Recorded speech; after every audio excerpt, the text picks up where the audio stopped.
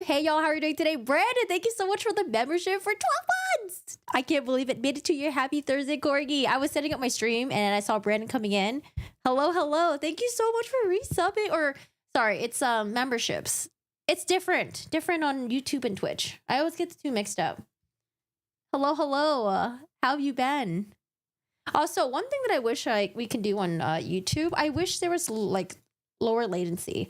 I feel like I'm already at the lowest latency, but there's still like a 40-second delay, especially if you're on tablets, which usually when I watch streams, I'm always on a tablet. So I wish there was a way where the latency was like, I don't know, 2 seconds, 5 seconds, maybe 5 seconds. I think on Twitch is only like a couple seconds. And if you're on mobile, I think it's like maybe 8 seconds. I don't know. I think they changed that. But anyways, how are you guys doing today? Hope y'all are doing well. Hello, hello. We are finally watching Charlie Adelson's sister, Wendy Adelson. And I didn't purposely scrub through the video for this thumbnail. I kind of just clicked a point. I was like, okay, we're just going to do that. Let's go with it. So, but I think it's a great thumbnail. But I've been wanting to watch this for a little bit. And, you know, there's a lot of stuff with Adelson stuff that I need to catch up on. But we've been taking our notes. I took all of my notes on the Dan Markel murder on the Wandry podcast. We've been watching some of Charlie Adelson's trial. Now, I think for Charlie Adelson's trial, there's so many other people that I want to watch testify. Like, I want to watch Jeff Lacoste on the stand. I want to watch Charlie Adelson on the stand. I want to watch, what's her face? Katie on the stand too. Because Katie, for the first two trials, she was like, I didn't do it. It wasn't me. It wasn't me. And it resulted in a mistrial in the first one. They tried her again. She said it wasn't me, but she was finally found guilty. But then finally, for Charlie Adelson's case, she was like, you know what? Yep, I was involved. Yep, it was me. And too bad it was too late because she had a plea deal apparently, and she denied that. Hi, lady. How are you doing today? How's it going? Hello, hello. Cooking up anything new or cool lately? Hi, Mariah. Hello, Mariah. How are you doing today? I feel like Mariah is always like one of the first few people popping on in on time. Got your notifications on. Thank you. I really appreciate that. So I got my notes up here. I'm like, should I start over new? Because like the Wander podcast, I took a lot of notes. Also, I was scrubbing through the Wikipedia page for Dan Markel's murder and all the information on there. And it led me to like other articles, other pages, and we just have a lot of notes here. I just don't know how to organize them all. It's like I gotta use my college brain again. Organization was hard for me, okay? I was the type of person who did a really good job at like coloring everything, you know, doing highlights and all that. But when it came to organizing it together for me to review it, I was like, no, I can't do this. I'm good. You're wasting the day playing video games. What are you playing? I'm at a point right now where I don't know what to play. I'm like, should I play Baldur's Gate again? I kind of uninstalled it. I'm a little bit lazy. Jan was telling me to do Final Fantasy VII Remake, and I'm like, oh God, I just forgot that like my save file was on the PS4, which sucks. So I don't know. You're doing some BG3 this morning, and you're playing some Ark. Is Ark the one with the dinosaurs? I was getting mixed up. Hi, Weegu. How are you doing today? Sup, Dad? Hello. How's it going? How are you? Perfect thumbnail. LOL. Should I just make this just a thumbnail by herself without my face in it? Maybe I should have. But before we watch this, dude, I was watching some snarky stuff happening on Court TV with Vinnie Politan. And it wasn't Vinnie Politan big snarky. Really, Vinnie Politan, I like the way he like throws his snark here and there, you know? But Vinnie Politan has some guests on his show. And this one woman was so snarky towards this other, I don't know if she was like another attorney or something like that. But it was crazy. I mean, I want to watch it with you guys again, but I don't know if I should rewatch the whole thing. But has anyone been following the Karen Reed trial? It's wild, the story. This woman was arrested, and she's on trial now for the murder of her boyfriend, I believe. And they believe that she like ran him over and then drove off and left him in the snow, right? But her defense is saying that she was framed, that apparently the family that murdered the guy has connections with the police, and then they did all the stuff behind the scenes, and now Karen Reed is being framed for everything. So I don't know. I'm like, whoa, this is kind of interesting. I only watched a Court TV video about it. I'm like, oh, should we do a deep dive about this one? I know, right? Vinny is back from vacation. I think Vinny's been gone for, I don't know, for the holiday season. So Julie has been taking over for him. And I like Julie too. I like Julie. But Vinny's my favorite. Vinny's definitely my favorite. So Vinny's up there. He's like, he's back now. I'm like, Vinny, you're back. Yes. Throw the shade. Throw the shade. Hi, Roscoe. How are you doing today? Oh my God. I felt like this one lady guest was like flirty with who? Who? Totally wouldn't be if I was a guest. That is Balan. Thank you so much for the 10. Hello, hello. How are you doing today? I really appreciate your support. And thank you so much. I hope you're having a wonderful day. Which segment are we talking about? I played Spider-Man 2, and now you're going through the withdrawals. It was such a good game. Oh, I hear a lot of good things about Spider-Man. I played Spider-Man. Also, where are my notifications? Hello? It's coming. I don't know. I need a new notifications alert on my YouTube because sometimes Stream Elements, you know, they be slacking. Like, I think they took PTO today, didn't they? Oh, there you go. Stream Elements is working now. Thank you. Thank you so... Wait, is there... oh, never mind. I thought I saw something. I was getting confused. But I don't know. The Karen Reed stuff is a little bit wild. I'm like, should we start with that? And then we do the Wendy stuff? Because I want to find the full segment. It actually cuts off at the part where one of the guest members, like literally like lambasts the other one. It cuts off there. I'm like, no, I need more. Is there a rebuttal? What is Vinny going to say? Because Vinny kind of just sat there like... like, damn, but I'm just gonna sit here and not say anything yet. But I don't know if he interjected maybe towards the end. I'll find the video. Yes, send to me. Send it over to my way. So I don't know, guys. We've got lots of things that we want to do, but you know, the Wendy Adelson interrogation is about 4.5 hours long, and I think I'd be best to break it down into 2 streams instead of watching it in one stream, because you know I'm gonna pause the video, we're gonna talk about it, we're gonna interject, and you know, we have a lot of information now. This interview happened back in 2014 and is literally, 10 years later. It's 10 years later. We have a lot of information on the Adelsons, and we had a couple of trials that happened. Like, how many trials we got now? Like 5 trials? We had the 2 hitmen. Actually, the first hitman, I don't think really had a trial. I think he just took like a deal, right? I don't think he had to sit through a trial. But there was a trial for one of the hitmen with Katie. I think that was happening together. Yeah. They were tried together, but then it was a mistrial for her because they couldn't figure out if she was guilty or not. Hi, DB. How are you doing today? Oh, also, guys, thank you so much for watching my newest video that came out. Lord help me. Where is her book? Did I toss it somewhere? I, over the winter break, got Jody Hildebrandt's book. And I tried reading it against all of your guys' advice. Everyone's like, no, Corky, don't read it. Don't waste your time. Don't be doing that. And I was like, I'm going to just buy it real quick. So I bought it and then it arrived. And I was like, oh, perfect. It arrived right before I went to Joshua Tree. I was like, I could read this, you know, during my trip. And I opened the book and I was like, what is this? I don't know. The book itself, the cover. If you guys watched my video, I was talking about how the book cover was like blurry. Her face was kind of blurry.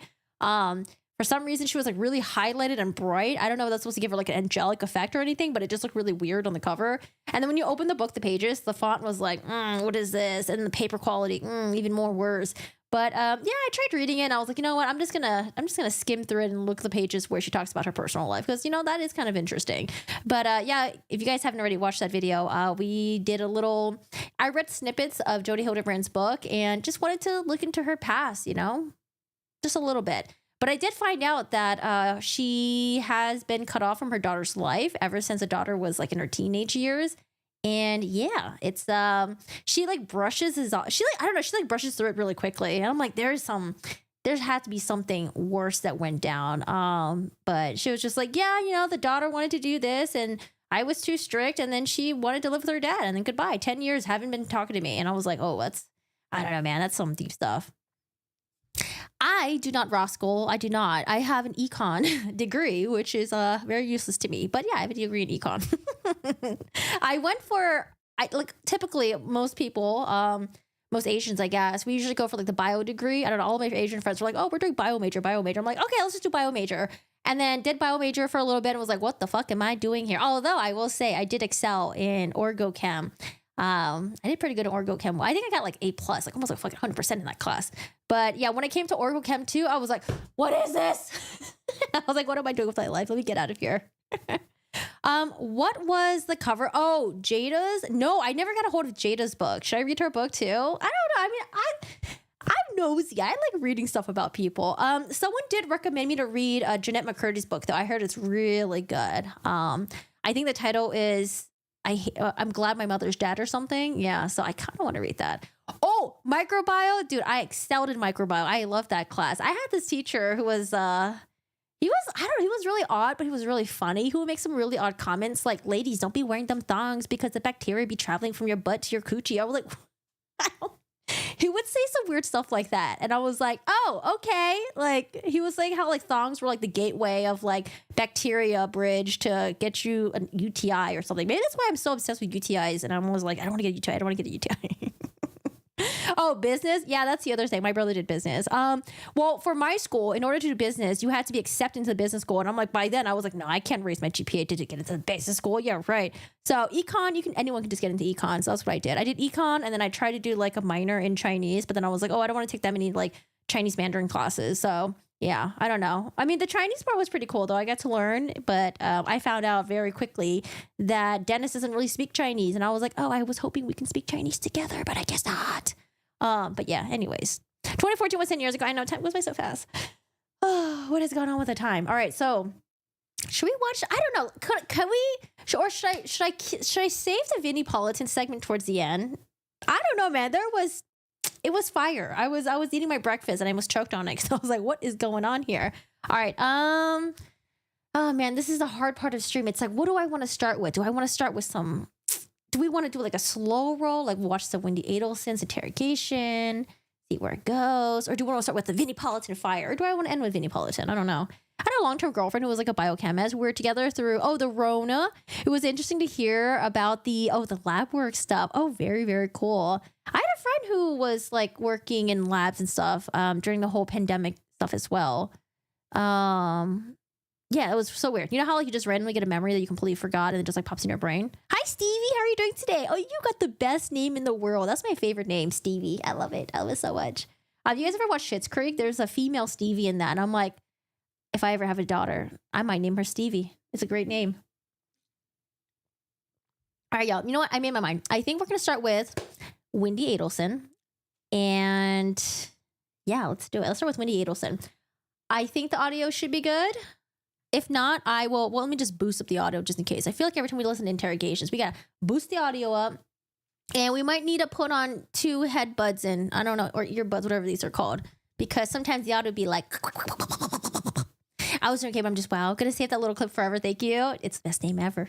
Best name ever. Also, my corgi name was Steve. So now I want all the names of Steve, all the iterations, you know? I want all the Steves. That was my plan. If I ever got a new corgi, I would just name it like Steve, Steven, Stevie, just all their iterations, you know? The name Steve will never die. If I have kids, we're all going to have Steve names. I'm obsessed. Okay, anyway, so Wendy Adelson, we got her interrogation / police interview. I think it's more like a police interview, if anything, because it's not like they thought she was a suspect. But I don't know if interrogation and interview are used synonymously. Amber Heard. But yeah, so anyways, this is the day of the murder of her ex-husband. So her and Dan Markel had a very, very crazy divorce going on, back and forth, you know, motions, fouled at each other, making all these accusations and stuff like that. Wendy Adelson wanted to have her kids brought down all the way to Miami, which is about 7 hours drive from Tallahassee. That's where they live, in Tallahassee. And Dan Markel was like, oh, hell no, because I am not driving 7 hours to see my kids. And I don't want my kids to be that far away. Like, you want to be a part of your kids' lives. And these kids are very young. I think they were 3 and 4 years old at this time. So if you're out of your kid's life at 3 and 4 years old, your kids are going to barely know you. And then Dan Markel was doing really well at the university. He was a tenured professor, which is like, it's not something you just get right away. You had to work up in order to get to that. So he was a tenured professor at FSU. And so of course he doesn't want to go down to Miami. And the other reason why he probably doesn't want to go down to Miami is because Miami sucks. I hate Miami. I'm just kidding. Actually, I'm not a huge fan of Miami. But anyways, he probably didn't want to get closer to Wendy Adelson's crazy ass family. He put in well, it wasn't officially filed yet, but Wendy Adelson's mom apparently was talking shit about Dan Markel to his kids. And so the kids went up to him and told him, like, oh, you know, grandma says she hates you. She thinks you're dumb. And he's like, why? He's like, oh, because, you know, she says that you're trying to take her sunshines away, something like that. And so he was in the works putting this motion in. And, you know, definitely he probably doesn't see eye to eye with Wendy Adelson's family. I mean, we know there's drama between him and Donna, but I don't know if there's drama with like the other family members as well. There's Charlie Adelson, her brother. There's Harvey Adelson, which is her dad. But yeah, I mean, I wouldn't want to move closer to these batshit crazy family either. You know, oh, no, thank you. Let me stay away from them. Good call, Wendy, the witch. Free Wendy's what? Hi, Joe. How are you doing today? How's it going? Hello, hello. So we are at the day of Dan Markel's murder. She was at a luncheon with some friends. police came and they're like, hey, you know, something's going on with your husband or your ex-husband. And so she's at the police station right now. And I think this is when they tell her that Dan Markel was shot and he might not make it. All right. How was that intro? 10 out of 10? 5 out of 10? 1 out of 10? I got to remember that when I get really excited about a topic, I need to slow down in my speech because I talk so fast. But if you're watching on YouTube VOD, you can just slow it down. Someone in my comments today commented was like, Corgi, I watch in 2 times speed. And I was like, how do you listen to me in 2 times speed? You must be a genius. I can't believe Wendy was trying to set Jeffrey up. He was a fantastic witness. I cannot wait to watch his testimony in Charlie Adelson's trial. We are going to watch that at some point. We'll definitely get there. But I'm hoping to get through all the Adelson stuff before we get to Sarah Boone. Although I am a little bit reluctant that Sarah Boone's going to have her trial this month. But hopefully she does. And we can just finally watch it, get it over with. But yeah, we got Sarah Boone and we got Alec Murdaugh for the evidentiary shit. So I need to slow down the way I talk because I always stutter. I do too. I have a major disconnect between my brain and my mouth. And I actually looked this up. I forgot what the term was because I thought I had like maybe like verbal dyslexia or something like that, where I just have a hard time speaking sequentially sometimes. Sometimes my verbs and my nouns get all mixed up and then things don't make sense. And I use like past tense when I'm supposed to use present tense. I don't know. English, I didn't really learn English until I was like in, I don't know, 4th grade. I swear to God, when I was in 1st grade, 2nd grade, we would have assignments and I would just sit there and stand around and be like, what is everyone doing? How come everyone knows what the fuck to do except for me? And I'm just like standing there like, okay, I don't know what to do. So I eventually went to ESOL and I guess ESOL did help, but they would pull you out of class when it was like math class, which was really annoying because I wanted to learn math. You know, we're doing fun stuff in math and I have to go to freaking ESOL. But anyways, yeah, that's a whole different thing. I should probably slow down too. All right, guys, we're just a little too excited. We have Charlie Adelson here. We have the title, Charlie Adelson's Sister Breaks Down During Police Interrogation. Shout out to Lone Crime for uploading this video. Did your ID with you? I just listened to my voicemail. What'd you hear? Oh, do we want subtitles? I'm going to put subtitles over Wendy's head. Yeah, because there's so much going on right now. We have the Lone Crime watermark, which I'm glad they put it on, but they kind of just smack it on her face and it's already kind of blurry. And then not only that, we have this giant ass timestamp thing here. Why is this so big? What were they recording on? What is this? Were they recording on VHS or something like that? Jesus. She rehearses so many times in my opinion. I think so too. I think she was like, in her bedroom rehearsing all this. Because as she was getting the information about Dan Markel, you can see her like visibly like heaving, like, oh my God, here it comes. This is the moment I've been waiting for. I don't know. We're just making a lot of assumptions here, but yeah, I don't know. Bias as fuck. Okay, let's do this. She's at worst actress level. Worst actress ever. Amber level, sorry. Must have taken ESL at like 2 times speed. I don't know what happened. I don't know why I ended up talking so fast, even though I was like an ESL student. I think it's just because I get really excited about things and I get really impatient with myself and I want to transmit the information as fast as I can to the other person. But sometimes it's not good because people are like, what are you saying, Corgi? You're talking too fast. I don't know what the heck you're saying. All right, y'all. Let's listen to this. Did your ID with you? I just listened to my voicemail. What'd you hear? Who was your voicemail? It's from Lisa Carey, who is my real estate agent, or who I had gone with to find a house. She just said she was driving around town and she heard there was a shooting on Trescott. Yeah, that's what this is about. I'm sorry you had to hear it that way. I'm sorry, I didn't know if I should. It's all right, just leave it there. Is it still on? It's right there.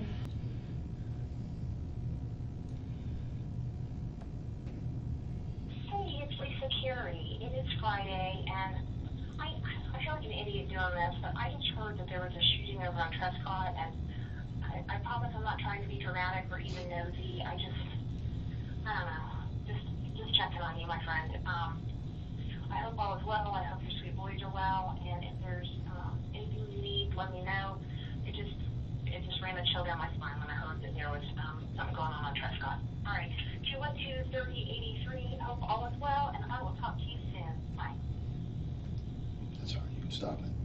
Or does it stop automatically? It's done. Okay. You know what I'm waiting for? I'm waiting for her to mention, hey, today when I was on my way to the liquor store, I actually drove by Trescott, or is it Prescott? I don't know the name of the street. I think it's Trescott. I actually drove by there and I did notice police tape. Like, what happened? Did something happen there? Is it involving Dan Markel? Because it was like kind of near his house. A little background. On her way to the liquor store today, she took a really convoluted way to go to the liquor store, and people were like, well, why didn't you take the direct way? She's like, oh, I usually take this way. I don't know. I take the way that I usually take. Oh, just how it is, right? She doesn't use GPS. And so they saw on her car GPS that she took a really weird way to go to the liquor store, but she also was at the crime scene. Apparently her car was there, and she said that she saw police tape and then made a U-turn because the road was closed, and she went along her way. It's very interesting to me because if you saw police tape near Trescott, you would mention it to the police right now. But she probably doesn't want to mention it because she probably doesn't want to tell them she was near the crime scene. Okay. Do you have your Maybe she will mention it.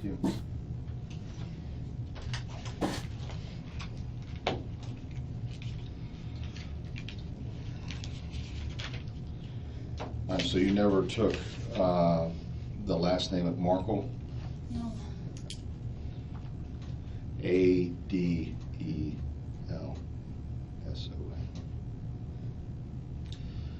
Okay. Wendy with an I. I think I have to boost the audio up. Give me a second because it's a little bit low. Let's see. 2.15, we're thinking. Oh, really? FSU grad here, live in Tallahassee for 4 years. The way she went is literally, we have to map it out. I actually, does Georgia Kappelman ever map it out during the trial? I didn't see it during the Charlie Adelson trial. I did not see it. But yeah, I would love to map it out to see which way she took. Jill. All right.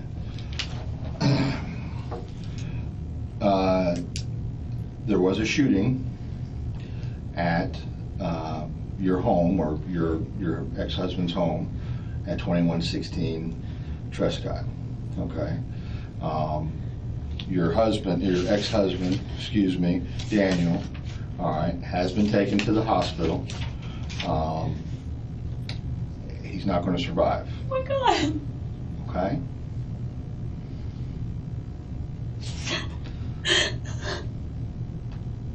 So as he's like delivering that news, very painstakingly slow, you can see her chest visibly moving up and down. She's heaving. She's licking her lips. Like, she just looks like she's so freaking nervous, which is what Jeff Lacoste said. Jeff Lacoste said Wendy's not a good liar. She's not a good liar. Like, she'll lie a lot about things, but she ain't a good liar. I'm sorry. But we'll try to give her benefit of the doubt. Let me erase my brain. No bias, no bias. I'm about to turn around this morning. What happened? Well, before we get into everything, I have to establish where you were and who you were with and so forth. Okay. Okay, and then once we've established all that, I can give you more details. Okay. Do you understand why I wanted you to come here before I discuss this? Oh my God. My other question is, at this point, does she have her kids with her? I know that she had a friend. Did the friend pick up the kids from school so she knows that the kids are safe? Because, that's my other thing. It's like, if she doesn't know where the kids are, wouldn't she be like, oh, well, how are my kids? Like, what happened? Are my kids okay? But maybe the kids are already with her and she already knows that they're safe.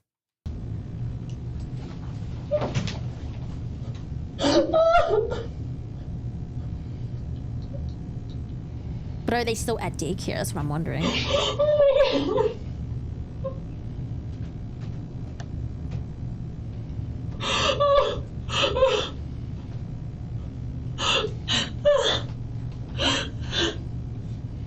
I'm sorry. That's okay. No, you have nothing to be sorry about. I just don't understand. How did this happen?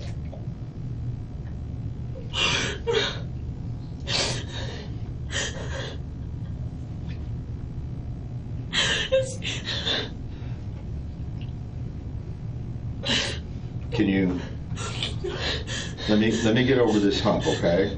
Can we do that first? All right. Can you tell me what time you left your house this morning? Yeah, I was there. I didn't leave this morning. I didn't leave until noon. Okay. And Oh my God. And I tried to drive up Trescott and I saw that it was blocked. Oh, now she's bringing it up. Okay, I was wondering, is she going to bring it up or does she not want the police to know? Oh, why is she telling the police this, though? Why is she telling... Because then the police can be like, wait, you tried driving up Trescott? Oh, wait, why? Why did you go this way? Where were you going? To the liquor store? Oh, wait, did you see the police tape? Wait, how close were you? Why didn't you inquire? Oh, my gosh, she's just... I feel like she's screwing herself over right now. I mean, let's see. Maybe... Why did she drive to Prescott? I just want to know, why did she drive to Trescott to begin with? Why? Is it a serial killer thing where you just want to drop by the crime scene to see, like, oh, look what happened. Look what I did. it was blocked at some point. I'm not sure what time it was And I blocked. just thought, oh, there's maybe some trees down or something. Because sometimes Oh, you're saying as you drove down which one of the side roads? when I'm going to a friend's party tonight, and it's oh my God, what am I even talking about? I needed to buy, it's a stock the shelf engagement party, and so I went to buy bourbon. Okay. So I went to drive from my place up Trescott to get to ABC Liquor, and it was blocked, so I just turned around. I was on the phone at the time. I wasn't paying a lot of attention. Oh, so the audio and the video is not sync, but maybe at some point it will sync. If not, I'll have to edit this to sync it later on. Sorry, guys. Live streams, you're not going to get the benefit. So I just turned around and drove up the other way. I just thought, oh, sometimes when I lived there were electrical things that would happen. I left my house around 12:15 because I thought I'll get the bourbon and then I'll get some gas for the car and get super glue for one of the boys' toys, and I was trying to do all I can before meeting my two friends at 1. Okay, who was at your house this morning? The only person that was at my house this morning was a guy from Best Buy, because my TV was broken and it's under warranty. Good for you. Yeah, I figured. Okay, a guy from Best Buy was at your house to work on your TV? I have his name and everything at the house if you want it, because the boys broke the TV, so he gave me a choice of fixing it or getting a new one. What time did he come to the house? He called me at around 8. He was probably there until around 10. Okay.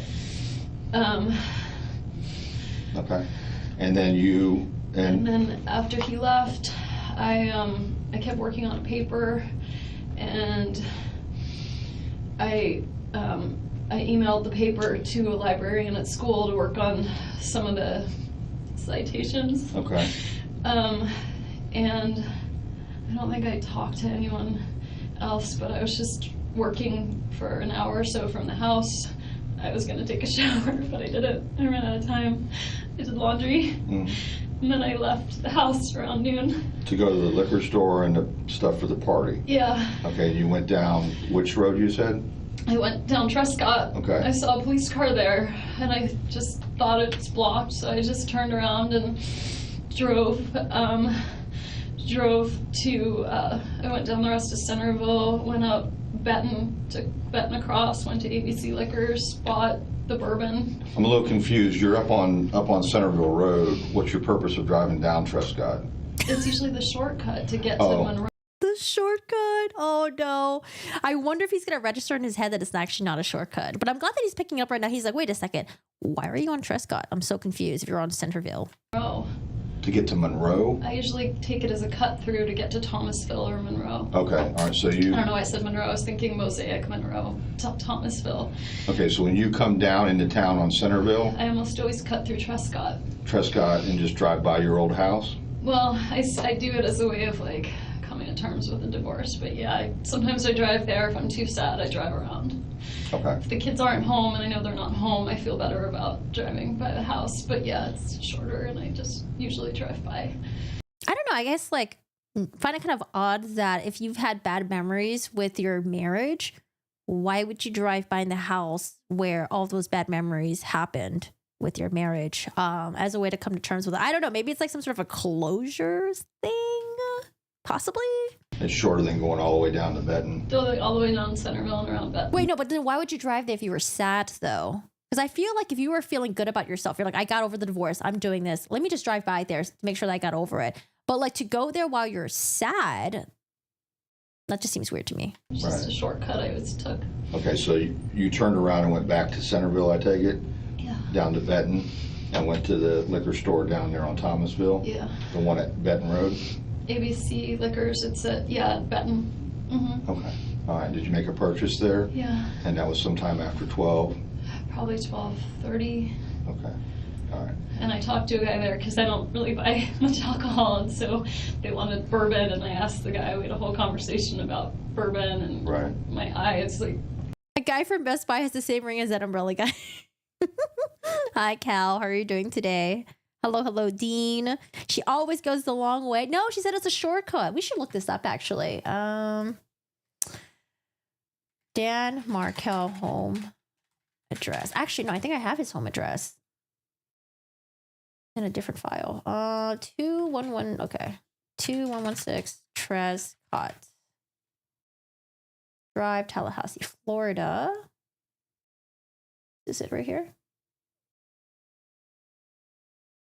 Trescott. Okay, so we are saying Thomasville was here. I've heard her mention that. And then she mentioned, man, does anyone have the address to the... You know what? This has to be on Reddit. There has to be already someone who mapped this out on Reddit where it has the house, Wendy Adelson's house. It has ABC Liquor. Oh, there's ABC Liquor right here. ABC Liquor right here. But I think she went to the ABC Liquor that's not even near her house. I think she went to one that's even further. And then where's Monroe? This is Benton. What road is this? Thomasville. Where's Monroe at? I'm going to try to figure this out on my own. Your eyes? He just said your eyes are really blue. Right. And You have contacts? I do. Okay. But I just remembered it. Right. So I bought the bourbon and got some gas on Thomasville and met my friends at Mosaic. Which gas station did you go to on Thomasville? The one that's, I always forget the name, but the one that's close to the cross street. It's right next to the Goodwill. Okay. If you're heading north on Thomasville. If you're heading north on Thomasville, it's on your right. Okay. Just past the Goodwill Just place? past the Goodwill. It's close to the intersection there. Okay. All right. And then from that point, you went straight to the Went to Mosaic. Mosaic restaurant? Hey, And James. I met friends there. I used to have kind of a steady Friday meeting, and I hadn't seen my two friends in a while. And so we had made plans to meet up. What time did you get to Mosaic? About 1. I was a little late. We were supposed to meet at 1, and I got there a few minutes after. Okay. All right. I know it's cold in here. Okay. I think that's not why. Okay. I know it's part of it, but do you know anybody that would have a beef against your ex-husband?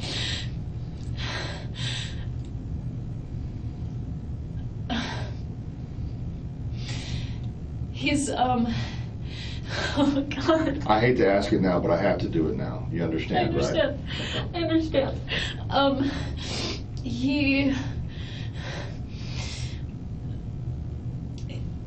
He had friends. He always meant well, but he would sometimes. Oh, hold on a second. Can I interrupt for a second? Because I do want to see Wendy Adelson's route really quickly.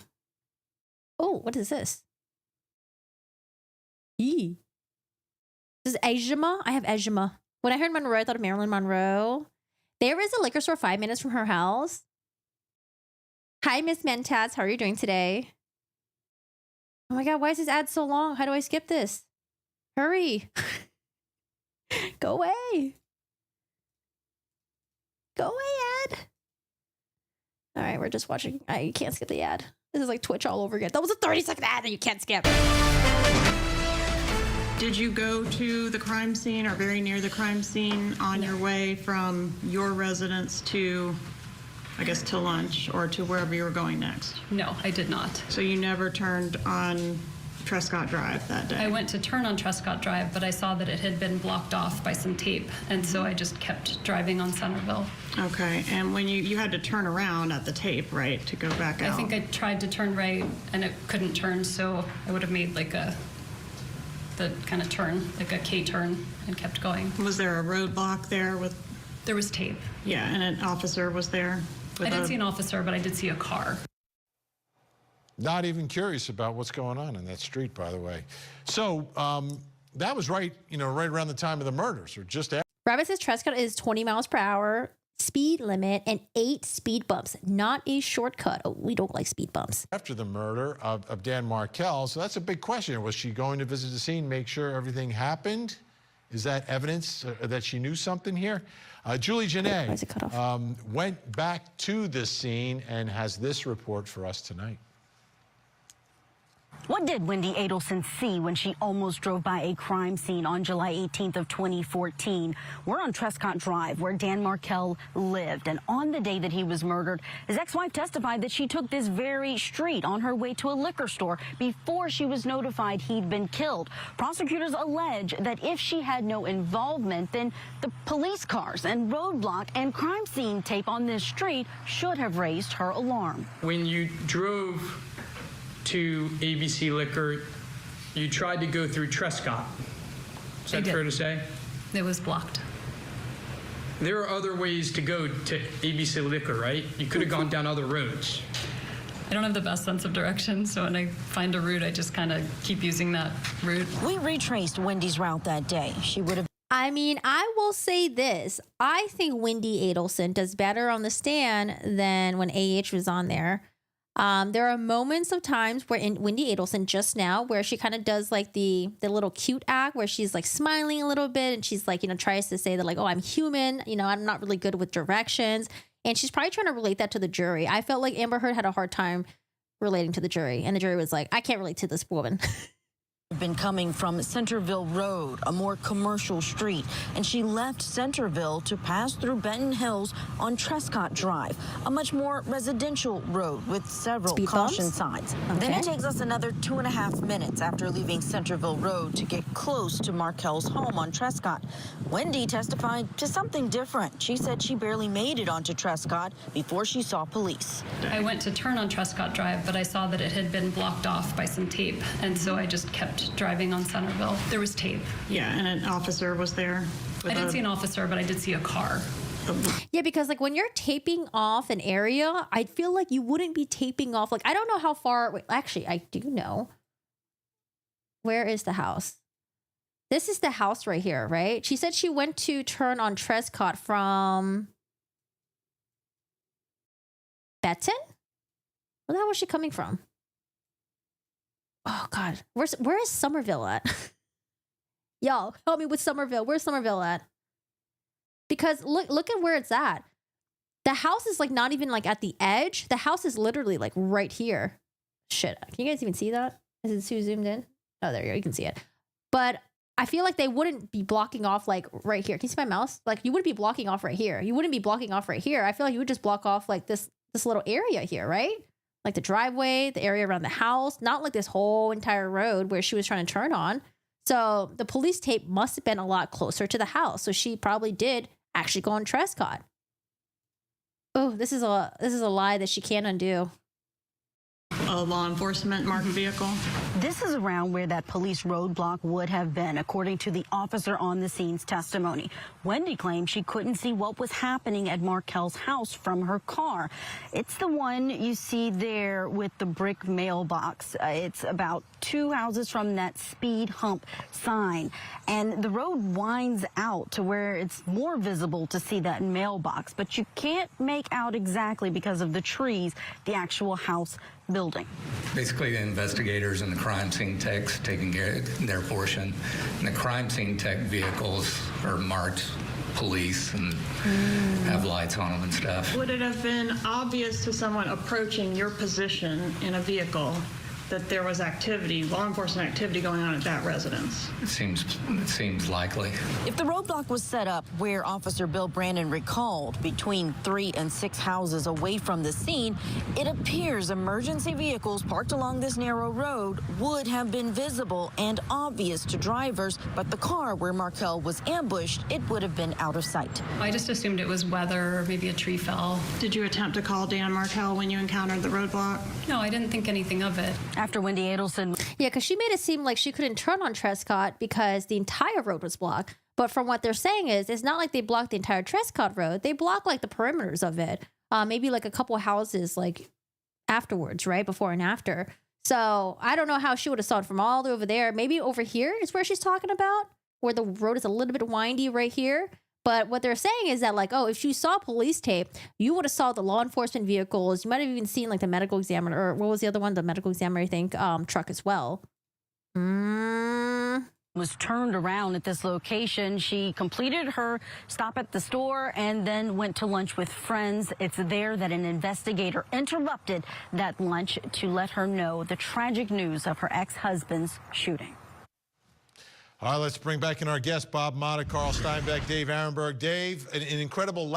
Yeah, we'll have to listen to that portion of the testimony. But I just wanna get like a visual of like what she saw when she was driving down there. Rub people the wrong way. Okay. But not anyone who would do something like this. Anybody that he owes money to? No, he owes money to me. He owes money to you? But not, Okay. not me. Okay. All right. All right. Wait, so she's saying that Dan Markel owes money to people?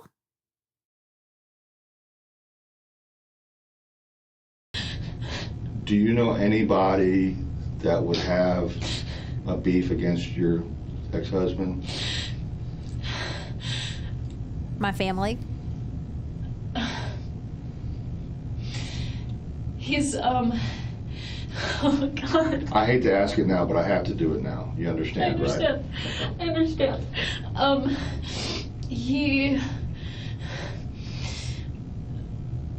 She wants to say my family. I mean, he had friends. He always meant well, but he would sometimes rub people the wrong way. Okay. But not anyone who would do something like this. Anybody that he owes money to? Oh, he's asking. Okay. He no owes money to me. He owes money to you? But not, Okay. not me. Okay. All right. All right. Oh my God, we're poor kids. Oh,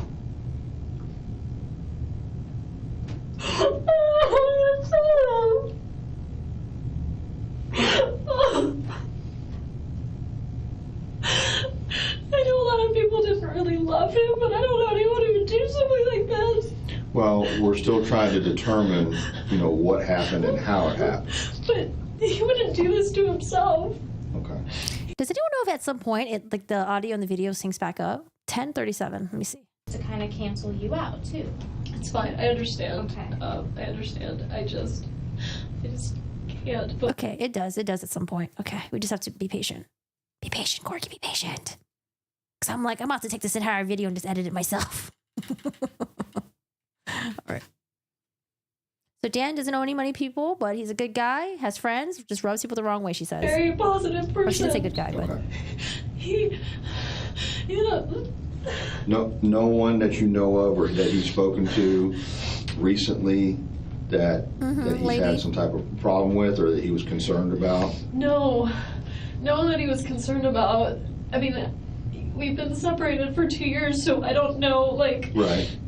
if he had something going on, I wouldn't know about it. But I mean, I had lost my voice earlier this week, and so we had put off this conversation about our son's school and where he was going to go, and he I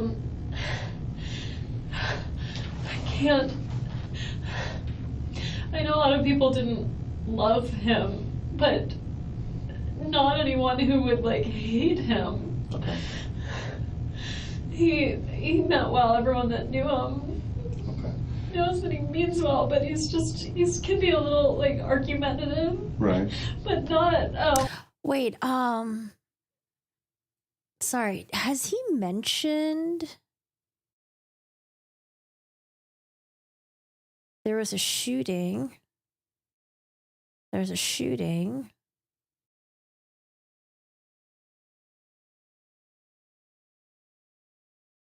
Because I guess you would ask, like, almost like right away, like, who did this? How he was shot? How did this happen?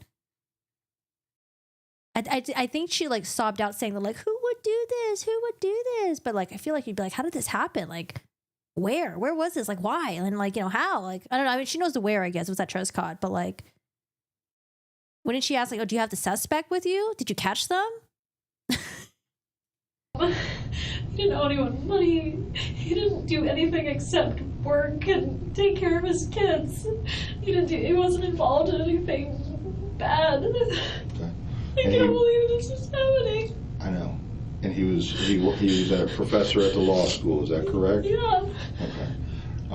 And your divorce has been 2 years, or the total separation, I'm assuming? Total separation's been 2 years. Our divorce was finalized last summer around this time. Okay. He wouldn't do this to himself. He has a girlfriend now.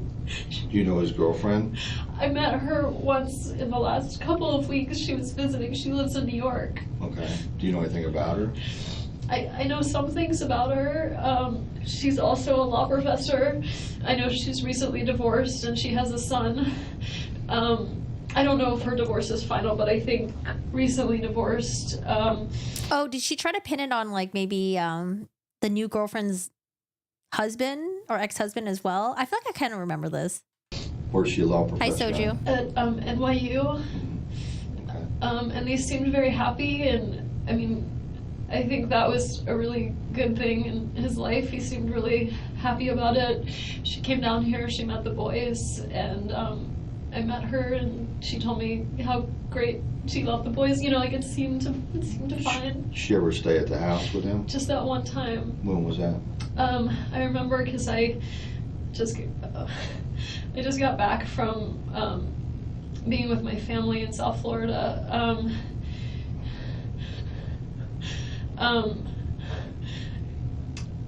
Sorry. It's okay. Yeah, let's go back to it really quick. So she says that she just heard her voice message, and he's like, "What did you hear?" And then so she starts playing the voice message, and the voice message is from her real estate agent, who was like, "Hey, like I don't mean to be dramatic or nosy or anything, but like I heard there was a shooting on Trescott, but yeah, I don't know if I don't know if it's I'm just letting you know, right?" And so she's playing the voice message, and the law enforcement comes in, and he was like, "Well, yeah, there's a shooting at your home, and your ex-husband, Dan, well, he's not going to survive." And then so she starts crying right here. At your home, or your ex-husband's home at 2116 Trescott. Okay. Your ex-husband, Daniel, all right, has been taken to the hospital. He's not going to survive. Oh my God. Okay.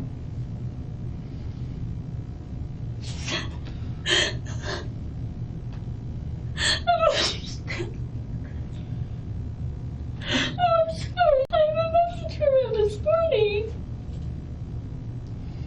What happened?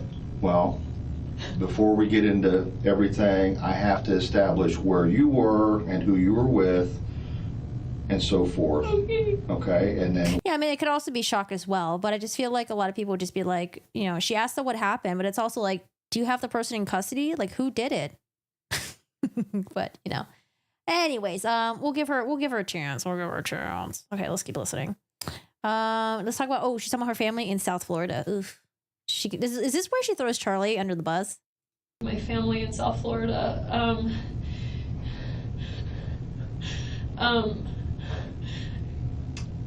Sorry. It's okay. You're doing great. So what date was it? I went with my family. It was my dad's 70th birthday, and we went home for it. So his birthday was the 5th. I left Monday the 30th, so she must have come into town Saturday, the evening of the 28th. What month? June? This past June. Just now. So June 28th, and then she was there with the boys the 29th, and then I met her on the morning of the 30th when I picked up the kids to take them to South Florida. Do you know when she left? I could probably find it. like in the email and stuff, I think she was here for like one more day, and then Danny went up to New York because I was with the kids in Miami. Sorry, audio. For a good long while I was there. I drove back July 10th, so I was there almost 2 weeks. And so I think he went up the next day. Okay. Do you know her name? I do. It's Amy Adler. Oh my gosh, she's A.D. A-D-L-E-R. And she's a professor of law at NYU? Yeah. What kind of car does she drive? I have no idea. I don't know if she has a car. She lives in New York City. Well, so, I mean, she was driving down. I mean, she flew down here, I'm assuming. Yeah. Okay. Okay. Do you have her phone number? I don't. Okay. I don't know how long they were dating even. It seemed kind of serious if she met the kids, but I don't really know. Amy Adler is the sister to designer Jonathan Adler. I don't know who Jonathan Adler is. Am I supposed to know who that is? I'm embarrassed to know with Sterney that she wore the same dress for Katie's 2 trials, different for Charlie's. So notable was Katie's trials were 2 years apart. He's been going up to New York for like conferences and stuff since Lincoln was about a few months old. So he's been going up there 3.5 years. So my guess was that they might have known each other for a long time, but have been dating. I don't know how long. Well, let me ask you something. Does his relationship with her have anything to do with your all's divorce? No. No, it had nothing to do with an extramarital affair or anything? No, but the only thing I'm thinking is Amy. I don't know what Amy's full divorce situation is like, so if you're gonna think of someone who's not thrilled with Danny, I don't know how happy. Oh, okay. There we go. We already got a pitch of who the possible criminal could be. So Amy's ex-husband doesn't know what the situation is like. All right. Her husband or ex-husband is with the situation. Do you know anything about him? I don't know anything about him. So you know Amy Adler, she's a professor at NYU. She was down here from the end of June through the first part of July. I think just a few days. Right. Yeah. As visiting, but he'd been seeing her when he goes to New York on these conference trips. Well, he's in New York in the summertime. We have a week on, week off schedule with the boys. So whenever I have them for a week, he goes up to New York for a week. So he's been spending a lot of time up there. Did he relate to you that he'd been seeing her up in New York, or that's where they met, or anything of that nature? He didn't tell me about it, but I feel like he was pretty vocal with like our friends and people probably since December about her being his girlfriend. So Okay. Who would be his best friend? when we were still together, he had 2 best friends. Neither of them are in Tallahassee. Hi, Rhiannon. Oh my God, I'm completely blanking on their last names right now. That's There's okay. Matt Price, that was his best man at our wedding. And Josh Berman, who, Matt is in DC and Josh is in New York. Actually, he has a friend, I don't know if they're so close, but he and the boys sleep over at their house a lot. They're in Cairo, Georgia. Okay. That's probably his closest friend here. Do you know his name? His name's Alex Greenberg. He's a veterinarian in town, and they've got kids around the same age as our kids. He's a vet here in town? Mm-hmm. And I think Do you know they're where his close. office is? I don't. Maybe in Cairo. Oh, he doesn't have office in Tallahassee? I don't think so. He's a vet in Cairo. Their house is in Cairo. His Right. wife is a dentist. I don't know if her practice is in town or in Cairo either. His wife is Maya, M-Y-A. Okay. You're being very helpful, okay, and I know it's hard. I'm trying. I just You're doing can't fine. believe what's happening. You're doing fine. I know it's all of a shock. I know it's coming to you all at once. Okay? I don't know who would do this. Okay, well, it appears from what we've seen so far that someone intentionally hurt Danny. Okay, intentionally. Okay, I don't You think. don't know who it is? No, and I don't What if think. they come after the boys? I don't think that's going to be. I have no indication at this time that that's a threat. Okay, but the boys are going to stay with you. You're not going back over to Trescott. Okay? No, I don't live there anymore. I know you don't. Hey. But the boys are going to stay with you, okay? And they'll be fine. I don't know if I can take care of them. Like, And apparently she takes the boys all the way to Miami, Miami, I would say. Roughly like, I think 3 days after Dan died, and they never came back to Tallahassee ever again. this. All right. Where's your closest family at? My family actually just talked to my brother this morning. My parents are in Coral Springs. Okay. And my brother, I have two brothers, but I'm very close to one of them who is in Fort Lauderdale. Okay. All right. So that's where you're from originally, I take it? Yeah. Okay. All right. His family's in Canada. Did they know? Did you tell them? No, they haven't been notified Oh my yet. God. His parents are going to be devastated.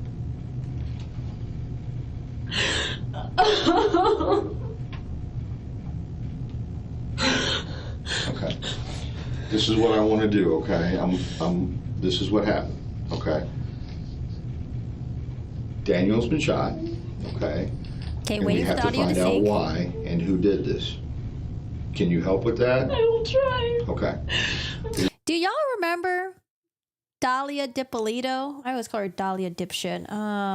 Jeez. She hired a hitman to kill her husband, and I think the hitman reported her to the police, and so they had like a secret recording of her, and the police were like, hey, let's just like pretend that it actually happened. So they set up the police tape, the crime scene stuff, and she arrives and she starts crying because they tell her, oh, your husband's been shot at, and she's like, oh my God. And like she does it like at the crime scene, she does it in the police interrogation, but little did she know, her husband was completely fine. He was completely in on it. Yeah, she is a monster of her own.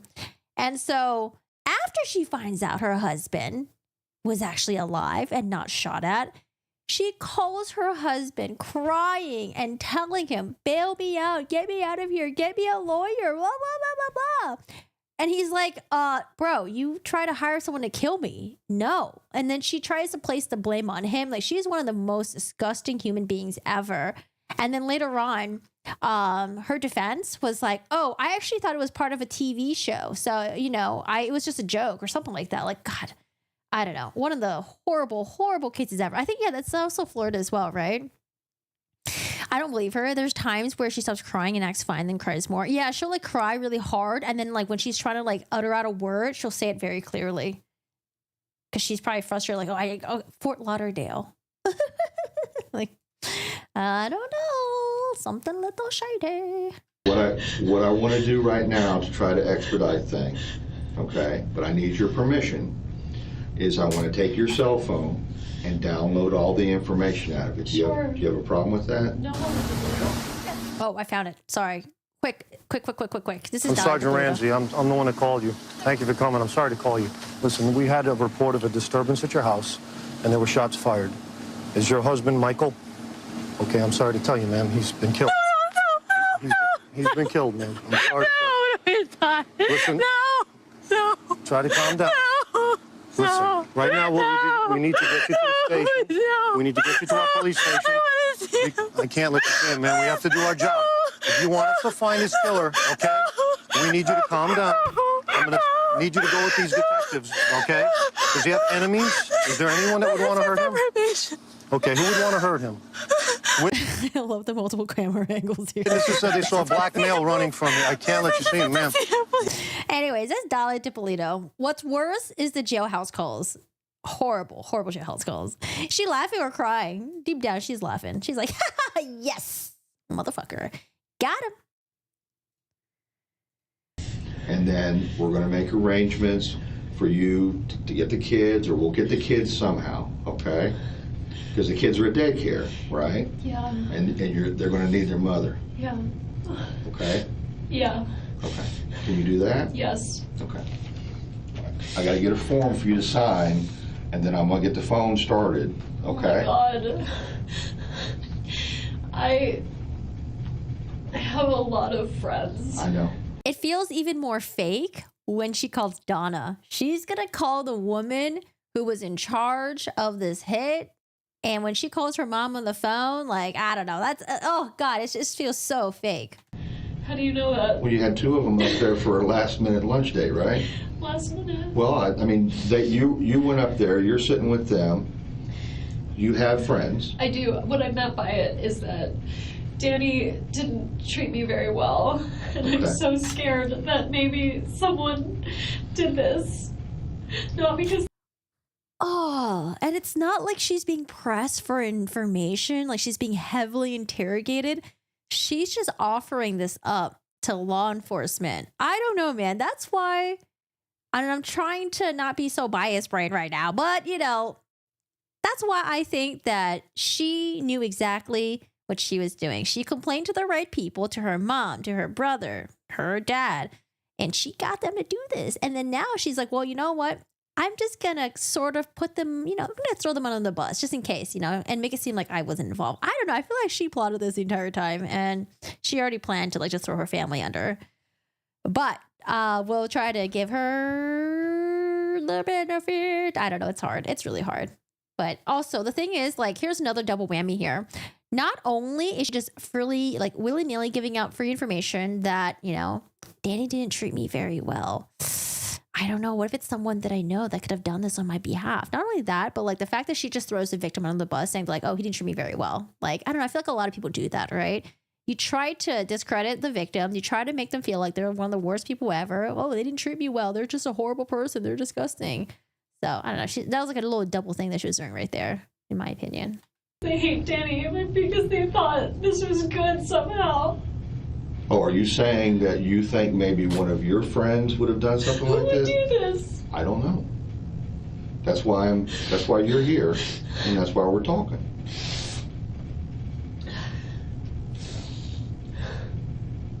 She's just giving up free information.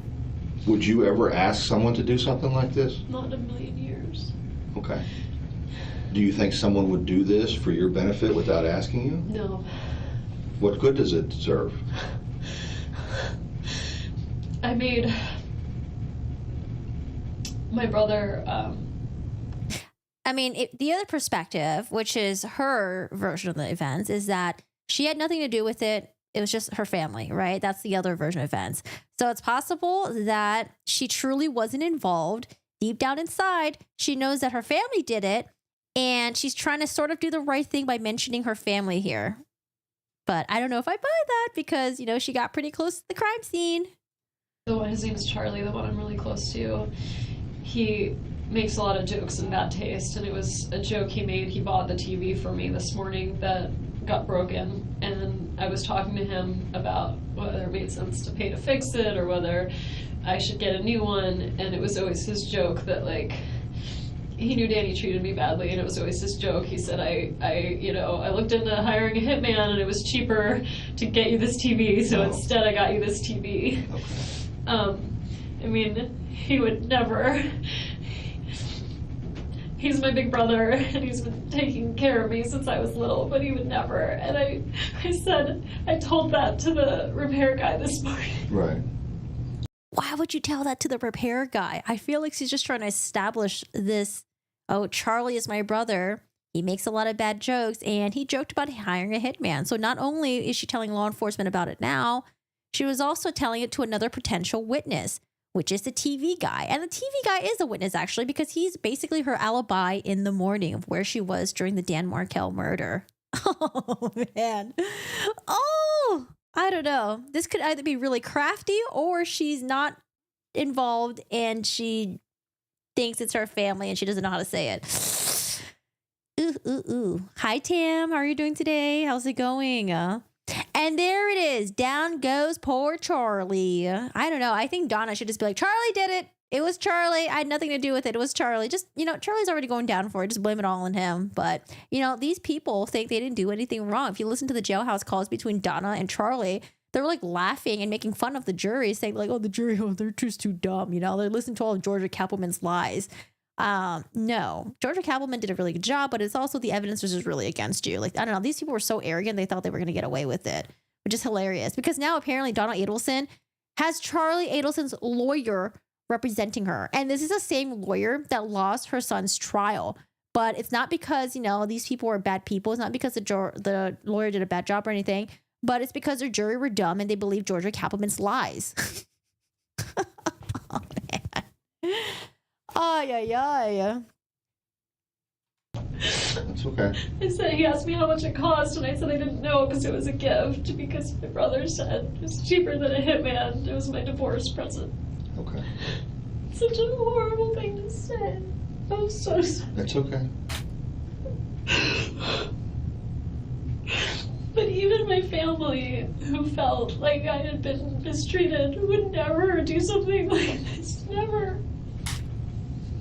Well, it's been, you guys have been divorced for over a year. Has there been any type of abuse in that time?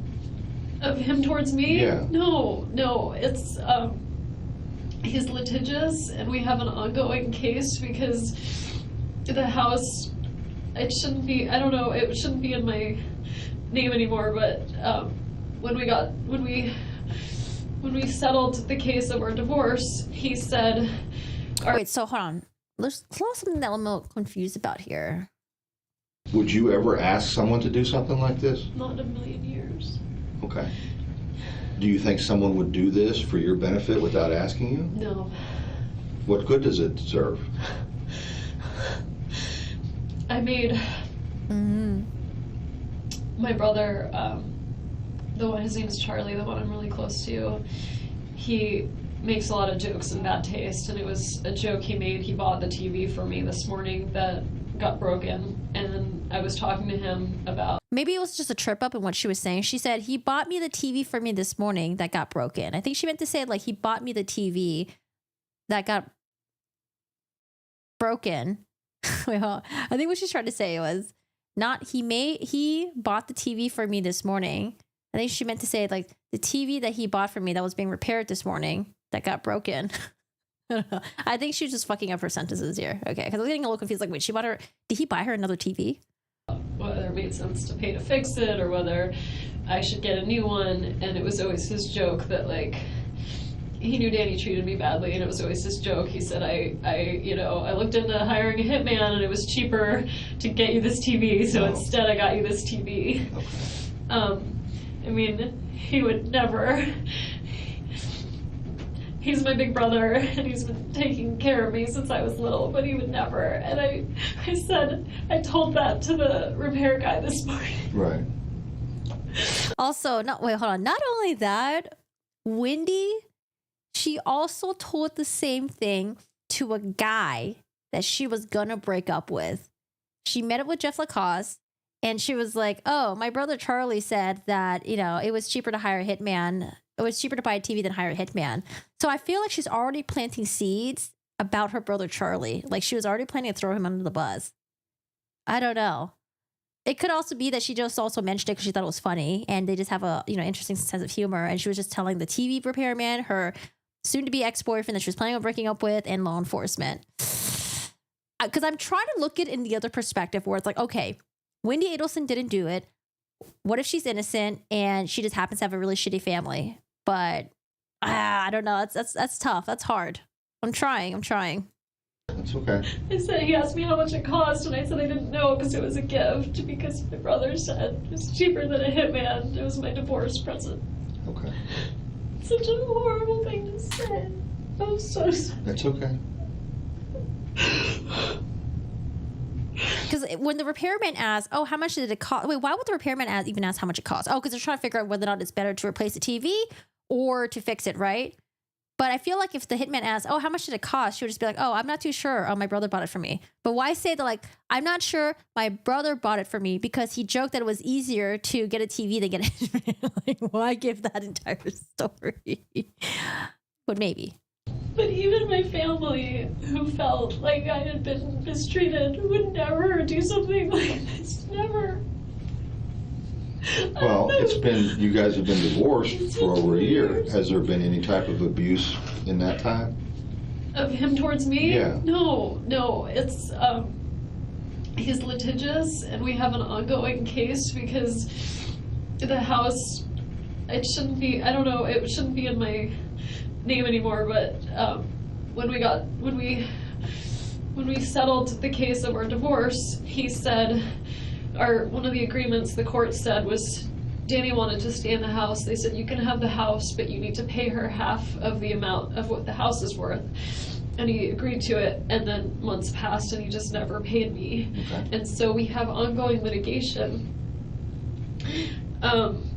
where I filed a motion in the court to have him pay me what he said he would, and he filed a counter motion for sanctions against my attorney because he thought that she did something wrong, which she didn't.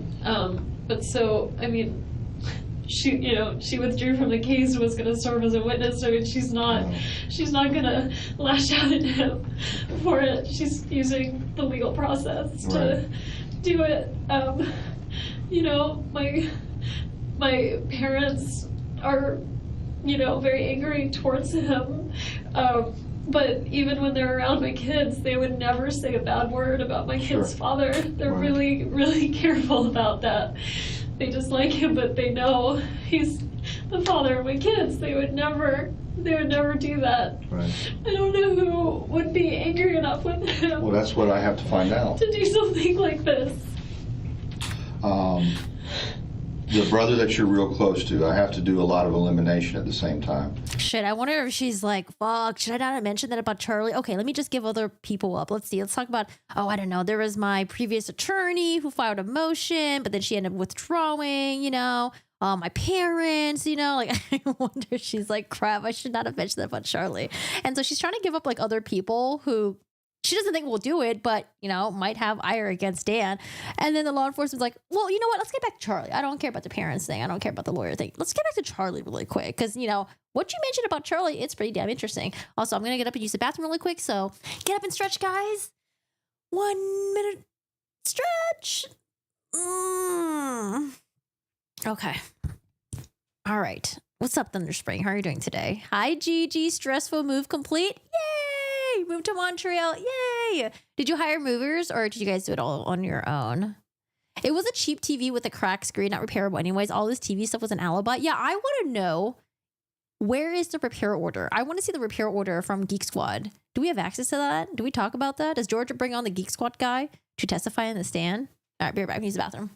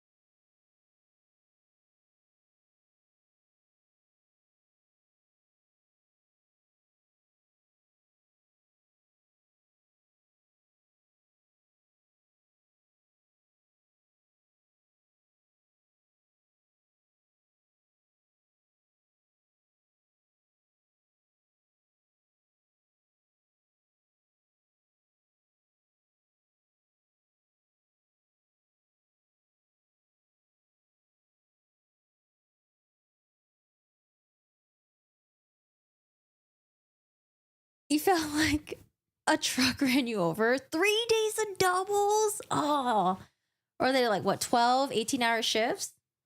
What industry are you in? Healthcare, food industry, tech, cybersecurity. 100% had to hire the movers, others would have gone insane. Yeah, I feel like when you're older and you have a lot of stuff, heavy furniture, you accumulated a lot of things, definitely do the movers all the way.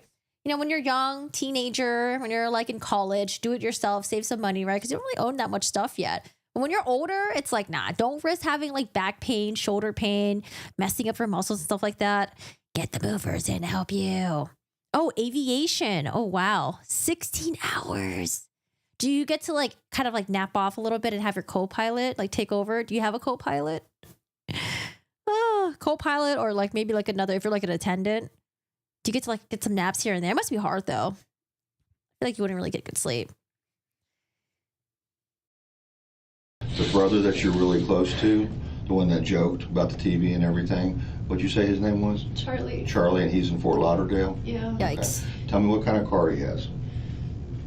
He has like 5 cars. Can't tell me all of them. He drives I think one of them is an unmarked police car. Oh, really? He's a bit of a character. Okay. So I don't know what he's driving at the time. Right. But I'll tell you, he's a periodontist, and he has this practice where he works from early in the morning till late at night. So if you ever wanted to find his whereabouts, he's working all day long. Okay. Doesn't he have a Lamborghini? Early in the morning till late at night, always driving to a different office, working. Oh, he goes to different offices? Yeah, he works in different offices all over South Florida, does implants for people, and he works really hard all the time. He has a girlfriend, so he's pretty much accounted for all the time. Charlie, is that his first name? Charlie's his first name. Not Charles? I think Charles is his legal name. No one calls him that. What's his last name? Adelson. What's his middle? J-A-Y. Same spelling, Adelson. Yeah. Okay. Oh my god. What? What? Oh my gosh. What? I can't believe this is happening. Okay, all right. Let me... Law enforcement's like, what, lady? I don't know. I don't know if he meant to sound like that when it came out of his mouth, but he's probably like, what's wrong with you? Hello? I think she's starting to realize, like, shit, I am ruining everything. I'm fucking everything up. It's only 20 minutes into the interview, and he already has an interest in my brother, Charlie. And I think she's just having, like, little mini, like, uncontrollable outbursts where she's like, oh my God, okay. Like, oh, what do I do? What do I do now? Like, oh God, I'm messing this up. Ay, ay, ay. Let me go get the form for the phone. Do I need to be read my Miranda rights or something if you're gonna look at my phone? I can read you Miranda if you want to hear I don't that. know, I'm just trying to make sure I'm being I have no protected. reason, I have no reason at this point to suspect you in this incident. Okay?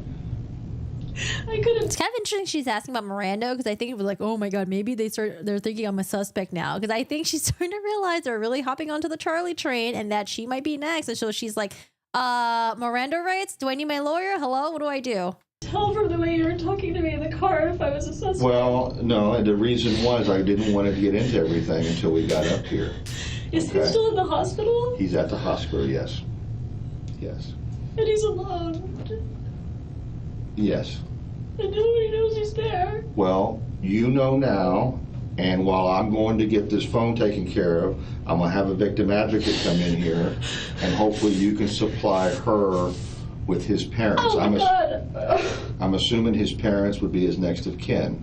He's a sister he's really close with. Where is she? They're all in Canada. He's Canadian. Okay. All right, they live in Canada. They all live in Canada. Okay. His family's all in Canada. Okay. They're gonna think I did it. Now, just don't jump to conclusions on that. Oh my God, I can't believe this is happening. All right, let me go get the form for the phone, okay? Oh man, has Bruce Rivers reacted to this? I feel like there's so much self-snitching going on. Oh dear, that's why you don't say shit. Well, I think these people thought they can beat it. They thought they can win over the law enforcement, the prosecutors. You know, they're a prominent family in Miami. They're rich. They're in the dental industry. They're good Jewish people. There's no way they could have done it. You know, they probably thought they were going to beat the system.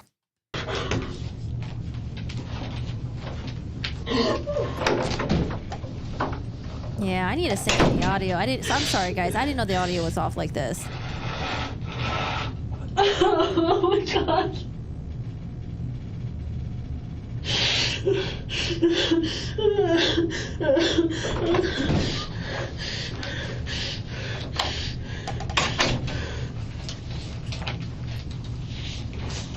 Sorry, you okay? Yeah.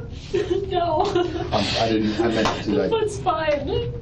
Our last interaction wasn't nice. What are you talking about, personal? Yeah, I'm just looking here. I didn't want him to take the boys this afternoon. I had wanted to have them And I talked over with my brother and realized, you know, if their dad wants to take them swimming, it's not worth getting upset over.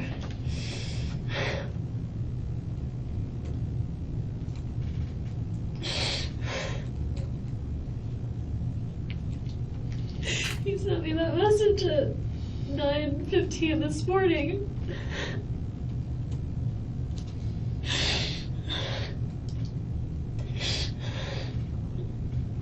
You were telling me before, when we were riding up here, that the agreement was that you all were going to have some type of phone call at 11:15 this morning. Is that correct? Well, not exactly, just that we needed Okay. to have the talk at some point before, we have to decide before Monday of what to do about his school, where Ben's gonna go to school, and he said, I'm gonna be done. I thought it was 11:15, but when we listened to the message, it was 10:30. Okay. When he said, I'm gonna be out of, he went to like a workout class at the gym. He At said, Premier. At Premier. He Mhm. said, I'm gonna be out of it by such and such a time, you can call me then. And I called, but I think we could see what time I called him. I thought it was more of like, let's see, recent calls. I called him. So she's got like his like schedule. He's telling her in text, they're supposed to have a discussion where the kid is going to go in school. And I remember Dan was like venting to his friend when he was actually shot at, that Wendy was trying to enroll the kids into some school and like he didn't know anything about it or something like that. But he essentially texts her like, hey, like, you know, I'm going to be at the gym. I have this workout class. I'll be done at X amount of time. And then, yeah, she's got the schedule. Well, that's him calling in at 9:02. I called him at 11:42 and got his answering machine. He called you at 9:02? He called me at 9:02. Mm-hmm. The repair guy was there, and honestly, I leave my ringer off a lot of the time, so I didn't even hear the call come in. He left me a message. I called him at 11:42 and left him a message, just saying, okay, I want to talk about school for Ben, and I assume I'll see you at 4:30 today. When I figured he's going to take the kids swimming, Right. and he'll drop them at the house at 4:30. Okay. So in other words, the whole meeting at 10:30 or 11:15 Just didn't didn't happen. happen. Right. Okay. All right. Let me get this. There's a lot of information on here, okay? It'd probably be easier if I read it to you. Fine. Okay. I, Wendy Adelson, and I got to change this. Adelson. I know, I got to change that. It's okay. It's Adelson. Actually, it's spelled right. I said it wrong. Adelson. Do hereby authorize and give my permission to investigate Adelson, who has identified himself to me as a law enforcement officer with necessary assistance. Yeah, that is very true. I leave the ringer off a lot of the time. Yeah, that's really weird. Like, especially when your kids are not with you. If your kids are with someone else, you want to make sure your phone is never on silent because you want to make sure if you get that emergency call, you're there ASAP. I do agree with that, Rhiannon. Assistance of a digital forensic examiner to make a full and complete search of my cell phone or other digital media, along with data located on additional data sources, locations such as connected to, at, and were at the Tallahassee Police Department. That's the address. I have been advised that law enforcement are engaged in investigation concerning an alleged violation of federal or state law pertaining to a shooting incident. I do further authorize to give permission to take from my cell phone located at 230 47th Avenue. All right, I'm going to skip through this. I'm sorry. Okay, can I have your phone now? Yeah.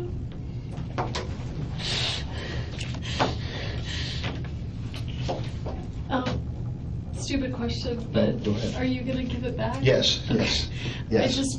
I feel like I need to help No, my you're gonna family. get, What's going on? No, you're gonna get it back. It's just gonna, I'm trying to expedite this now so I can get it back to you sooner. I understand. Be right back.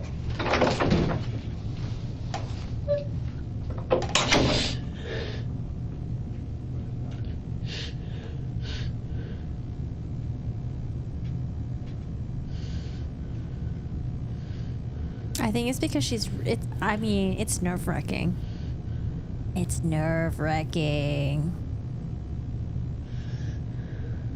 Okay, Wendy. Let me get get your... That's the friend I was with calling. Do you want to just decline it? I guess I shouldn't talk to anyone right now. Yeah. How's the audio, y'all? Is there someone I can talk to about what to tell my kids? Yes, well, we're going to get to that. Give me your phone number on this phone again.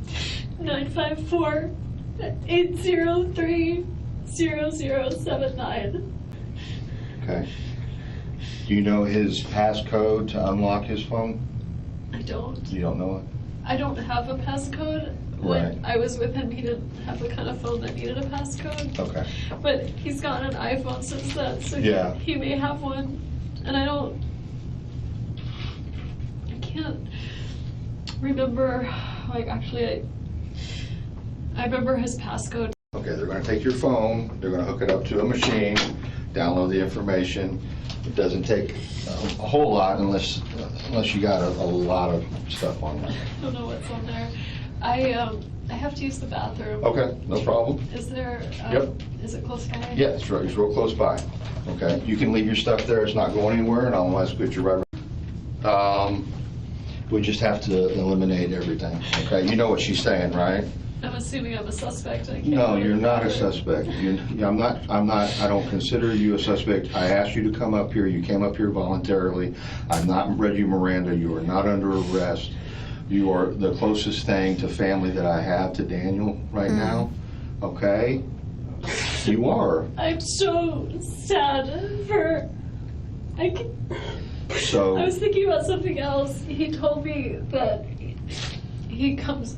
We have week on, week off, but on Wednesdays we do an overnight. Right. And he told me that he might have some work up in New York and he might not be back in time for the Wednesday overnight. So there's no way that he did this because he had all kinds of plans like for next week that Oh, were. you're saying he would not hurt himself? No. Okay, all right. It wasn't him. Okay.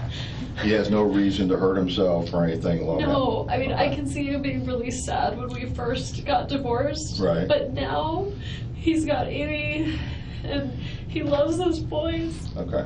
And things were really good for him. There's no way he did this to himself. Okay. I believe you. Which really scares me because it means there's someone out there that's willing to do this to him, and I'm scared for the kids. Okay. I understand And they're at school right now, and I want to. There's an officer. They're at school right now. Wait, what? Why wouldn't she pull them out of school ASAP when she heard about this? If you don't know who did this to Dan, how do you know they won't target the kids? Like, especially since the what? They're still at school? I thought they were out of school.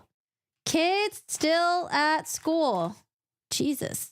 Her at the school. Okay. The kids are fine. Okay. Okay, there's no. The I don't kids know how are. I'm going to tell them. I'm getting the fuck out of here. I'm getting my kids out of here. Bye. Interview me later. I'm getting my kids ASAP. Give me my phone back. Let me call my family and tell them to pick up the kids. What is going on? Oh, we're going to help you with that. Okay. It's because she knows no one's going to hurt the kids. But here's what I have to do right now, and I'm just trying. I want to get this down, Pat. I know you don't have your phone to refer to. Okay. But that's okay. You'll have all that information. Right, because I'll check that against what you tell me. Okay. Your last phone conversation, your last personal contact, in other words, in person with Daniel, was when? He goes by Danny. Danny, okay. No one calls him Daniel. Yes, I don't know him, so I'm sorry. I'm just telling you Danny. so that it just feels really impersonal. My last face-to-face contact with him, wow.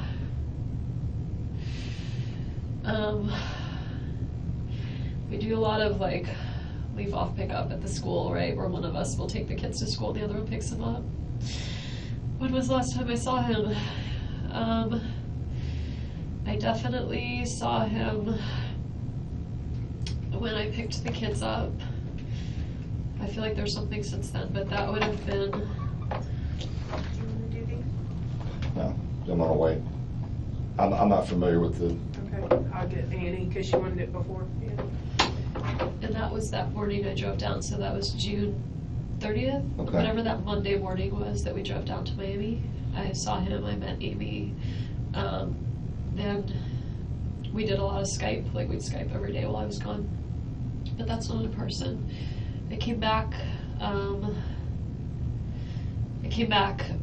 with my parents. We drove back all together, and then that Friday, which would have been last Friday, a week from today, so if today's the 18th, it was Friday the 11th, that's my other brother's birthday, and I would have seen him, but I had been with the kids for like 12 days straight, and I was getting really sad at the idea of drop off of Danny coming to pick him up, and so my folks said, you know what, why don't you just, so at about 4:45, I just went over a friend's house. I didn't see him that day. And then he had the kids, and I got some sort of laryngitis, and I was alone all weekend, so that was Saturday, Sunday. And then this week... Laryngitis? I don't know if Jeff ever mentioned her having laryngitis. When you have laryngitis, can you like hear that you have laryngitis? It's like a throat thing, right? Doesn't it like really affect you? Dude, where are we in the timeline? Okay, so Friday, Rob's birthday. She had the kids for 12 days straight. She was sad about dropping the kids off. Danny was picking them up. Her parents was like, why don't you just go out? So she went to a friend's house. She didn't see him all day. Then she had laryngitis. Oh my God. Oh, she went out. Had laryngitis. Okay. It started on days when we really missed the kids. We'd go have like lunch with them or breakfast with them. So I went and had lunch. Wait, sorry. I don't know what happened. It was Friday the 11th. That's my other brother's birthday. And I would have seen him, but I had been with the kids for like 12 days straight, and I was getting really sad at the idea of drop off of Danny coming to pick him up, and so my folks said, okay, you know what, why don't you just, so at about 4:45, I just went over a friend's house. I didn't see him that day, and then he had the kids, and I got some sort of laryngitis, and I was alone all weekend, so that was Saturday, Sunday, and then this week, I missed the kids, so I visited them at school on Monday and Tuesday. They were staying with Danny? They were with Danny that whole time, but Danny and I had started on days when we really missed the kids. We'd go have like lunch with them or breakfast with them. So I went and had lunch with them or read them a story. I saw them Monday, I saw them Tuesday. Wednesday was my overnight, and so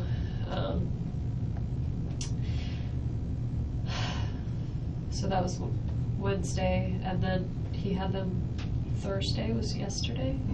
Yeah. So that was the last time I had face-to-face contact with him. Was? June 30th. June 30th, okay. And then yesterday, y'all were conversing on text about this phone call or about this discussion for Ben. Wait, I wonder if she has her phone out. So it's like out of the sync. It's not synced right now, but I wonder if she has her phone out or if she had this all in her memory. So she's essentially reciting what happened about like 3 weeks ago. She says 4:45. I don't know. She might have her phone out right now, right? Does she have her phone out?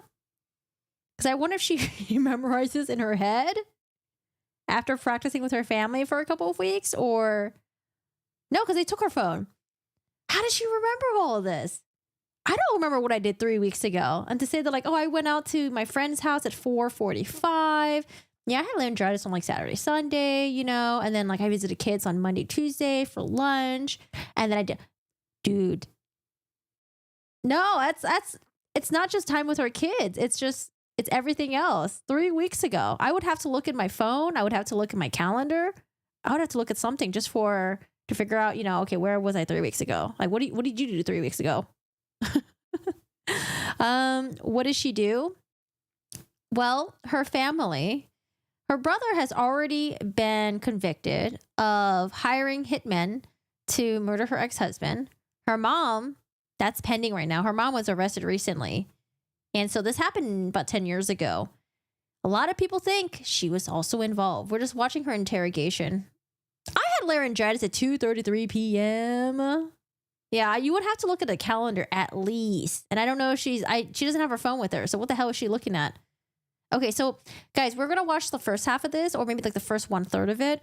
When I do the rest of this video, I'm just going to pop it into my video editor and I'm going to sync the audio myself. That way we can look at her body language as she's like talking about it, because it's I don't know. I just feel like I'm just listening to audio right now. On email, I think, about, we'd both spoken with an administrator at the school. And so yesterday morning I emailed him and said, I'd really love for him to go to this school. I think we should accept it. Here's why. And then I asked him a second question about Ben's birthday coming up, because I didn't have Ben on his birthday, and he wanted this Lego thing, and I wanted to make sure that no one. Wait, hold on a second.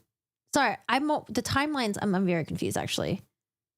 Oh, was this in the past week maybe? Because she talks about Friday the 11th, brother's birthday. Oh, I think this is the past week. Okay.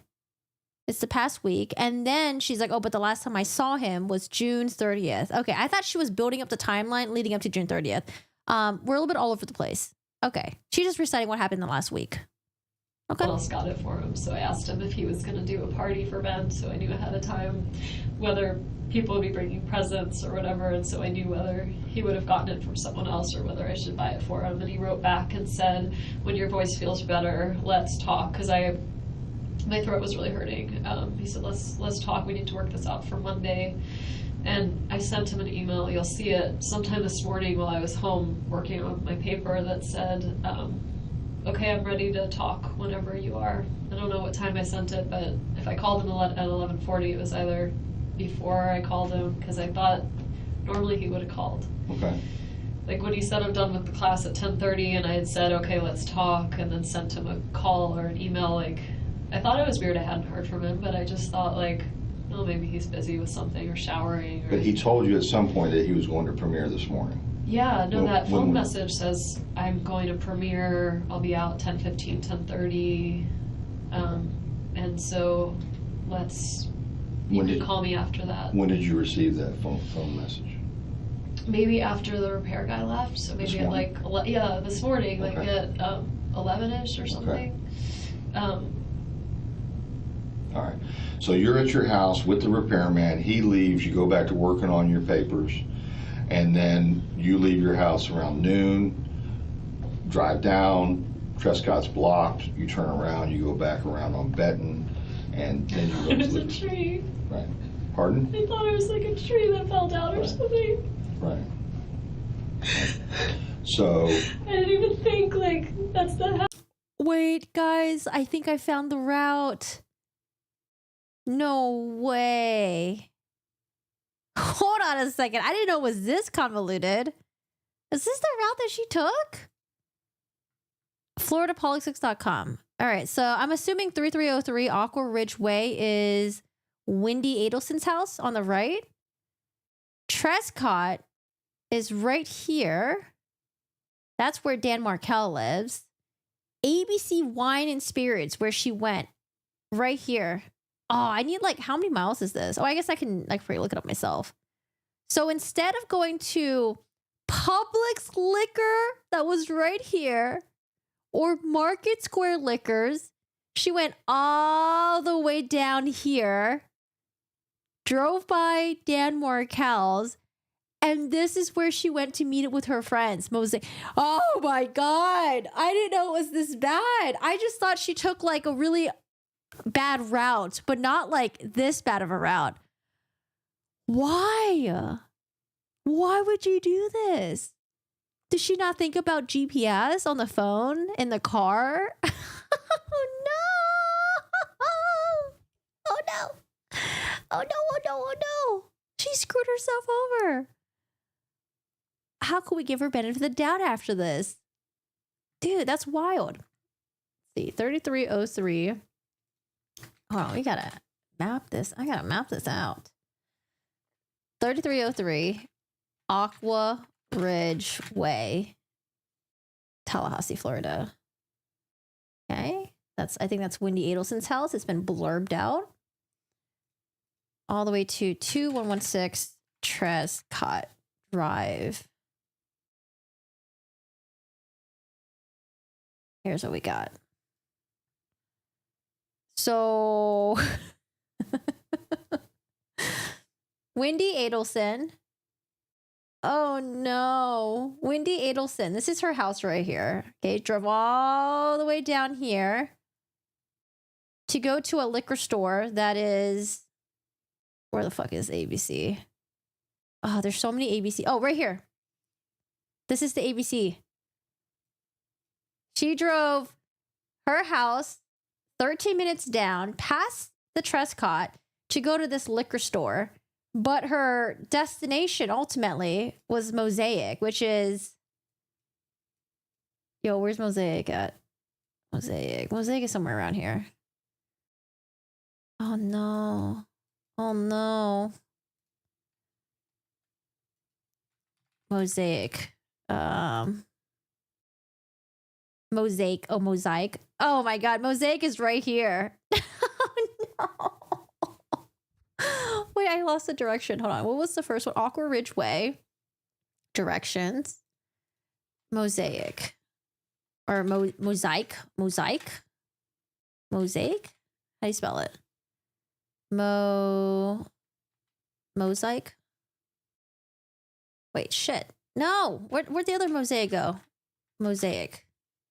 Oh my God. No, where am I? I don't know where I am. Ah! How do you do this? Start over. Let's go back here. No, get away, get away. Stop it. Stop it. Directions. Wait, I just... Hello? What happened to my YouTube chat? My YouTube chat just disappeared. Give me a second, guys. I gotta bring you guys back up. I can't see y'all right. Oh, I can see you guys down here. Can we see her old house? It's blurbed out.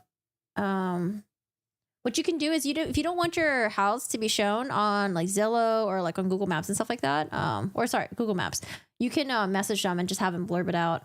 They did that with one of the houses where someone was murdered at. That was for the Caitlin Armstrong case. Sorry, guys. Guys, I can't see you right now.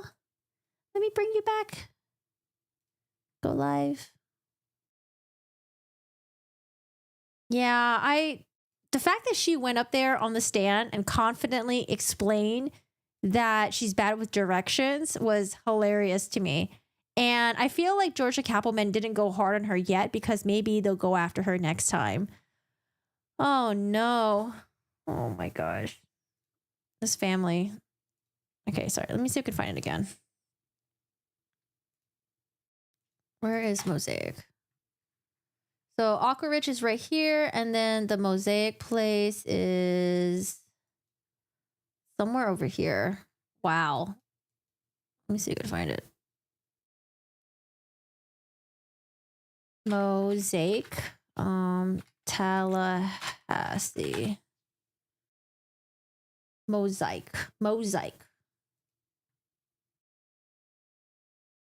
The one temporarily closed.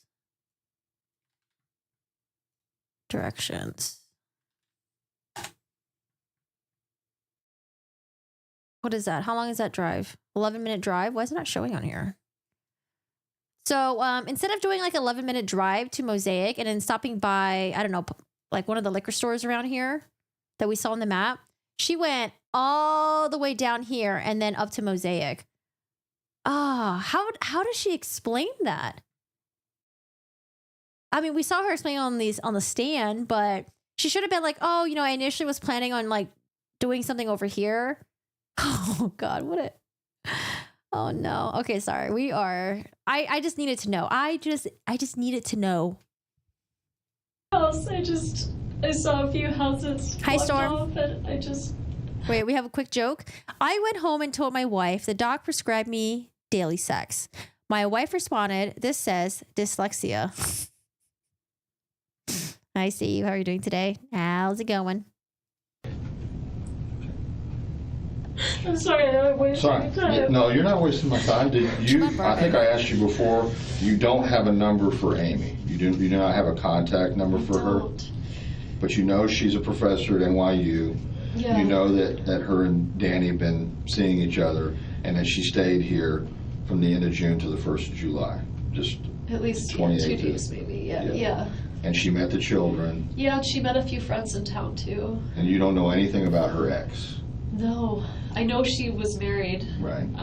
And she has children. She has a son. In New York. In New York. Okay. She's a son. I think he's 14. Okay. Um, Do you know how old Amy is? she's 50. She's 50? Yeah. She doesn't look 50. She's very beautiful. She is, not that you can't be beautiful at 50, but she looks really young. She's very pretty and accomplished. And You know her date of birth? I only know that she is 50. I don't, because I was looking her up one time, feeling. Oh, okay. Okay, so she's 50. She goes by Amy Adler. Her middle initial is M. M. Okay. So that, like, if you looked her, oh my God, if you looked her up on the law school website, you'd find her that way. Okay. Her brother's famous. He's like a famous fashion designer. So I think they spend a lot of weekends like in the Hamptons, and she lives in the city and lives like, you know. There is a lot of over-explaining. There's a lot of over-explaining that's happening, and it was when she brought up how her family doesn't like Danny but wouldn't do anything, how Charlie and the repairman and the TV stuff, like she's doing a lot of over explanation, because it's not like he's digging deep down hard at her. He was just like, okay, you know, like I'm about to do, oh, but by the way, I don't know, what if someone I know did this? Law enforcement's like, oh, what do you mean by that? Well, I mean, there's no way, but like, you know, my brother did make a joke, say, well, like, I don't know, she's just blah, blah, blah, blah. She's just blabbing everything. Yeah, it's hard. Sometimes people are very uncomfortable with silence, and instead of dealing with silence, they just want to blurb everything out because it makes them more comfortable. But what she's doing is, you know, she ended up harming herself and her family instead. Good life. Okay. You gave me a name of Matt Price, who's in D.C. That's his best friend. Is that an attorney? He's an attorney, yeah. I'm sorry you have to deal with so many lawyers. That's okay, I'm used to it. I got to deal with the state attorney's office, public defender's office, private attorneys. The only time I've ever been in this, I represent victims of crime. I represent immigrant victims of crime, so it's the only time I've ever been in this building is okay. Advocating for my clients. And the other friend? The other friend is Josh Berman, also attorney. He's in New York City.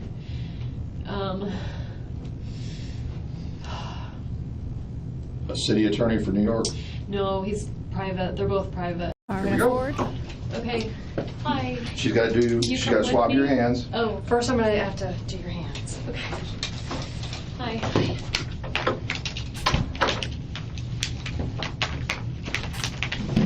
All right, gunshot residue.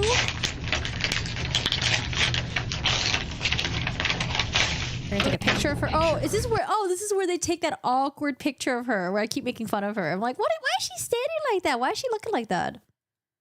Yeah. Take a picture. I'm just gonna take a picture with my hands. No, No, you you just want just to stand up, and then you can go to the bathroom. Okay. What time do your kids get out of school?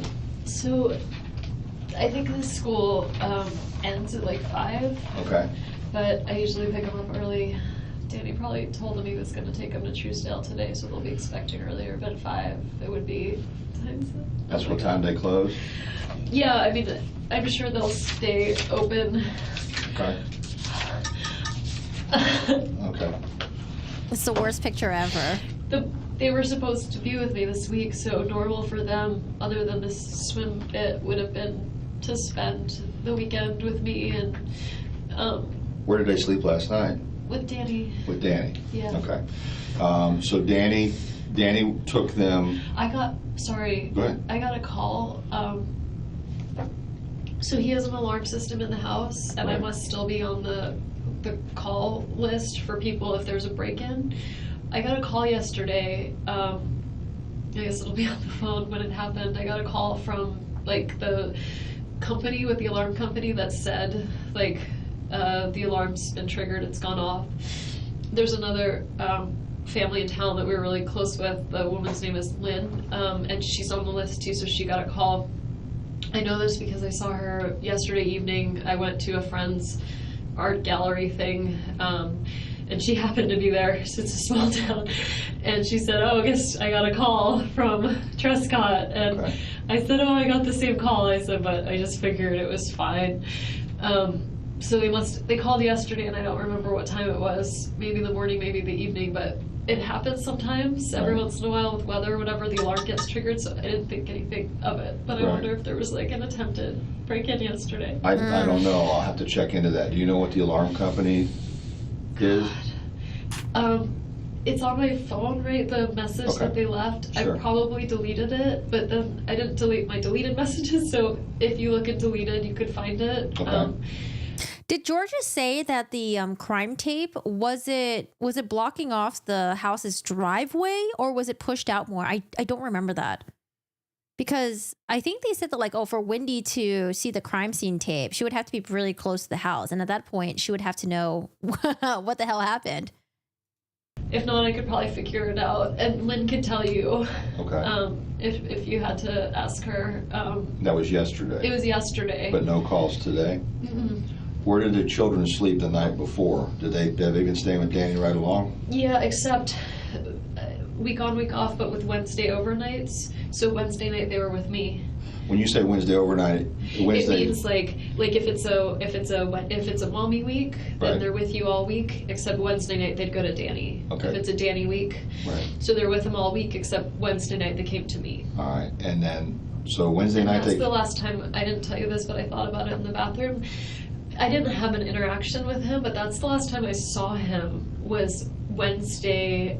I picked up the kids and I was going to take them to Whole Foods. Okay. And I saw Danny working on his computer in the window of the Whole Foods, and I took him to BurgerFi instead. Oh. Because he and I were, divorced, and interactions with him were hard. And it was my one day with the kids, and I thought, well, if we go inside, it's going to be like all of us together, and I wanted time by myself with them. So I took them, but that's the last time I saw him.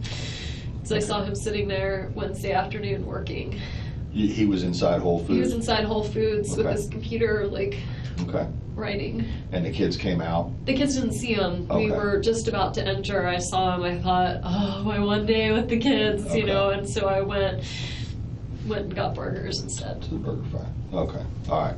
So then Thursday, I got a call. You got called about the alarm. Had you had any contact with the kids during that time? On Thursday, I had them Wednesday night. I brought them to school. Hey, Beverly. How are you doing today? I think him showing she was hiding money and she knew she could lose her license, that was a nail in the coffin, bless his soul. Oh, I did hear about that, how he accused her of like hiding money, and then he was trying to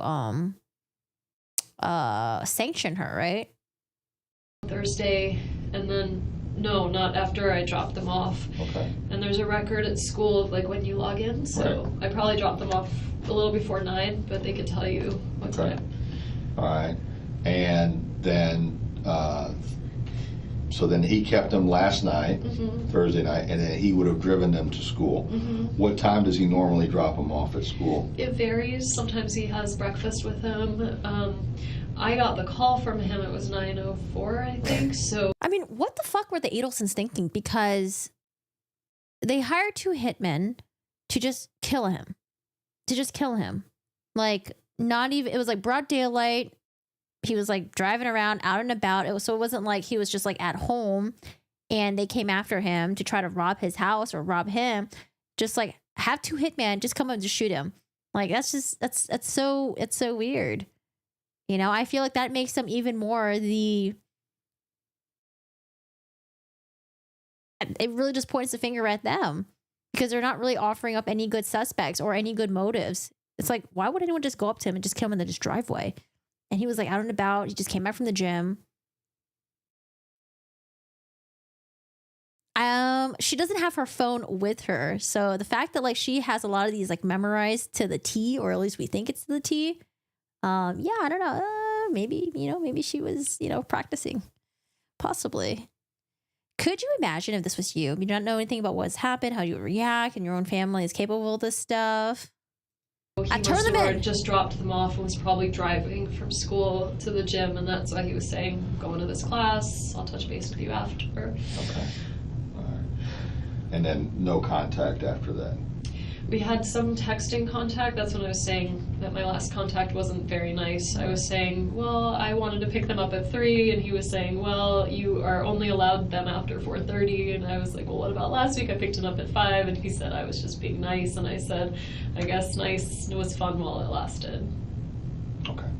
That's the last thing I said to him. Okay. All right. His parents and his family, do you have contacts for them in your phone? Oh, Dan Markel's mom, Ruth, did write a book. I found it on Amazon, actually. I was thinking about buying it just so I can read it from her perspective. I have contacts for at least one of them. Okay. I think I'd been recently deleting them just because they don't call me. But at least one of them, I can tell you his, like, I don't know whether it's his dad's name. His parents are actually recently divorced. Okay. We'll get the phone. We'll get the phone back. You can supply those numbers. Okay. All right, and then we'll attempt to contact them. Oh my God. Find out where they're at least in Canada. It's just the worst thing you could have happen. No, I gotta ask you something. Okay. Yeah. Do you own a gun? No. Have you ever owned a gun? Have you ever fired a gun? I think I went skeet shooting about 12 years ago. Okay. Nothing since then. Does Danny own a gun? Not that I know of, but maybe since I left. He didn't own a gun when I was with him. Yeah, I don't know. And just seeing her kind of like, because I'm thinking like, I'm the type of person who does laugh a lot, does make light of the situations. But if I was bawling that hard upon hearing news that the ex died, the father of my children died, or is dying, won't make it right, would I be kind of like giddy and laughing like a little bit later? You know, even if you're trying to make light of the situation, even though you're trying to get through it, would I? Because to me, what I'm seeing, it just seems like she's just trying to be likable. She's trying so hard to get law enforcement to like her and to believe her. But I'm just trying to think, if I was in her situation, would I kind of be like a little, like, I don't know, have moments of levity as well? Ever had a gun around, or No. did he ever talk about buying a gun or anything? He would talk about it, but he's a criminal law professor. Right. So sometimes he would talk about things just like Okay. to have a discussion about, like, Okay. should we have a gun in the home? Is it dangerous? Right. As far as I knew, there was no gun in the house. Okay. You don't know anybody that he owed money to? You don't know anyone? me. I know, besides you. But that was under court order, I'm assuming. It's, yeah, and we have lawyers, and he very much respects, as do I, the legal system, you know, Right. so it was working its way through. Okay. But anyone he owes money to, I mean, he doesn't gamble, he doesn't drink, like, he doesn't have any vices, he doesn't Right. do anything weird.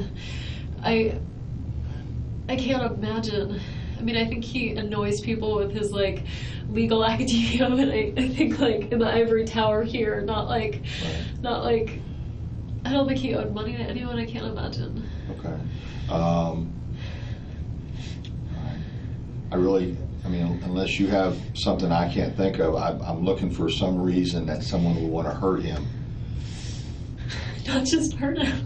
I want to get a copy of all the emails and communications between Donna and the family about her talking shit about Dan Markel. Because, like, Georgia Kappelman, the prosecutor, read off of it a little bit when during Charlie's testimony, or not Charlie's testimony, Charlie's trial. Man, do we have like a compiled version of that, of all the evidence in there? Right. I mean, I know, but the intention. I could see one of my friends wanting to shake him Right. with a gun. Oh, wait a second. Is this where she's gonna maybe throw Jeff Lacoste? I can see one of my friends want him to shake him down with a gun. I'm trying to think. If I went through a really contentious divorce, do I know anyone that would do that for me? To shake someone up with a gun? With a gun? No. No? No. No. Okay, never I mind. don't know who would do this. And I'm very scared because I don't understand why this would happen.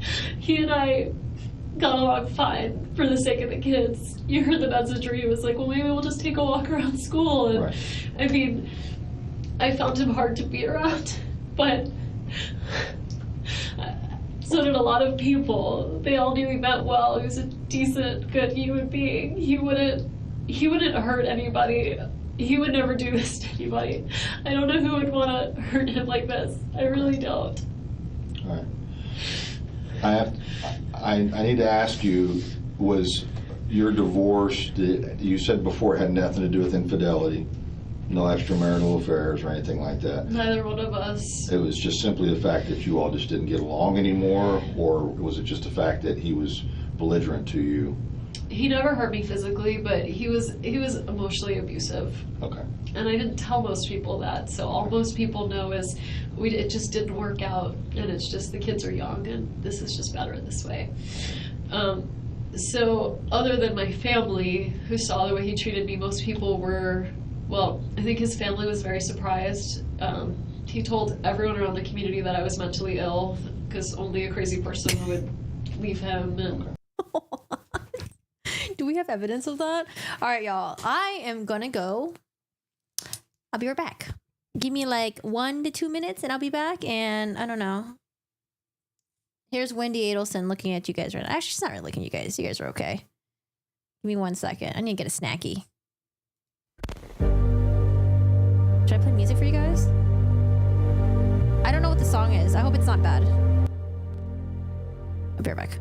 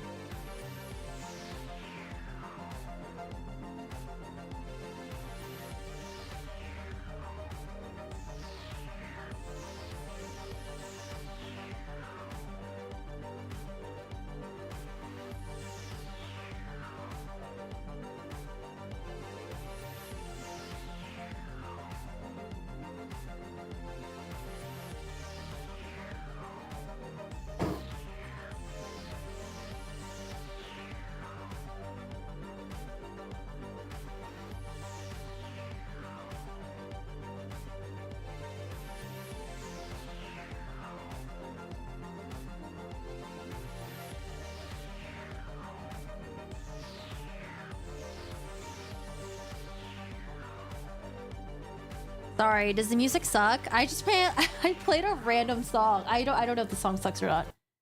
Sorry, y'all. It's called The Night Stalker. I don't know. The Night Stalker.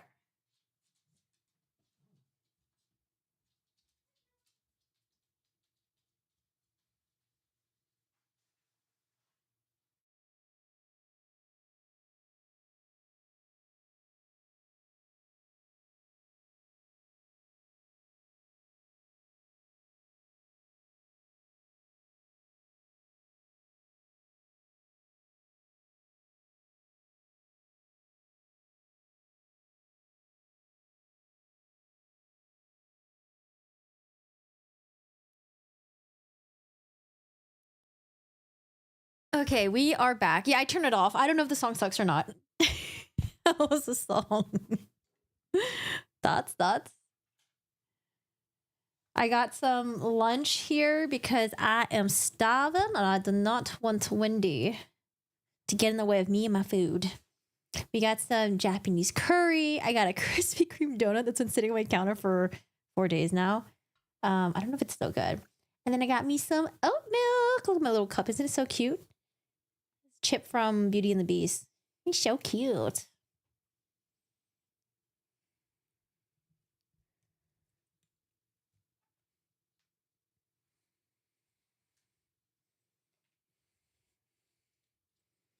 Corgi's wicked, isn't she? Just a little bit.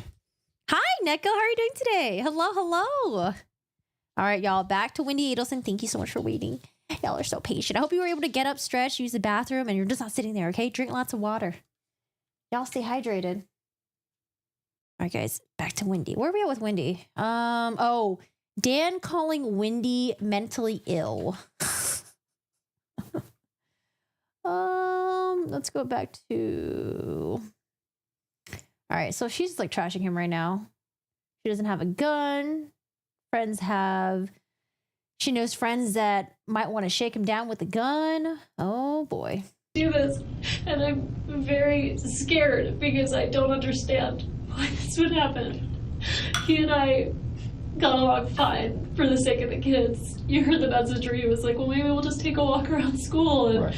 I mean, I found him hard to be around, but so did a lot of people. They all knew he meant well. He was a decent, good human being. He wouldn't hurt anybody. He would never do this to anybody. I don't know who would want to hurt him like this. I really don't. All right. I need to ask you, was your divorce, you said before it had nothing to do with infidelity, no extramarital affairs or anything like that? Neither one of us. It was just simply the fact that you all just didn't get along anymore, or was it just the fact that he was belligerent to you? He never hurt me physically, but he was emotionally abusive. Okay. And I didn't tell most people that, so all most people know is it just didn't work out, and it's just the kids are young, and this is just better this way. So other than my family, who saw the way he treated me, most people were, well, I think his family was very surprised.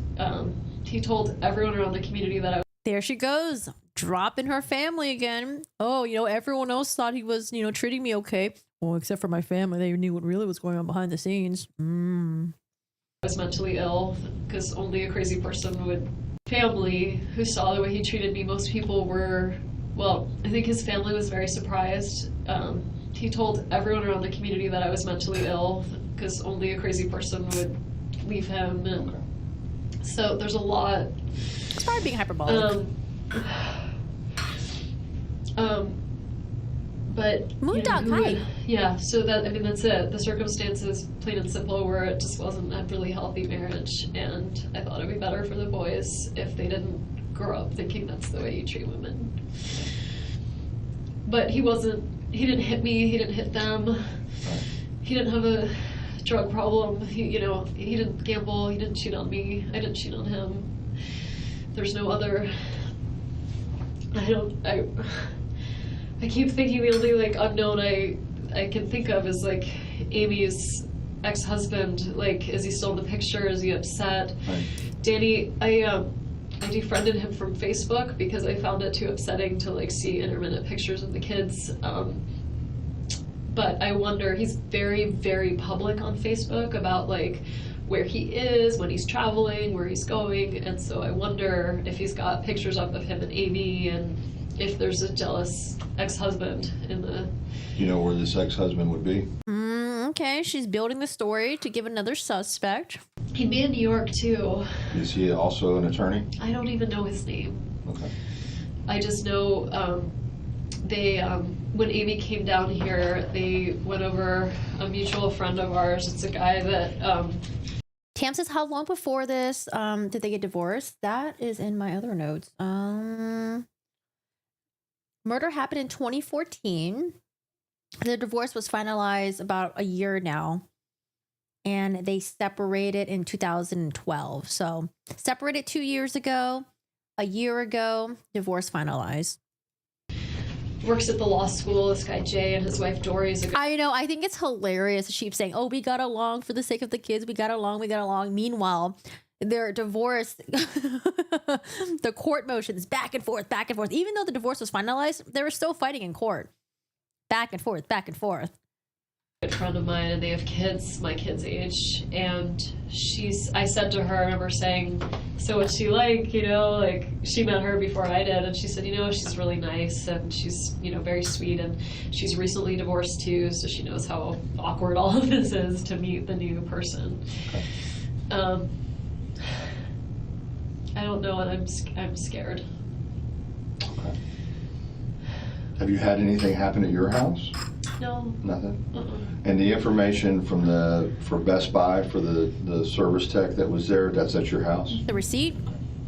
I'd be happy. I mean, if someone wants to we'll come back get with that. me. We'll get that. And that was basically from when he came out there to serve, well, I guess to replace the TV. He came out to fix it and then told me that what was wrong with it wasn't fixable. Right. And so I called Charlie to find out, should I buy a new one or should I fix this one? I just imagine her sitting there in the living room, like getting ready to throw something at the TV to break it and to blame it on the kids. And he was like, just buy a new one. And And once he left, do you remember what time the serviceman left? probably around 10, a little before 10. And then I left by 12. But between that time, between 10 and 12, you were by yourself working on your papers and stuff. Were you doing on papers or computer? It was all on computer, and that's what I was thinking. I was like, I sent some edits in to someone at the law library during that time. Okay. I called a few friends, I sent some texts. I mean, all of that'll be On the phone? on the phone. Or did you call from your house phone? I don't have a house phone. Okay, you use all your communications is over your cell phone? Yeah. Do you have more than one cell phone? No. Okay. All right. I'm going to introduce you to a victim advocate. She's going to be very helpful. And she's going to, once the phone comes back, she'll get the numbers for his folks. You're saying everybody's in Canada. Is that correct? On his side of the family? His family's in Canada. Okay. Alberta? No, Quebec? his mom and dad, his immediate family is in Toronto. Okay. His like aunts and uncles and cousins are all in Montreal. Everyone's English speaking. Okay. Any family no family in the States. They're all in Canada. And that's where he's from originally? He's from there. He came here for college and never left. So he's... Oh no, did you not have insurance? My sons broke my $5,000 brand new flat screen Samsung. Was not impressed, but they threw a toy monkeying around. Cost me $5,000. Wait, is this real? Like, really? Does this really happen? Because I think they were trying to say something about, what was it again? $5,000 about was the TV worth $5,000? I remember hearing $5,000 and something about the TV.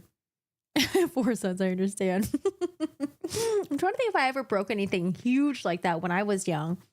What did I break?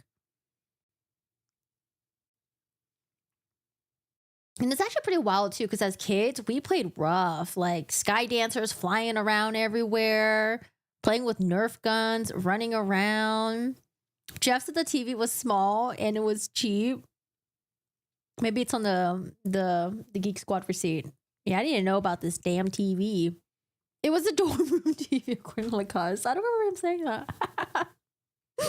Yep, sky dancers running around. 41, and he's been here since he was 18. Did he go to FSU for law school? No. Okay. Where did he go to law school? Harvard. Harvard, okay. And then he got a position as a professor? We moved up here for his job. So you were in New York too? No, I've never lived in New York. Oh. I was actually at University of Miami going to law school. We met, we got engaged, and then I was going to do my last year of law school up here. So in 2005, we moved here. He was a professor and I was a student for one more year. And then we moved back to Miami for a year, and then we moved here for a year. The reason why... Oh, okay. Because I heard about her being a student. He was a professor, but it was after they met at the same school. He's been here since 18 and went to Harvard. She was not in New York. So they got engaged. She was at law school in University of Miami. Wendy Law School at Uni of Miami. They got engaged. Do last year of law school. You can do that within your last year of law school. You can just like transfer like that. Seems like a headache. In Tallahassee. Okay, got it. He was a professor and I was a student for one more year. And then we moved back to Miami for a year, and then we moved here for a year. The reason why I say his parents are going to say I did it is because after we got divorced, I wanted to move to South Florida, and I filed a petition to relocate in the court, and the court said no. Yep. So, because of the kids. Because, I mean, yeah. So you can always leave, you just can't leave with your kids. So, so we're in Tallahassee because of Danny's job. So he taught at UM before he came up here? He didn't. He had that year at FSU, and then UM said they wanted to hire him, so I worked there for a year. He worked there for half a year. We commuted back and forth to FSU, and then UM didn't hire him, and so we moved back to FSU. Okay. And I've been here since like the 07 school year. Okay. All right. I'm going to go get the victim advocate, all right, and introduce you to her. And as soon as we get your phone back, I'll probably want you to show me some of those text messages. I know it's going to be on the record, okay, but I may want to ask you that, and then we'll try to get everything expedited so you can be there when your kids get picked up from school. Right, because the alternative would be like a police officer. Yeah, we don't want to do that. I want you to come pick them up. Instead of a police officer, if it can't be me, I'd rather it be like a family friend or something. Well, we could do that too. Okay, I'm just saying, like, I do not want. I think they'll get really scared. If No. All the officer's done is checked on your children and made sure they're at school. We just had to find out where they were and where you were. Okay. Yeah. All right. I'll be right back. Okay. I can put my IDs away. Yes. Oh my God.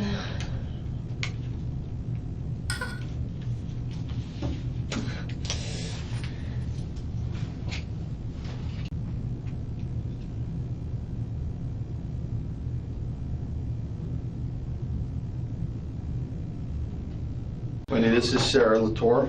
Hi, Sarah. She's victim advocate. How are you?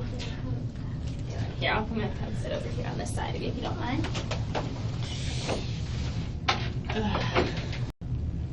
And they're in Canada.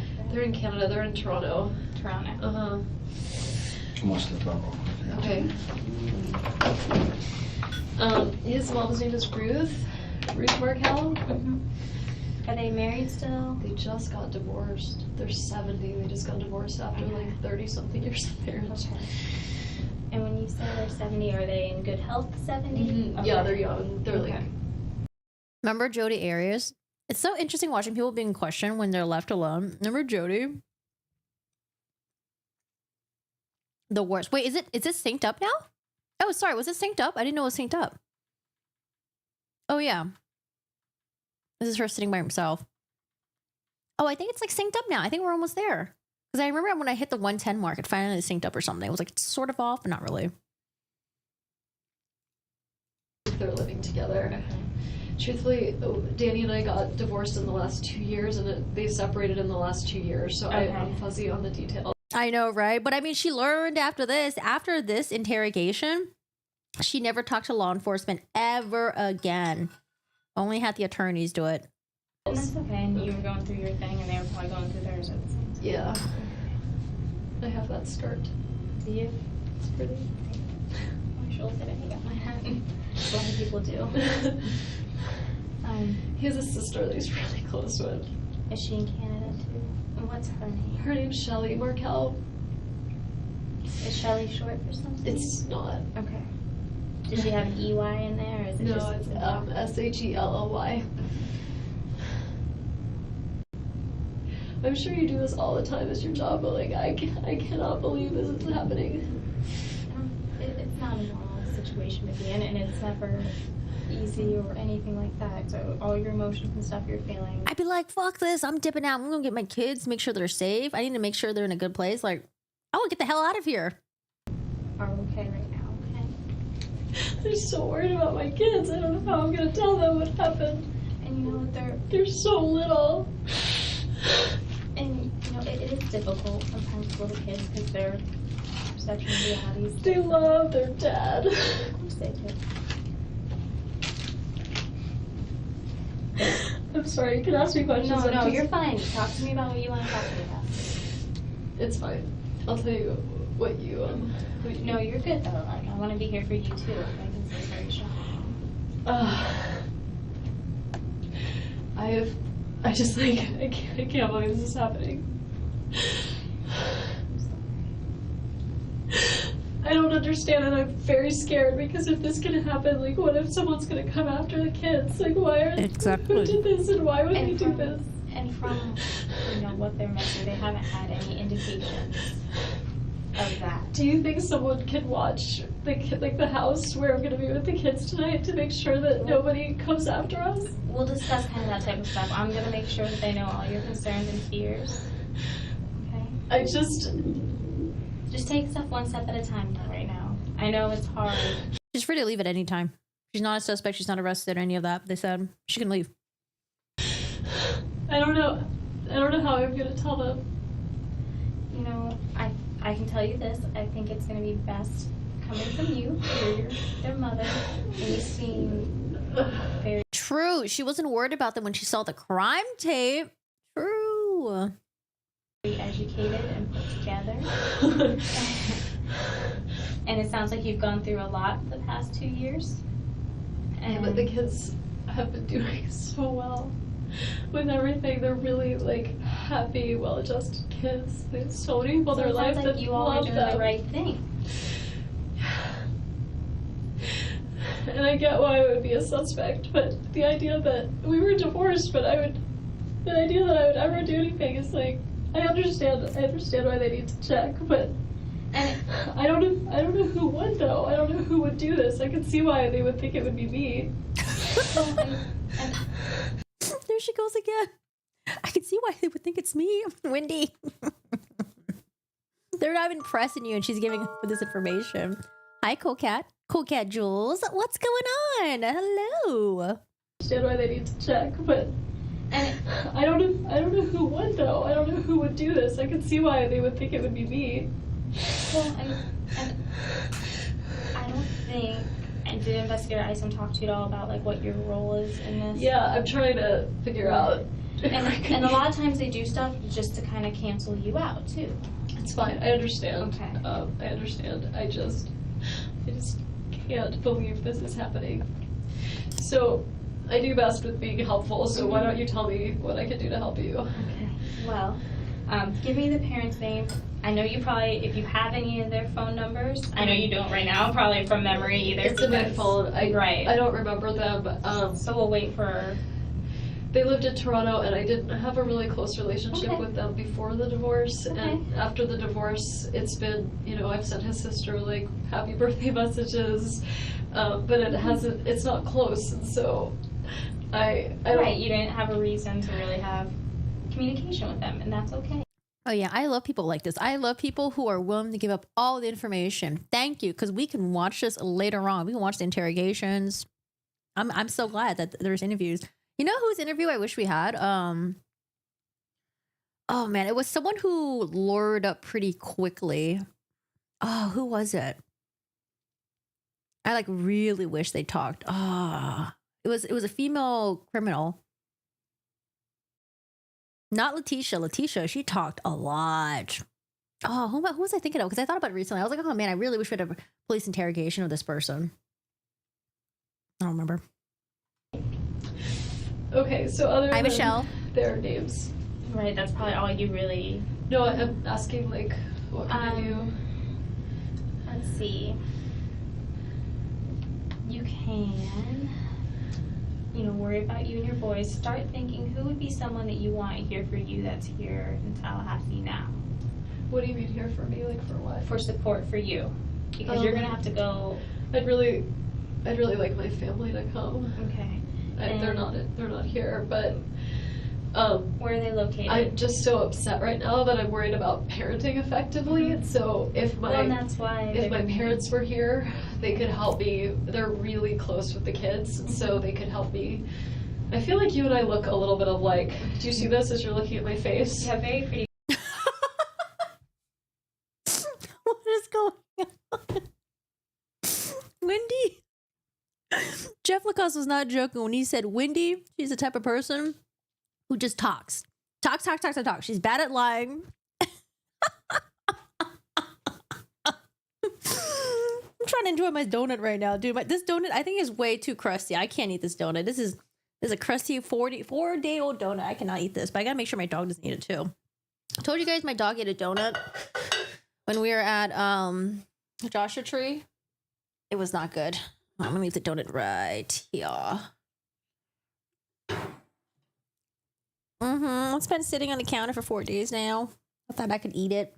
I bought me some oat milk, to down the chocolate, but I guess not. Okay, sorry. I was trying to eat my stupid crusty donut. What is Wendy talking about? Right now that I'm worried about parenting effectively, and so if my parents were here, they could help me. They're really close with the kids, and so they could help me. I feel like you and I look a little bit of like. Do you see this as you're looking at my face? You have very pretty blue eyes. They're much bluer than mine. But I feel like. Anyway, it's like looking at my sister, similar hair. I must look awesome right now, but when I'm not in crisis, I'd really like my parents to be here and help me with the kids. And so for my information, what are your parents' names? I feel like I should be the one to tell them. No, I don't want. I'm not going to go tell them. I'm just more of, as this time goes on, right? When you're referring to people, I want to know. Who Sure. My parents' names are Donna and Harvey Adelson. When do we call Donna? And did you say they were in Florida? They are. They're splitting. They're sort of in the process of retiring. Okay.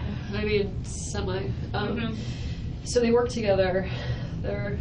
She actually has like quite pretty natural blue eyes, but she's got these like teal contacts that just makes them look very artificial. I don't know why she wears them. Like her eyes naturally look pretty, but like the teal, it's like ugh. I got Chippy. So cute. I got him from the Disney store. Don't ask how much I paid. I'm not telling you. Super happy and in love. 40 plus years in, so they like live in Coral Springs for part of the week and then in Miami for part of the week. So today is Friday and they're in Miami. Okay, so is Miami like their weekend home like for them? Wait, did y'all watch my videos? Donna Adelson and Wendy, they were both on like TV game shows. I couldn't find the full segment for Wendy's. I really wanted to, but she was on the weakest link. Donna Adelson was on Wheel of Fortune. And then also, I found one with Lori Vallow. She was also on Wheel of Fortune. Like, what is up with these people on Wheel of Fortune? I want to be on Wheel of Fortune. My brother Charlie got this place for them to sort of have them try living in Miami. So sometimes on the weekends they all hang out together. So they'll be there.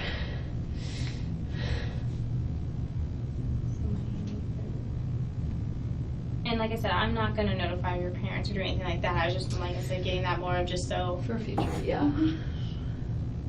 And do you have anyone in Tallahassee that you consider your go-to person here? I have a lot of...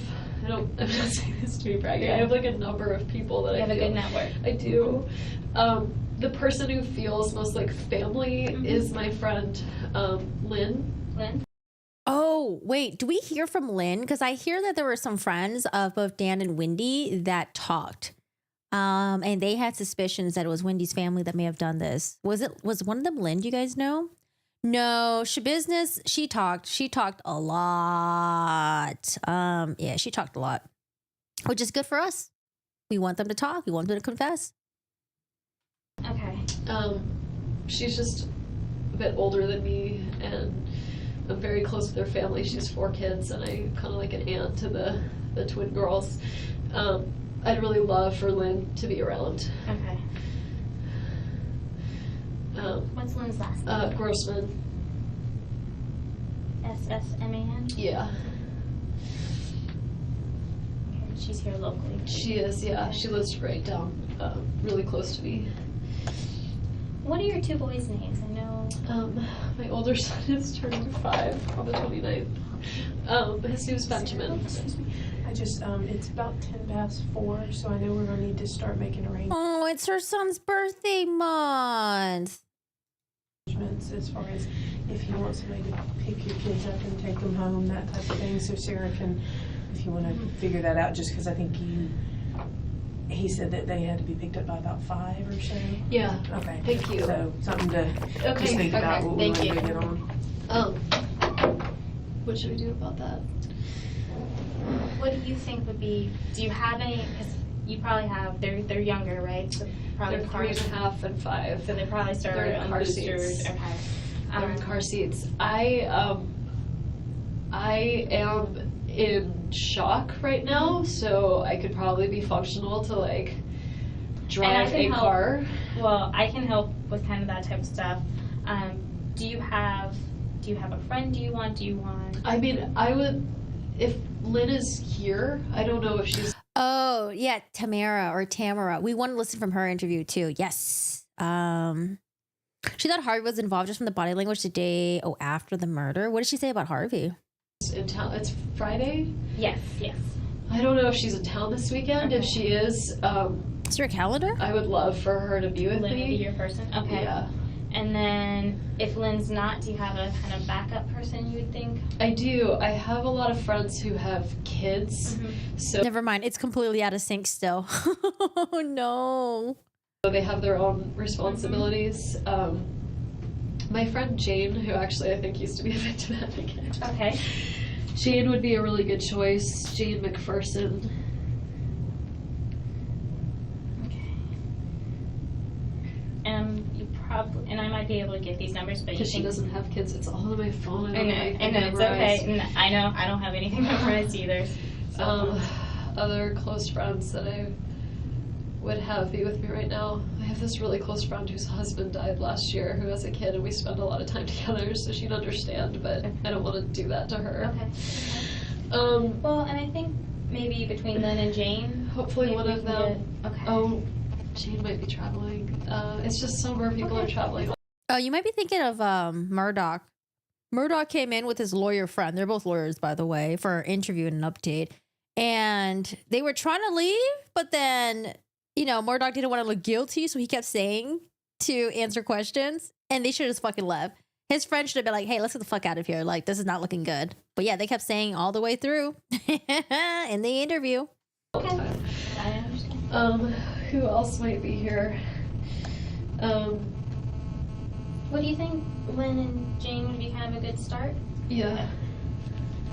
What I'm going to do, I'm going to go check and see how long on your phone. Right now, they were expecting, I don't know if Danny told them or not, the plan was he was going to take them swimming this afternoon, which was sort of out of the ordinary. Okay. Normally, I would just pick him up, but I think he's leaving town for the weekend. I just think he wanted extra time with the kids. So he was going to take them to Truesdale and bring them to my house. So sometimes plans change. Right. Like, sometimes his flights are delayed from New York, and the kids say, I thought they call him Abba. Yeah, Harvey is Wendy's dad. So family tree, we have Dan Markel, who's the victim. Dan Markel was married to Wendy Adelson, this woman right here. Her brother, who is the mastermind, that's Charlie Adelson. Her brother's dad is their dad is Harvey Adelson. their mom is Donna Adelson. So far, Charlie Adelson, convicted, sentenced. Next, Donna Adelson, she's in jail right now awaiting trial. Nothing with Harvey yet and nothing with her yet. But she has testified in multiple trials. Oh, yeah, it was because I was like, I was trying to get food out of my mouth. I didn't want to be like squishing my mouth on, the camera and stuff like that. So, no, who is Christopher? No, I don't know who that is. Who is that? Never heard of them before. What crime did they commit and how long ago was that? Which means father in Hebrew. They'd say, I thought this was an Abba day. What are you doing here? Okay. And I'd say, well, Abba's flight was late, so it's going to be a mommy day for a little while. So if there was a plan they were expecting, it would have been the go to the pool plan, but they knew that it was time to be with me. So they knew they were going to transition into so a normal mommy time. for them would have been mommy all weekend, mommy all week, and then Wednesday Abba. Okay. What you were saying. So for them, this is what they expect. Is I think for me to come pick them up, it's very normal. Okay. I don't know if I can drive a car right now. And that's why we're going to try to see some friends, kind of try to work out what options we can to help you so you might not have to do that, okay? This is her exit. She could have left. Okay. So let me go check on your phone. Okay. And then I'll come back and kind of let you know and see maybe how long that'll take or see if I can find some phone numbers. My two friends that I was with for lunch when they came and found me, how did they find where I was? I have no idea. I mean, did they just search for my car? Like, I am just amazed. I was eating with two girlfriends. They're both psychiatrists. Okay. So they'd probably be good people to talk to. Okay. One of them is a child psychiatrist, so I just so feel she might be a good person to talk to, especially about how to talk to. Wait, how did they know that she was at lunch with her friends? I thought they called her and then she said that she was there and they came to pick her up. It seems like they just showed up. How did they know she was there? The boys. Okay. I'm going to do right back. I'm fine. As fine as I'm going to be, so. I know, right? She's like, no, thank you. I don't want anything to do with your family. When she was complimenting her and saying, like, oh, we could be sisters. She's like, victim advocate's like, nah, I'm good. I don't want anything to do with your family. I'm good. I'm going to stay over here. Goodbye. Fine.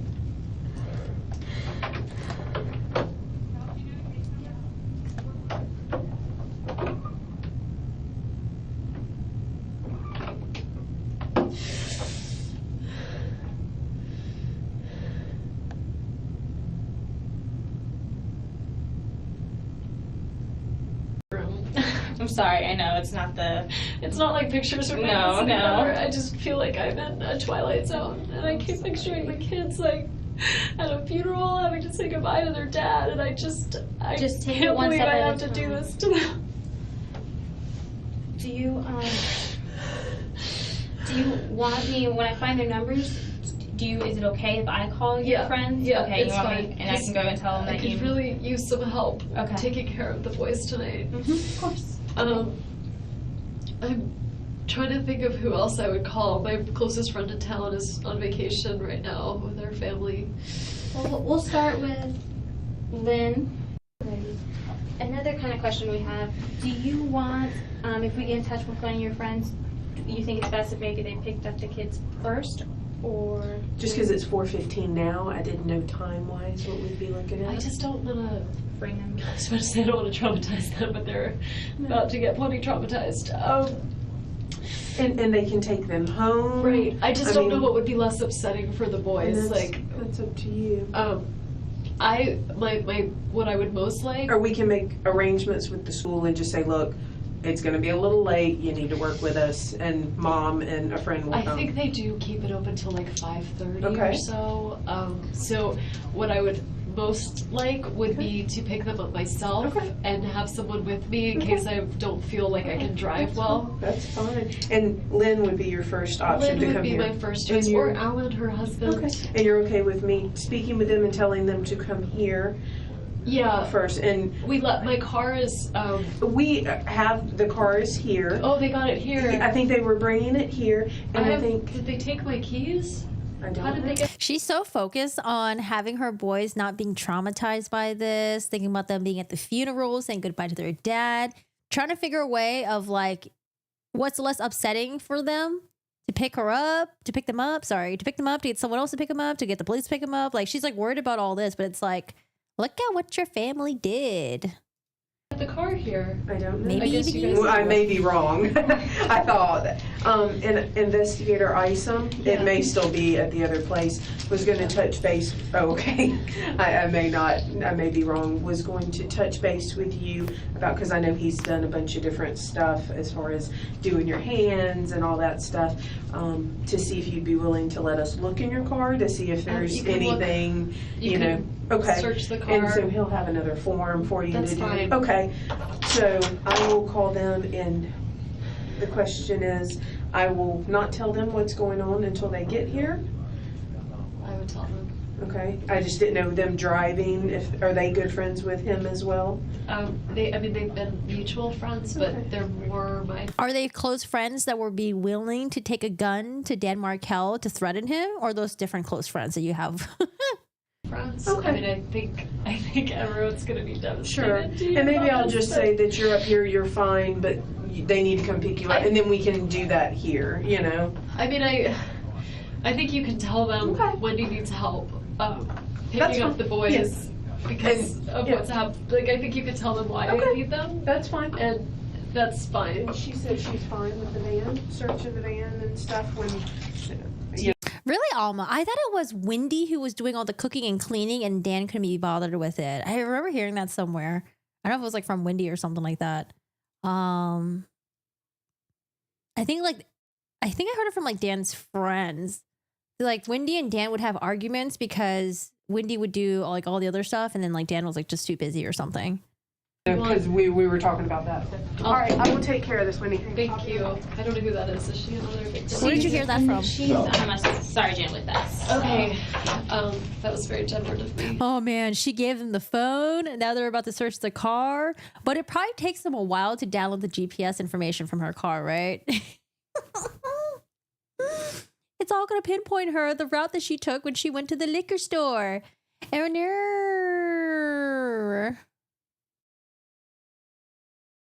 Oh, the receipt for the bourbon. Here we go. Here, Right. and then they can go together and pick up the children. That way she'll have the support system. Right, absolutely. The receipt you just rolled up, what was that for? That was lunch. I was trying to find the receipt from the bourbon, but I may have put it with the bourbon. This is from yesterday. It's lunch. It was about like cooking and then like putting the dishes away and stuff like that. Was that on Wandry? It was like a friend yeah, I think it was on Wandry podcast. And they would have arguments about that because she said that like Dan Markel wasn't helping with like stuff.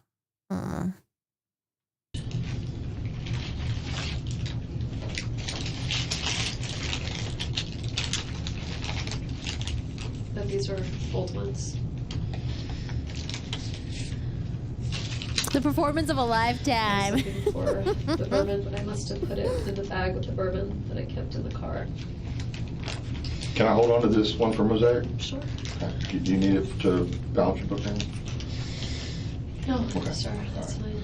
And what's this? I just didn't want you to think I was crumbling up other receipts. They're just- No, it wasn't for that. I just was thinking before. No, I just thought I would find the bourbon one. Yeah. But I must have put it in the bag. Just looking at the dates.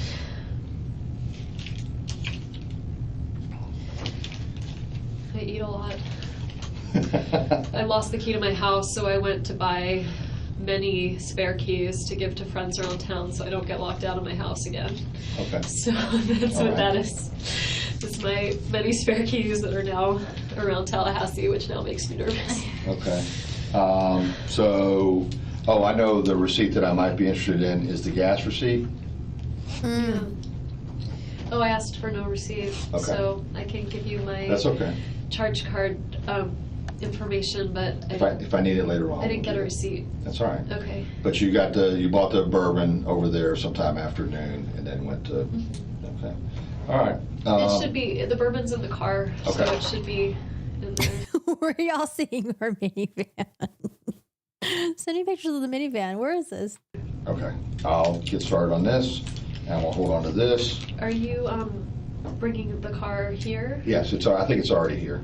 How did they bring it here without Tow truck. keys? Tow truck. Yeah. Okay.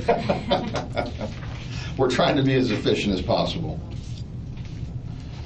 Wait, you're telling me she drove to the crime scene in a big old minivan, a big old car? All right, so we're working on the Yep, Joanna's trying to make contact now with some friends. okay, and then they'll come here, hopefully. Hopefully, as long as she can get. Do you think I need to? I had like a whole weekend of plans ahead with the kids and stuff. Like, should I start contacting people and let them know that like I can't? Just Probably because their kid's father was just murdered. Yeah. What is this playing dumb, asking questions? What? Yes, probably. People and let them know that like I can't. just What's a good idea? I just like I can't show up for like play dates right now. So sure, yeah. I don't know. Like, do you want me not to tell people what's going on? Is this like? Well, I got that call from Lisa Perry. So like, how did she find out? well, she said she saw something in the neighborhood or heard She something. said she right? heard there was a shooting on Trescott. I thought because she's a real estate agent, maybe she was Right. rolling around and she saw Trescott. But how did like is it on the news? Like did Well, I can tell you that there was news media out there with cameras, but I don't know if anything has been reported as to the specific address. okay. I don't know what. She probably thinks they're gonna look for gunshot residue and blood in her car, not the GPS. I mean, I know she's not a criminal attorney, but like, still, you still went to law school. Don't you have to learn about like I don't know, just like the basics, you know, evidence and like. Yeah. What is the screen grab that we have right here? Look at Wendy. On time of her life. Our public information office has released. I'm asking for you. Like, Okay. I don't want to like make this. She wants to know what she can tell people or what she can't right now. Which, in Well, terms of making things better or worse for you. I would say that for right now, you know, I would not deny to anybody that something did happen, but you if could. I'm gonna call and cancel all my like I'm supposed to be at a party Right. tonight. Like, Okay.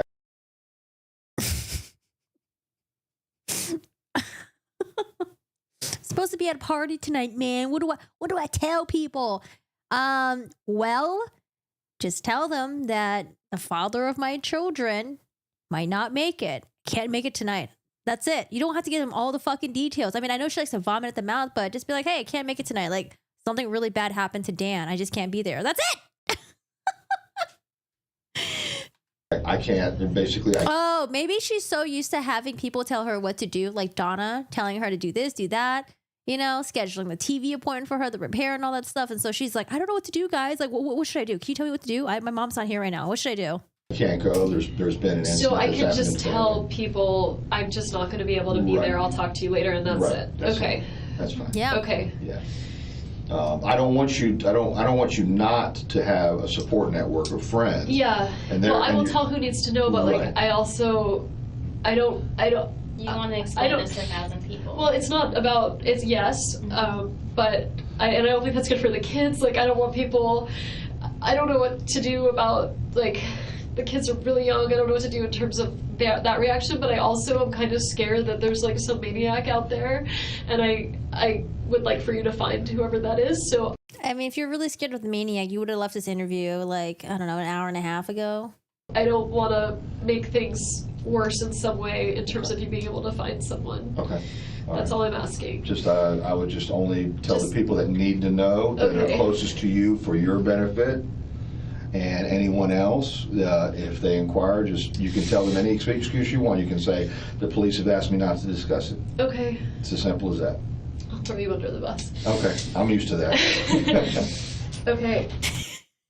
I don't know, Wendy. Who else are you trying to throw under the bus in this interview? Let's play it back.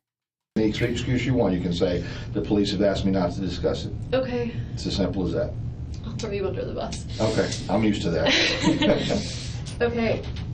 Y'all, we have to. I gotta sync this. It's driving me crazy. I need to see what she's like saying, and I need to see her body language. It's driving me crazy that it's not synced. So I'm gonna work on a little project tonight where I download this entire video and I'm gonna sync the freaking audio with the video. Okay, I'm gonna do that. And for these guys who are watching the video that comes out, you're welcome. But sorry for the live streamers. You guys are We're just sitting here. We're just like, oh, this doesn't match. I don't understand what's going on. But yeah, we'll have to do that separately. I will work on that this week or maybe today. Because I don't think I have. I'm doing my book report right now. But oh, you know what? This is what I was talking about earlier. Okay, this is what I was talking about earlier. We had a very, very spicy exchange on Vinnie Politan's show, and I wanted to watch it with you guys. Also, this case is wild. Have you guys heard about the Karen Reed case? It's crazy. I don't know enough about it yet to like just go off, just give you guys a whole recap, but we have to watch this. We have to watch this. This will be so interesting. Oh, yes. Did I show you guys? Oh, Dalia Dippolito. Oh, God, we should do that a different day. The Dalia Dippolito thing, wild. I showed you guys a little bit when she was crying, but I want to show you guys the jailhouse call where she realizes that she hired someone to kill her husband, and they completely faked it. They arrested her, and then she realized that her husband's alive, and then she begs him to bail her out, give her money, get a lawyer. Oh, God. Yeah, Dalia Dippolito. That shit crazy. Oh, what was she sentenced? Because I was actually afraid that she might get away with it. She was fighting very, very hard. Fighting hard. Okay, don't go nowhere yet because I have to show you guys this. Trust me, this is spicy. I'm not even hyping it. It is spicy. Donna Adelson twist missing. Oh, I didn't even get to finish this actually. Courtney Clenny update. What's the update with Courtney Clenny? When is her trial happening? That's Florida too, right?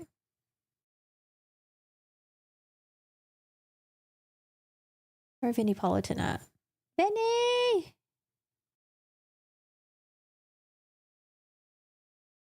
Oh, I think it was yesterday. Guys, we have to watch this.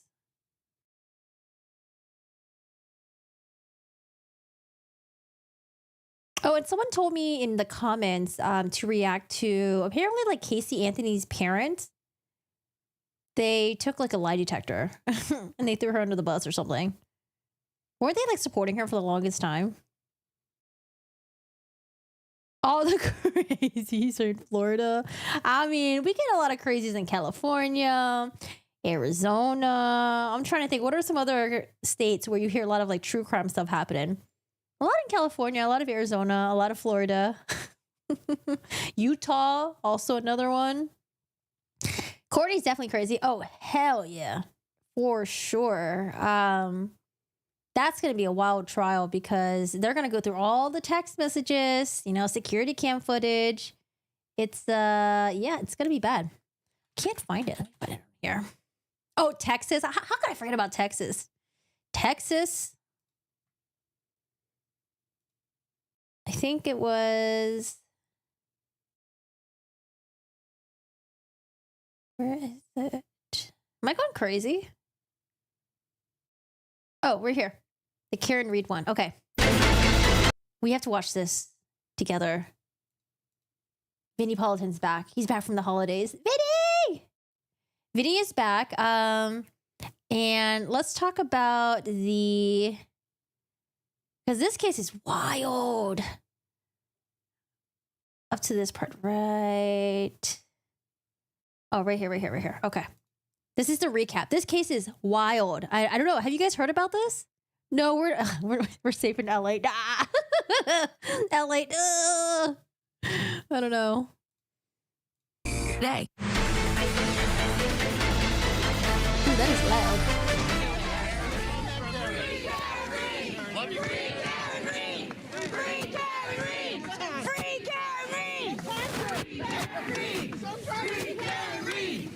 So I just want to give you guys a little mini recap.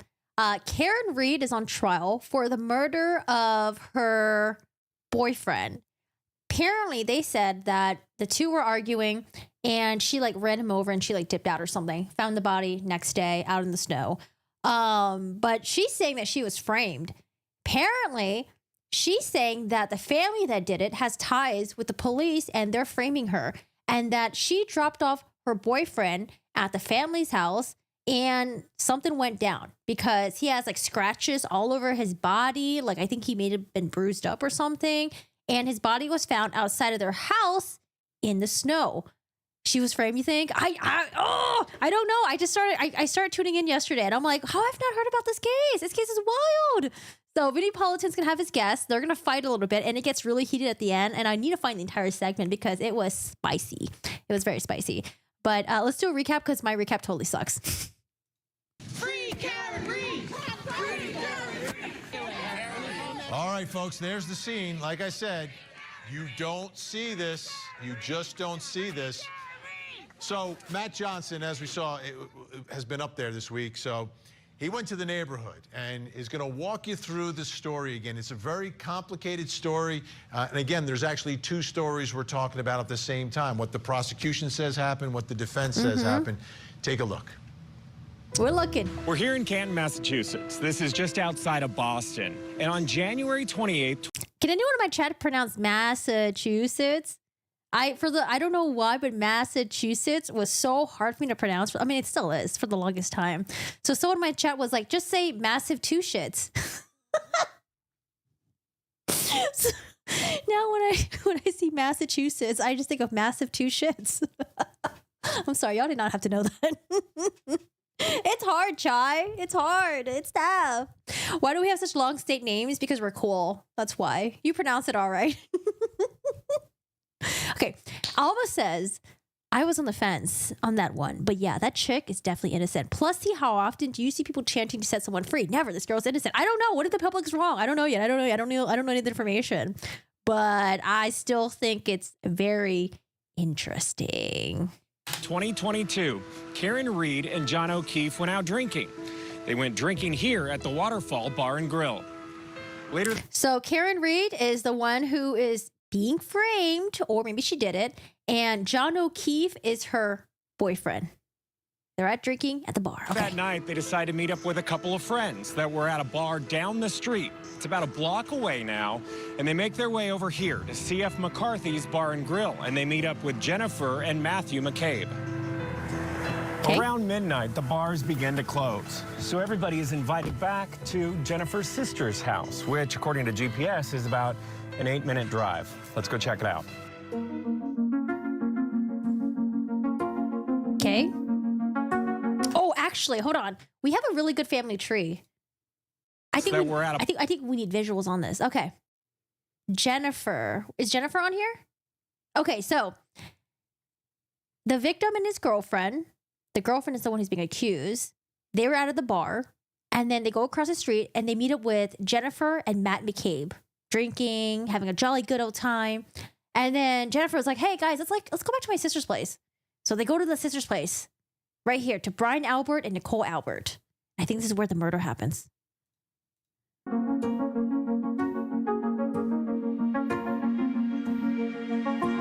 They eventually make their way here to Fairview Road in Canton and at this house. This house was owned by Brian and Nicole Albert. Brian and Nicole Albert, okay? We're at Brian and Nicole Albert's house now. I don't know why the family tree extends this far.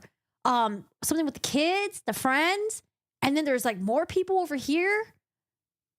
Are these the cop people? Apparently there's someone who's like part of law enforcement that may have covered it up. At the time, Brian was a good friend of theirs and also a police officer. Now, what happens next is what this case is all about. Okay. Prosecutors say that the couple actually got into a fight, and when O'Keefe exited the car, Karen Reed backed over him, leaving him to die in the curb here in front of this house during the snowstorm. And how does no one have surveillance footage? That looks like a nice neighborhood. Where's the surveillance footage at? Y'all can't afford that? Police collected a lot of evidence at the scene, including what appeared to be a broken cocktail glass with blood around it, and also a broken taillight. Now, Reed says when she pulled up to the house here, she wanted to know if the couple was really invited. It was late at night. So she watched John O'Keefe walk up to the front door over there. And when he didn't return to the car and didn't return her phone call, that's when she said she went to his house and fell asleep. The next morning, Karen Reed hasn't heard from John, so she starts making phone calls, and then she comes back. So Karen Reed is dating a police officer boyfriend. They go over to Jennifer McCabe's house, and Jennifer McCabe's sister is married to a police officer as well. Are we getting that right? My God, there's so many law enforcement people in here. here to the last place she says that she saw him, over at this house on Fairview. And that's when he's discovered, lying in the snow dead. Now, Reed's defense says a very different story. They say that John was actually beaten up in the basement of this house and attacked by the family dog. They claim that he was dragged outside and left in the snow to die. That's, I don't know. Both sides sound so bizarre. You're fighting with your boyfriend and you're so angry, you smash your car into him and then you just drive off? Do we know if that broken taillight is even her taillight? The girlfriend discovered him, question mark? I think she came back at the house the next morning and discovered him. But here's the thing. If he was beat up in the house, why would they just dump his body in front of the house like that? Now, being here on Fairview Road in Canton, a few things come to mind. Why didn't someone see anything? Yes. Because the neighborhood, it's fairly dense. The houses are close together. But you have to keep in mind that this happened in January. In the I grew up living in townhouses, you know, apartments. The houses are not close together. It's pretty far from each other. I don't know. Maybe because, you know, I mean, where are they at right now? They're in Massachusetts. I don't know. Maybe that's a different area. middle of the night, and it was also a snowstorm, whiteout conditions. Now, another key for the defense is the snowplow driver who said that he cleared Fairview Road here the morning that John O'Keefe was found dead. He claims that he didn't see a body in the road or near the road. Maybe he wasn't paying attention. Maybe he just didn't see it. Maybe he missed it. How much snow was there? Was there a lot of snow? Okay, all my guests back with us, Melanie Little, Peter Ellikin, and Jennifer Koffendorfer. Melanie, which case is easier to prove? That he was murdered in the house? Yo, okay, so here we got, I think these two right here. I think she's going to say something, and then the woman in the blue is going to try to destroy the shit out of her. I thought it was so ruthless. I'm like, they must be enemies.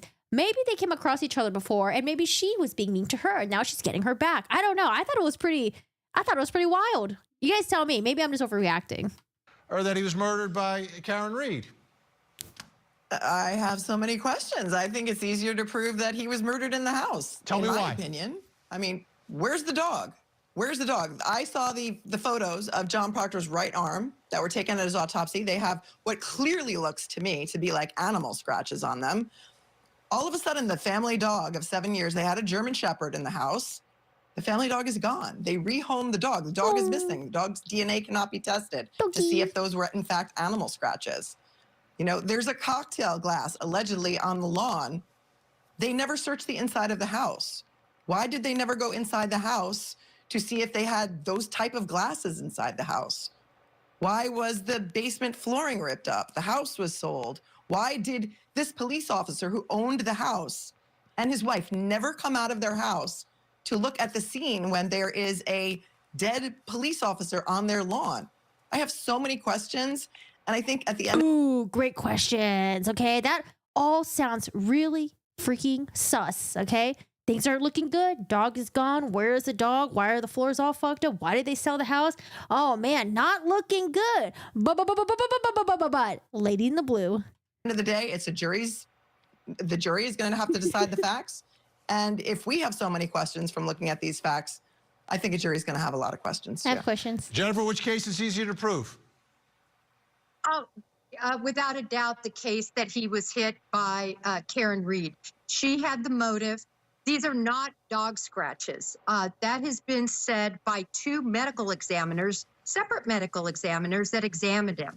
Also, there were samples sent to a lab in California to test for non-human or canine DNA. Okay. Negative.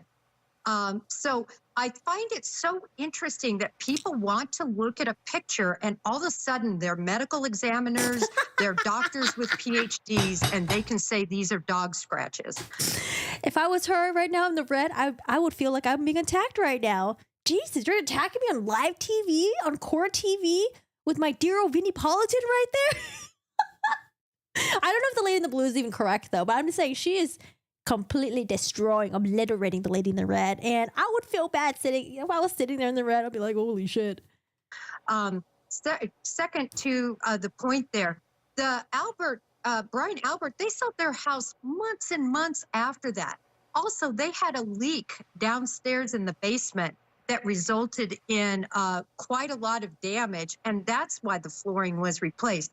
As far as the dog, Chloe got into a fight with another dog in that neighborhood. And during that fight, one of the neighbors went. When you have one person that did their homework and the other person didn't. Like I said, I don't know if the lady in the blue is right or not. She could be completely bullshitting, but it looks like she did a lot of research and she's got information. Because I noticed this a lot too in the Johnny Depp and Amber Heard trial. Sometimes like Court TV or Law and Crime. No, I think a lot of time Court TV. They would bring on people who like didn't really watch the trial or didn't really follow it to the T. And they would come on and try to like spout out things that were like in the headlines, you know. But usually what's in the headlines is not really what's going on, right? The headlines just like attention grabbers. So I don't know if the lady in the red just doesn't know what the fuck she's talking about, or maybe the lady in the blue is just too aggressive and maybe she is wrong, but I don't know, man. The lady in blue, she's showing up right now. As far as the dog, Chloe got into a fight with another dog in that neighborhood. And during that fight, one of the neighbors went to separate the two dogs and was scratched or bitten. And it was decided amongst the people that they would go ahead and rehome the dog as opposed to making an even larger deal out of it.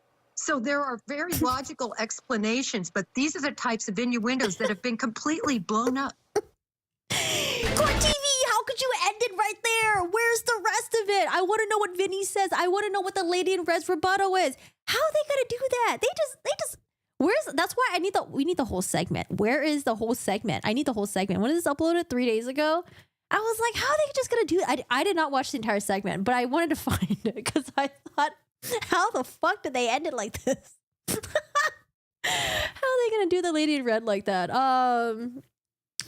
Do you guys know where they upload the entirety of their segments?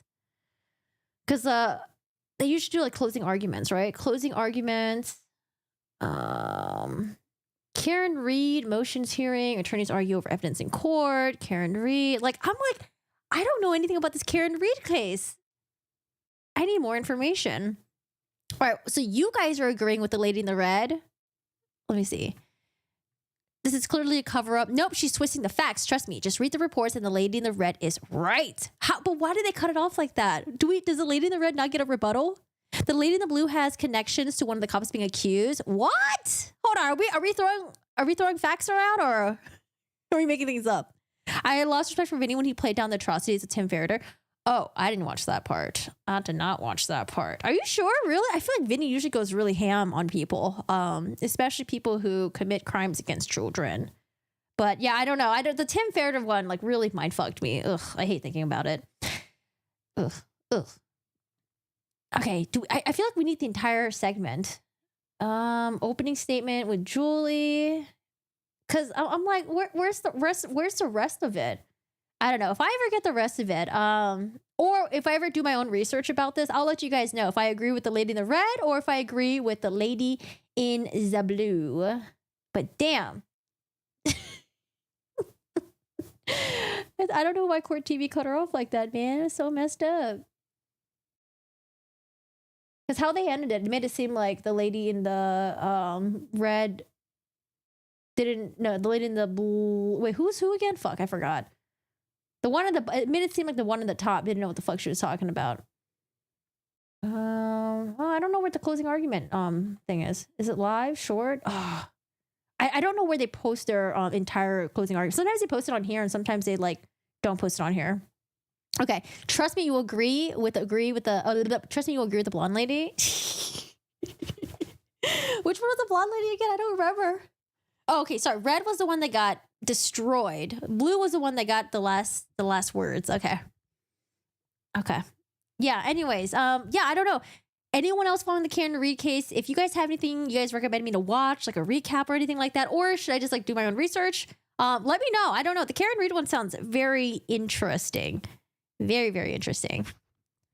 The thing I would need is how you go out for a night of drinking in whiteout conditions in a snowstorm and then drive home after drinking. Yeah, that's a whole different question. They showed the security cam footage for a second there, and there was a lot of snow. Shit, where'd it go? There was a lot of, like this right here, that is snowy. I wonder how many feet of snow was there. Yeah, I feel bad. Like, look at Vinny's face.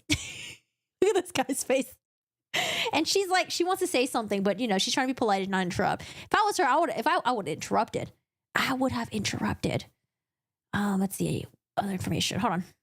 As the Proctor's second family. So one might actually ask Mr. Morrissey, who's actually lying in this case? Okay, so now let's take a look at this visual because he's throwing a lot of names out there and it's a little confusing. Oh, did she do like a police interview or like an interview on TV? So I want to make it a little less confusing.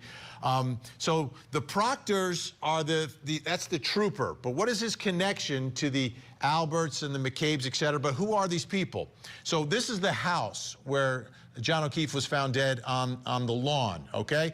The owners of the house are Brian Albert and Nicole Albert. They are married. Now, Brian Albert has a brother named Chris who's married to Julie.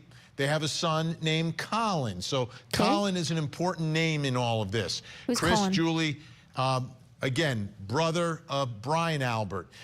Brian Albert and Nicole, they have children, Caitlin Albert, Brian Albert Jr., and then there's a friend of theirs, Julie Nagel.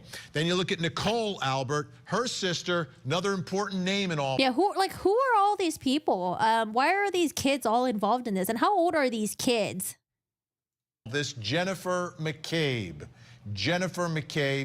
who's married to Matt McCabe. So this is the house. So the night that John O'Keefe got out of the car in front of the house and either went to the party or was murdered or run over by Karen Reed, who was in the house? Take a look. This is what's alleged here. Brian Albert's there. Nicole is there. Chris and Julie are not there, but their son, Colin, is there, which is Brian's nephew. Their kids are there. Brian Albert Jr., Caitlin, and their friend Julie. Also there, very significant, is Jennifer McCabe and Matt McCabe. All of this, trying to understand that. Yeah, like I don't know, those scratches. I mean, I'm not an expert either, but are those scratches on his arms? Names, the relationships, and does it all lead to some conspiracy, bias, framing, planning evidence? Let's bring in our guests. Joining us in New York City, attorney, podcaster Melanie Little is with us. In Boston, Massachusetts, criminal defense attorney. Melanie! And author of the books Super Predators and Law and the Tough on Crime Myth, Peter Ellikin is with us. And down in... Oh, yeah. Who is this? Beautiful Jacksonville, Florida, retired FBI Special Agent Jennifer Coffin. Oh, she's an FBI Special Agent. Great to have everyone here. All right. We have FBI Special Agent versus the lawyer. I don't know, because I'm thinking, like, if you were attacked by a German Shepherd, I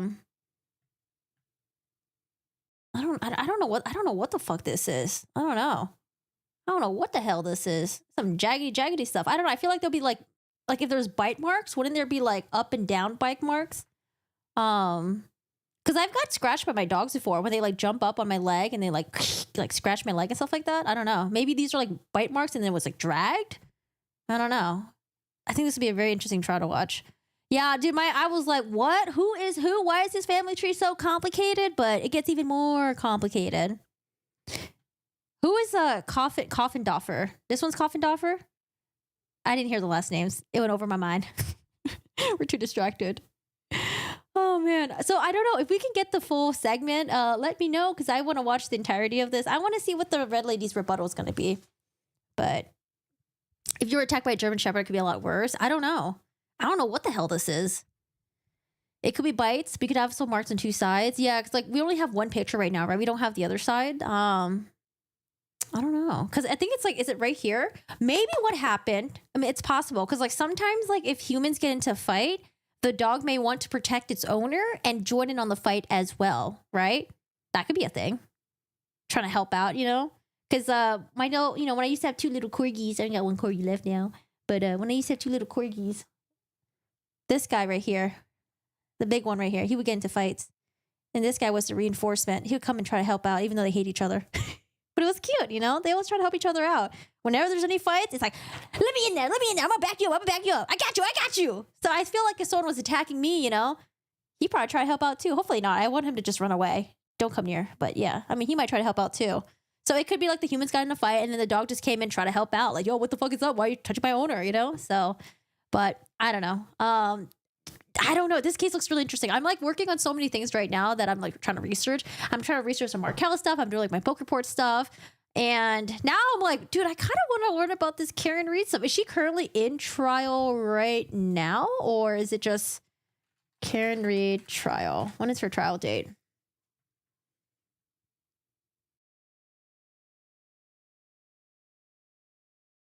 Motions. Because I think right now, I don't think there's been opening statements yet, right? Let's see. Karen Reed. Oh, I wanted to watch this. Inside Dan Markel's and Wendy Adelson's nasty divorce. I was hoping to get like court docs for that to see like all the motions they filed on each other. But that would be really interesting. Karen Reed. Defense argues for communication records. Motion hearings. Karen speaks out after motions hearing in murder. Yeah, I think there's just a bunch of motions happening right now, right? Both sides argue about DNA. Okay, so the trial isn't happening yet. The same goes for the Dougie Paul. Put out your hand and your longest finger would scratch someone first. Not all 5 would scratch. I don't know. I have like little tiny dogs. I don't remember with big dogs. But yeah, I could see that too. I don't know. I do not know. But I think it'd be a very interesting case to keep an eye on because it's pretty wild. Hold on, what is this one? Dan Markel was a bright and talented young law professor at Florida State University in Tallahassee. He had 2 children with his wife, Wendy Adelson. But when Dan and Wendy's marriage broke up, things got very bitter, especially concerning the custody of their children. Wendy wanted to relocate 400 miles away in South Florida, where her parents, Harvey... Don't frame the Dougie. Oh, shit. Do we have motions? Oh, Dan Markel's mom speaks about the divorce. Deep dive into the divorce documents.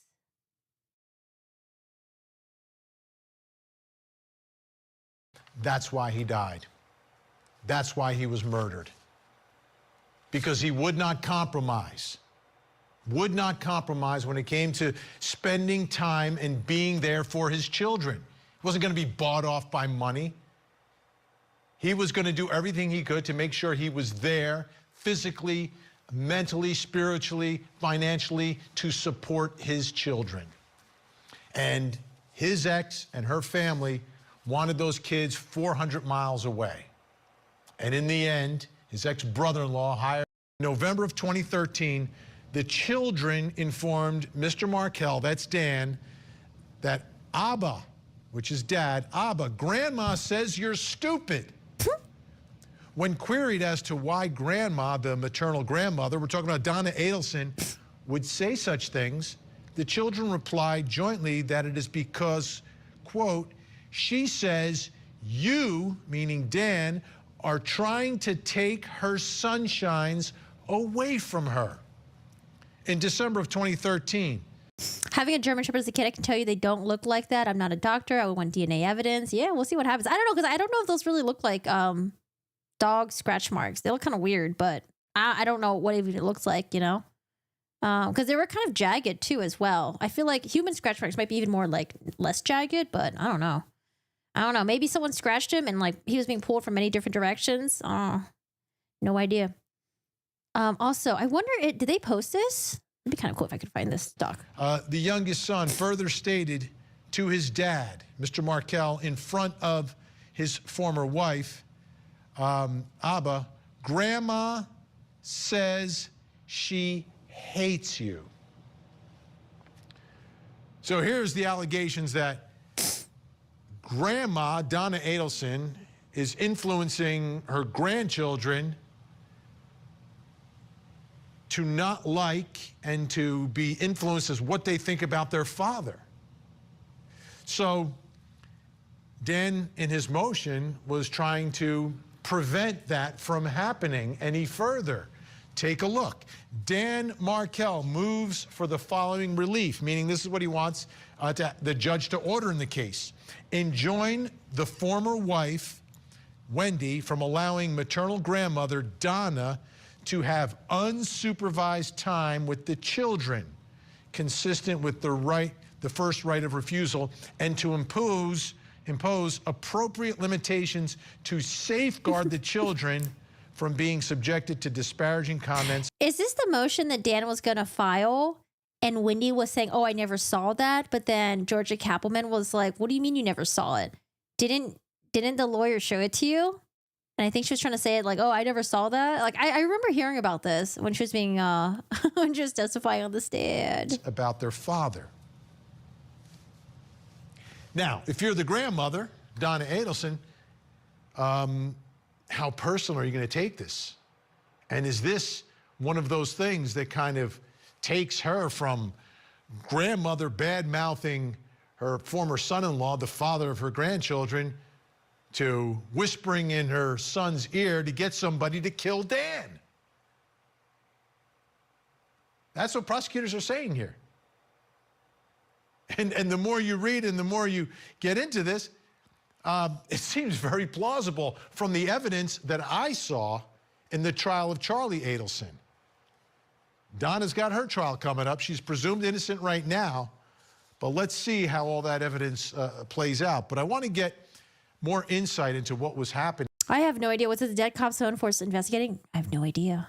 No idea. Here, special guest joining us tonight from Toronto, Ontario, Dan's mother and the... Oh yeah, this is the book that I was thinking of getting. Wait, hold on a second. I just saw this on Court TV. Oh my God. There's a new video of Courtney Clenny attacking her boyfriend. Back from 2022. Jesus. How many videos are we going to have of this woman just attacking her boyfriend?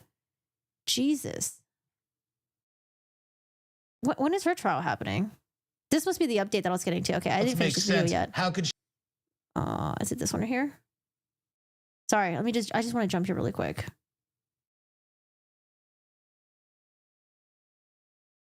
What are you watching?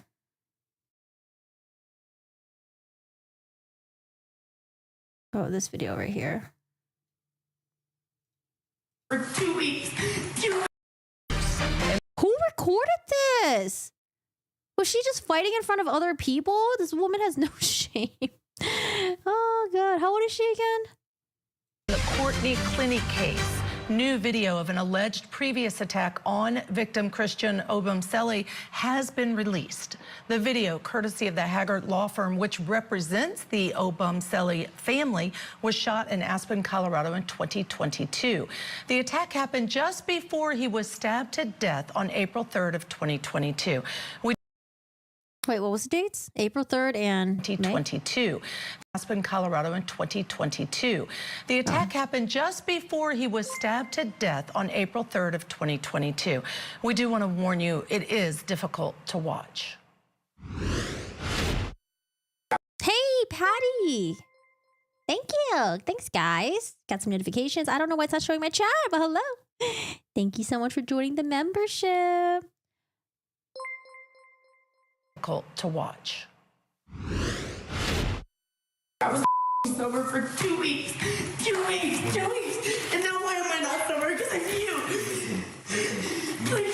But you're hindering my progress. You need to sit down. You need to sit Let go of me. Let go of me. Come on. Let go of me. Okay. Come on, boy. Let go of me. Like, I can't even, like, I'll start to hit you later. Like, get the off me. You don't want to hit me? Christian, he saw me, and I know he's looking. I'm fed up with you. I'm fed up. I'm fed up with that you treat me.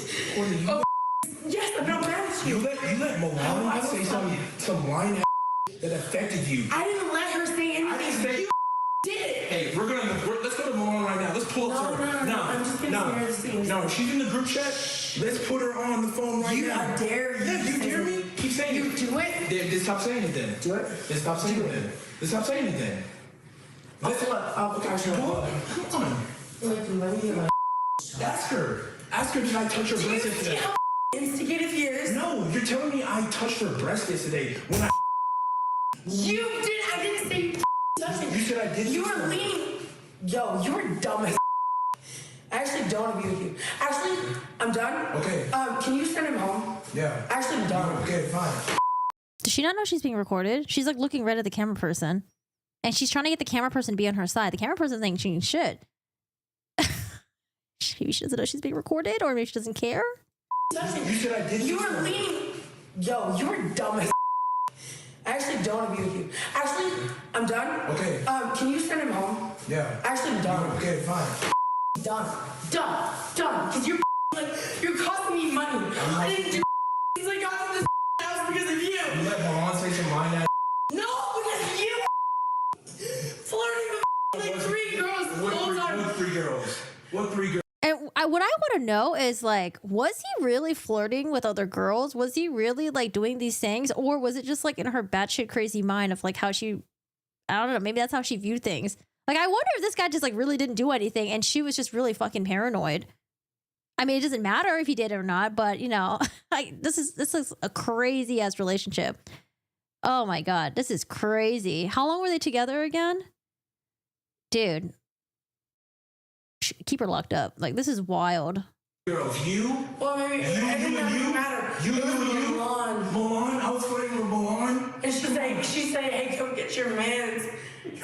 She's trying to come home with me. You're lying. No, I'm not. You're lying. She said, come get your mans that I was trying to hit on Milan? Come on, baby. Okay. That doesn't even sound right.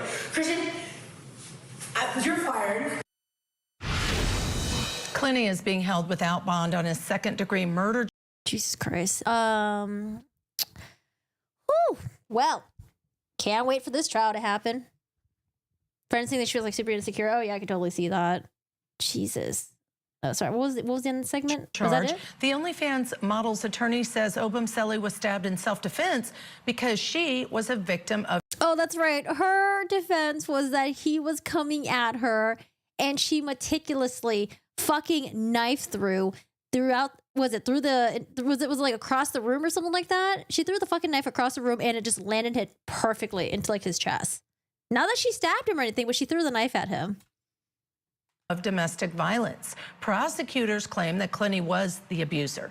The pair has a long history of domestic abuse, and Clenny will be back in court tomorrow for a status hearing. Clenny's defense had this to say about the video.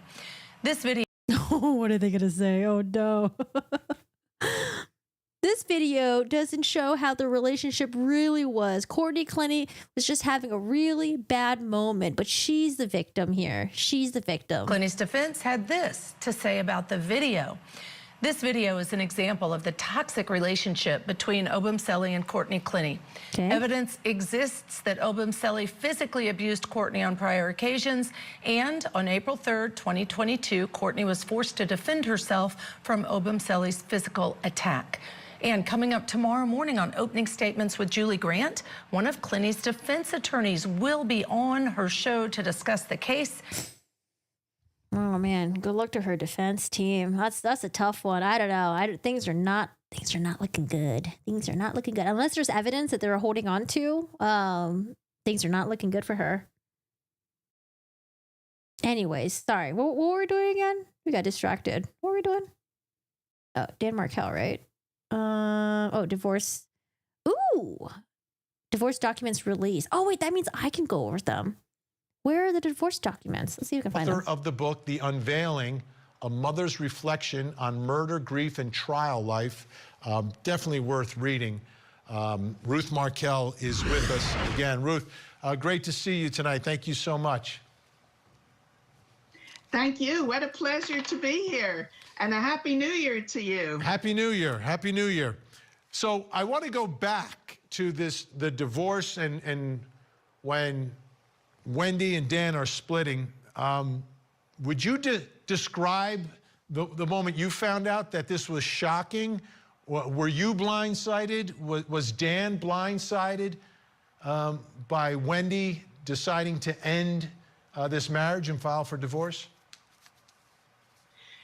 No, he wasn't blindsided. The way she did it, he was blindsided, and I'll make a distinction. In the summer of August of 2012, Wendy and Dan were up north with us in our country cottage in Ontario with the boys. And Wendy said she had to get a job interview with Human Rights Watch. She extended her stay about going to New York, so they were up there for about 2-3 weeks. And she came back, and in that period of time already, there were clues that there was going to be a serious situation, certainly to Phil and I, Dan's father, and we were concerned, and so was Danny. Danny didn't like the idea that she sprung this interview a week before they left to come to Canada, and it was he had no idea.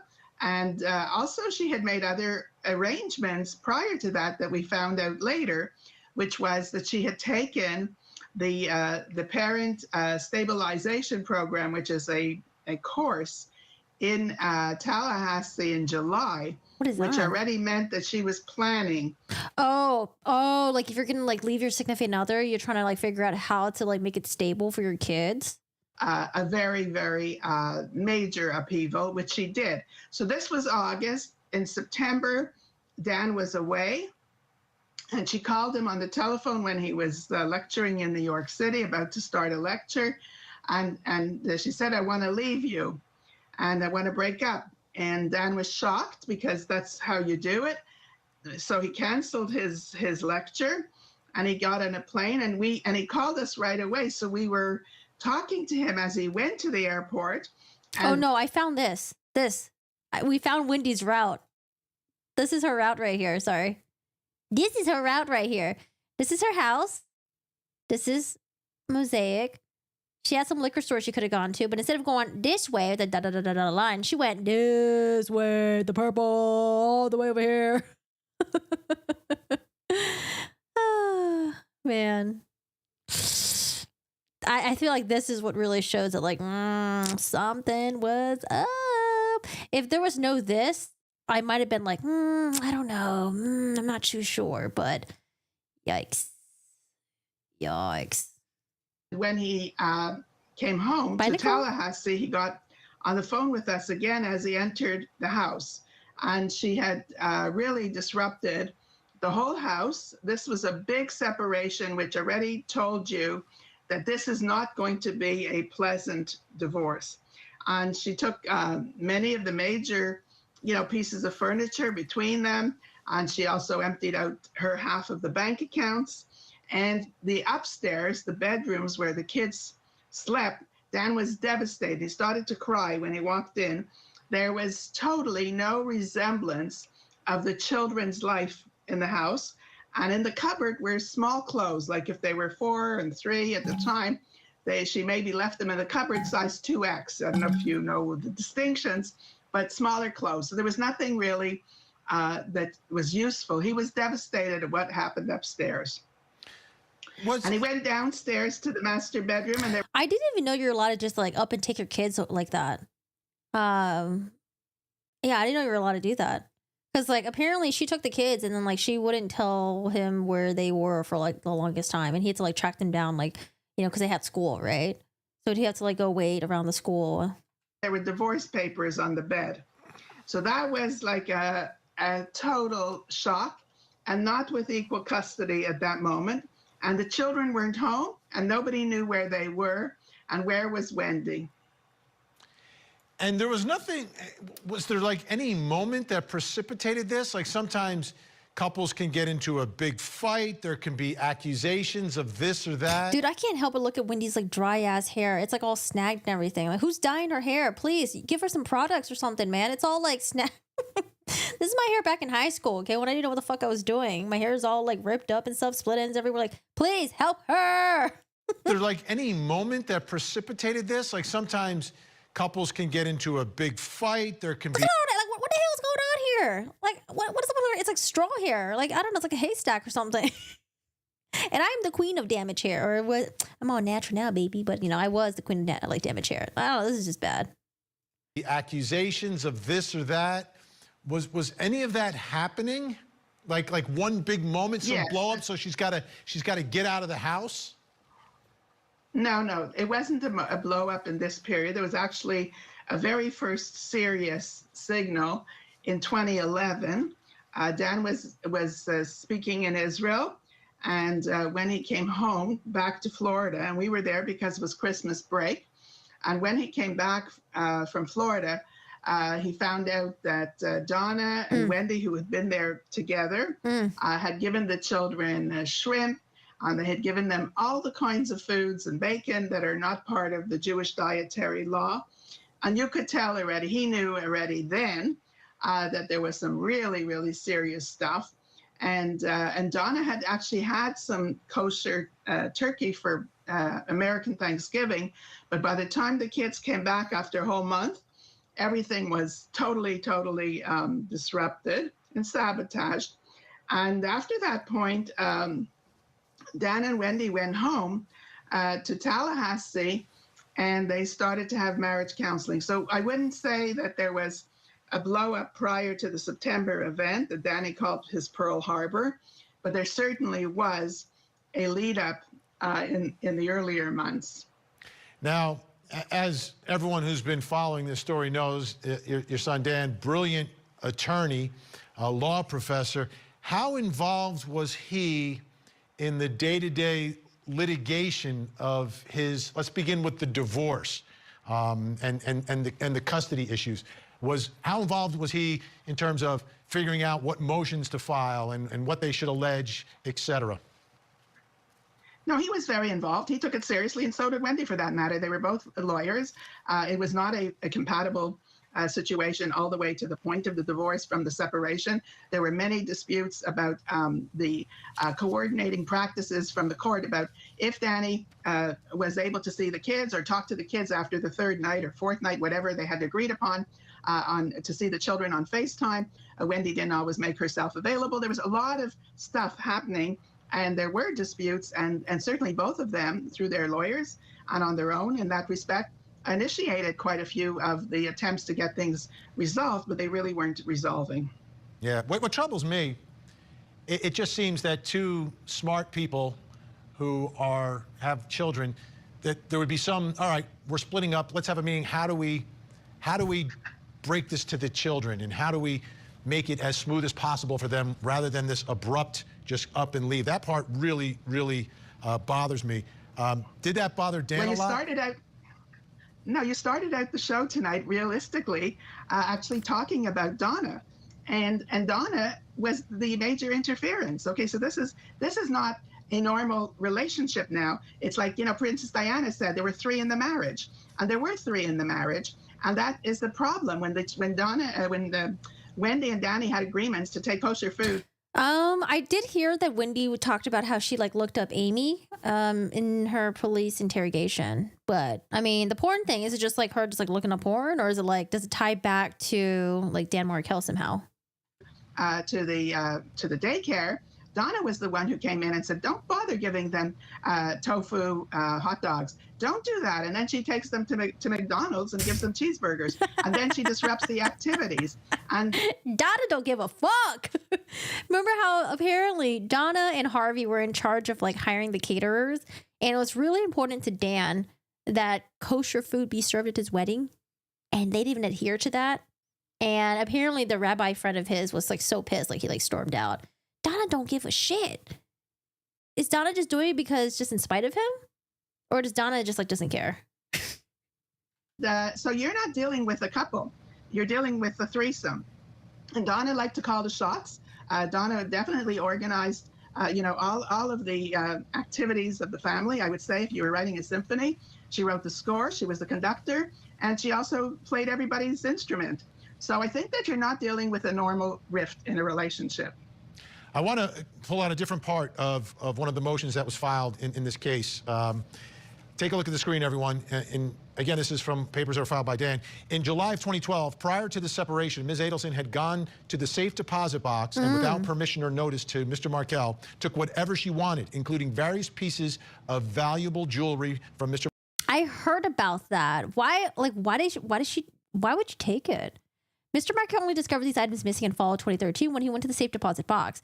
During her deposition in June 2013, the former wife declared that if Professor Markel's 96-year-old uncle Lazar Lapidus asked for the jewelry back that had belonged to his deceased wife, a Holocaust survivor, then Miss Adelson would give it back to him.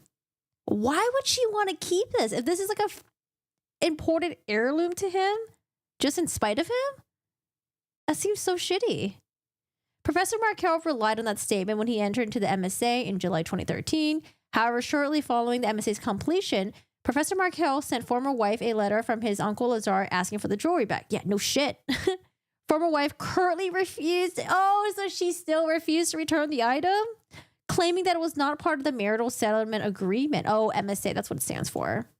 Among the jewels taken is a 2-carat diamond ring that former wife never wore because she and her parents insisted. Oh, I can't see. Oh, I need to get a hold of these court documents. Guys, do you guys know if anyone has it?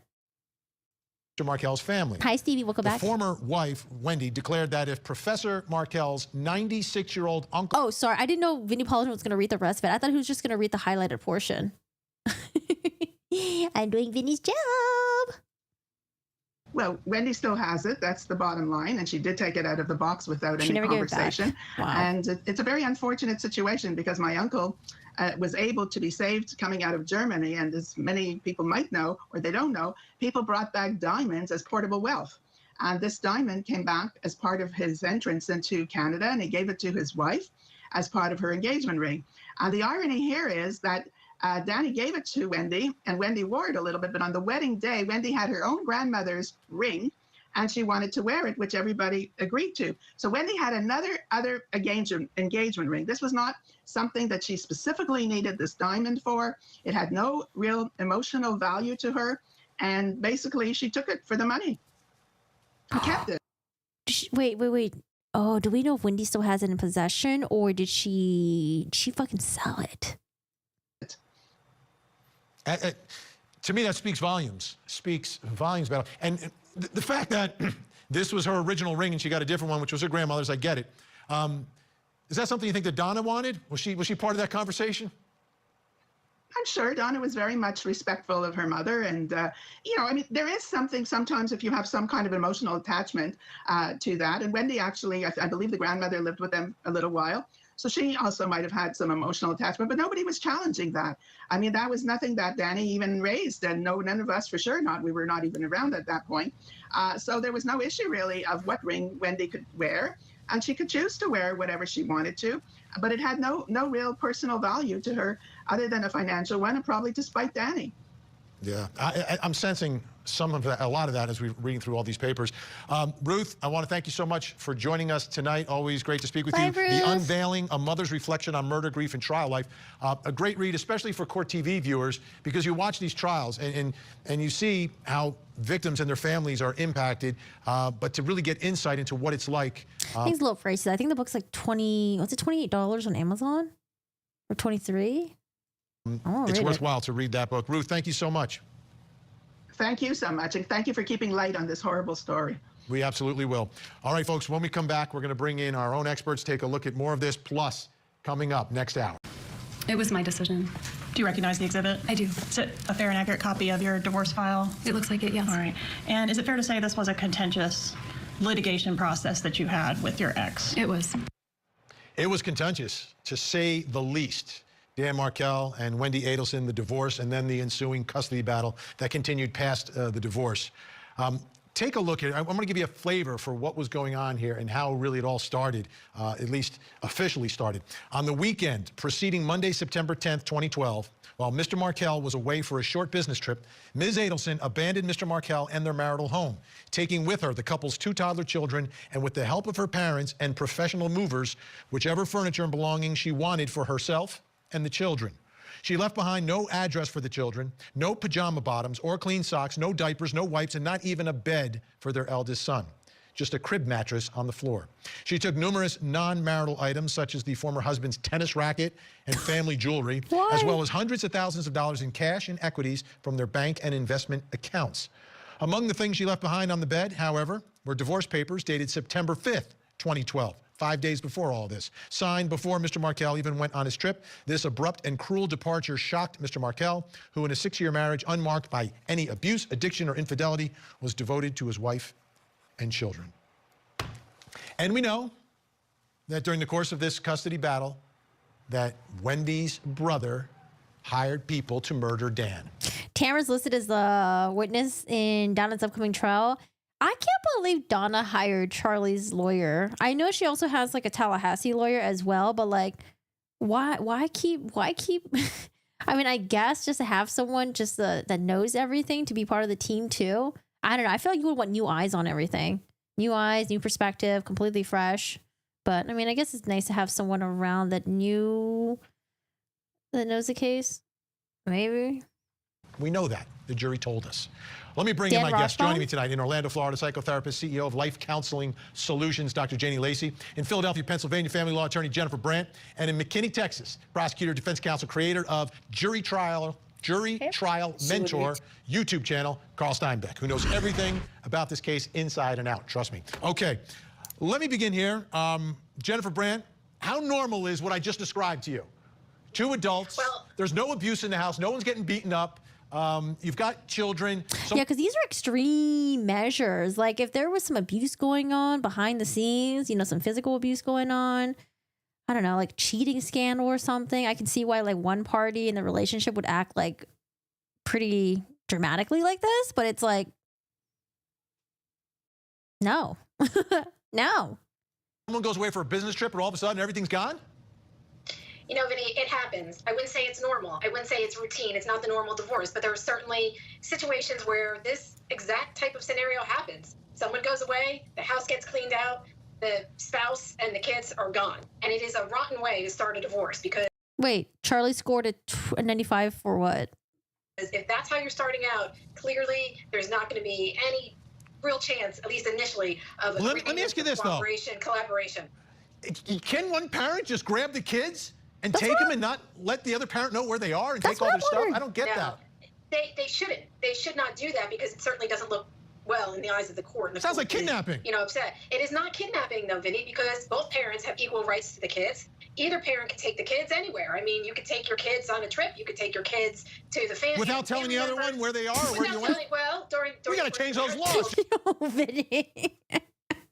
Vinny, let her talk. Jennifer, what's going on? Well, but it is not the way to start out a divorce. No. It is not the way to start out a custody matter. And judges get very angry about that and usually punish the parent who does that type of thing. So it's a big no-no if you're starting out a divorce. All right, Dr. Janie Lacey, your thoughts about what happens to, let's begin with young children who, you know, Wendy, for whatever reason, didn't want to have a conversation with Dan about how to explain what was about to happen to the children and figure out a smooth way to do it.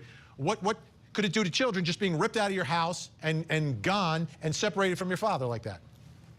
Well, at the age that the children were when all this was going down, it's a very, very important developmental time because they're not necessarily may not know what's going on, but they're going to feel it, right? So whether it's the anxiety, whether it's the tension, all of that stuff gets caught in these children's nervous system. So we know that there would be an effect for these children, regardless if they knew what was happening or not, and not having that level of consideration for them. And wait, so Donna Adelson was supposed to have a status hearing, but then they had like some like winter storm issue or some shit. Did they reschedule that? What day is that? Not understanding what's happening, that confusion, that anxiety, and depending on how mom was positioning the stories and narratives to the children can have a short-term as well as a long-term effect based off of everything that they've probably experienced firsthand. Dan told Charlie that he scored a 95 on the stand when being questioned by the state. Oh, I gotta watch it. We haven't watched that yet. That will be, I think, next. After we're done with Wendi Adelson's interrogation. Yeah.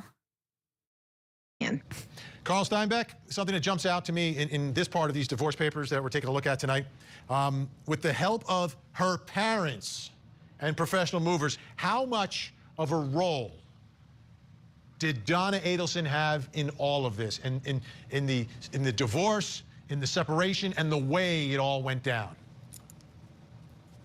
She played a key role in this whole thing. She generated a lot of that vicious hatred and cruelty directed not only towards Dan, but it also appears that way towards the kids as well, because the kids have really pretty much for the most part been cut out of the Markel family tree. And so I think this is really going to backfire on them when this goes before a jury. And you bring up that denial of visitation, it really strikes home for Donna, and especially will strike home for Wendy when she faces her trial. Let's take a look at this now. You ready, Jennifer? You're watching? I'm watching. Okay, former wife filed a false and misleading financial disclosure form. The financial affidavit, which is required to be produced under the relevant Florida rules, suffered from the following major errors. omitting the former wife's retirement account worth $145,000, omitting an account that at the time of separation at Charles Schwab worth $50,000, listing the value of the car, the jewelry in her possession, and all other personal property at zero, understating her then salary by several $1,000s. Okay, I get it, right? You're getting divorced, you want to get as much as you can, but you do have to be kind of honest about what you have. Oh, no. What's your take on why alleged errors like this would be made? Are they made on purpose? Are these like big obvious ones that like? Well, I'm saying Donna, she needs to just throw Charlie on the bus. Say, no, it was Charlie. I'm not involved. I was writing these checks because, you know, I really thought that she was working at our place, or, you know, because Charlie really loved her and wanted to keep supporting her financially. I don't know what the fuck was going on. I don't know. Just make up some shit, Donna. Like anyone separating, all right, how much money are you making? What accounts do you have? Is that pretty normal? Or do you think this could be an honest potential error that was made? Well, look, Vinny, I mean, you do have to disclose all of your assets, your finances, your income, and these things are usually readily known to you. I mean, how much is in your retirement account? Do you have a retirement account? I mean, even if you're not aware of it, you usually are told by your attorney in the court to find out what is it that you have. And usually these certifications, financial disclosures are usually signed or provided under oath. So you're signing a certification or a verification that this is true and correct, just like you would testify in court that it's true. I'd like to know, how did they have so much money? Wendy's book, duh. Her book was such a success. She made so much money because it was such a good book. I haven't read her book yet. I was planning to, though. Incorrect. And sometimes it carries the same penalties of contempt if you're not accurate in these filings. So yes, could people make a mistake or, you know, slightly mistake something or forget an asset? It happens, but this sounds like Seriously though, how much money did Wendy get? How much did she make off her book? I'm curious. a litany of things that were forgotten. Oh, it must be in the court docs. It has to be in the court docs, right? When they're like talking about like how much money, it must be in the court docs. I need to get my hands on these court docs. Or misrepresented or not represented at all. So it sounds like there was some dishonesty in these disclosures. But wait, there's more. Oh, there's more. Take a look at this. More of the allegations made by Dan in these divorce papers. The former wife is not a helpless character in this drama. She's a 34-year-old public interest lawyer, the winner of numerous national fellowships and prizes, who simply helped herself to $600,000 in cash, liquid equities, and other assets upon separation. She makes six figures in a low-cost city and has wealthy parents who placed her in a financial cocoon. And upon belief, by paying her legal fees, they allowed and encouraged her to take the most aggressive and unsubstantiated legal postures possible because there would be no financial consequences for her doing so. If she wanted to leave the marriage because she fell out of love, that is one thing. But she could have done so without taking more than the necessities so that a proper and fair distribution could have immediately followed. So, Dr. Janie Lacey, when looking at cases that I've studied through the years of divorces, the bitterness between people manifests itself in two ways in the divorce: money and custody. She was like, Wendy has to put on the greatest act of her life or something like that. I forgot. It sounds even more cringe than what I said. The book sounds so cliche. Money and custody. Do you think, is it greed or is it being vindictive and just trying to take as much? Oh, Wendy will put on the performance of her life or something like that. Yeah, the performance of her life. Did anyone hear that with like Amber Heard too somewhere? Performance of your life. Oh God, it's cold in Texas right now. Ew. As you can from him because you hate him. Or is it like, I deserve this? Where do you think it's coming from in this scenario? When we look at these scenarios that are very similar to this, it's not in how the relationships begin. It's usually how they end, that people's true character shines brightly. But when we're looking at the statement that there was no addiction, there's no infidelity, right? And then we're looking at her actions, we're going to look at this as emotional manipulation, which is kind of telling us that there was probably a strong lack of empathy at this place for her to be so calculating and to do things and to blindside, right? It's a chess move when we look at the emotional manipulation that happens between couples. And you're looking at this struggle. Yeah, so like in Wendy's book, people were like, this book, it seems like she's writing about herself. It's about a lawyer named Lily, who's a lawyer in Hiawassee Springs. They live in Tallahassee. Hiawassee, Tallahassee, kind of sounds similar. Apparently this lawyer is like really unhappy, was trapped in a marriage. Works with true human trafficking victims, which I think that's Wendy's line of work. She was trying to find purpose through her work, but then at the end, she like ends up like finding purpose. Like, you know, she like adopts like one of her like immigrant clients like baby, and then she separates from her husband. So it's like people are like, Wendy, are you writing about yourself? And this is in 2011, a year before they broke up, or a year before they became separated. For power and control and getting these things on the upper hand by eliminating things, manipulating things, right? So when we're looking at this, there probably was all these things that were at play that my assumption would be that she had at play long before she pulled the carpet underneath him that he was blindsided for, because that emotional manipulation is usually they're not showing their hand. It's more passive aggressive behavior in the relationship dynamics that we see that turn toxic as this relationship did. Yeah, Wendy, I want to listen to that podcast too. So Wendy apparently said that she doesn't know how to refer to Dan. This is after he was murdered. She doesn't know if she should refer to him as her late ex-husband or not, because it sounds like latex husband. I don't know. We saw Wendy in the interrogation, right? I feel like when Wendy's nervous about something, she just kind of makes these like weird jokes. But I mean, I make weird jokes too. So I'm like, would I make a joke like that? I don't know. Maybe. So, Carl, where do you think the bitterness was coming? Do you think it was Wendy, or do you think it was Donna? Wait, Alma, were you with us earlier when she was being interrogated? She was being interrogated, and then all of a sudden a victim advocate person came in and was like talking to her and stuff like that. And then out of nowhere, Wendy's like, you and I kind of look alike. Did you notice that? Kind of look alike. We could be sisters. And like the victim advocate lady's like, yeah, we got like blue eyes and yeah. Latex husband, it does sound kinky. Kind of in Wendy's ear all through this, because that's going to be perhaps the allegation by prosecutors that Donna is the one really fueling the bitterness in what is happening here between Wendy and Dan.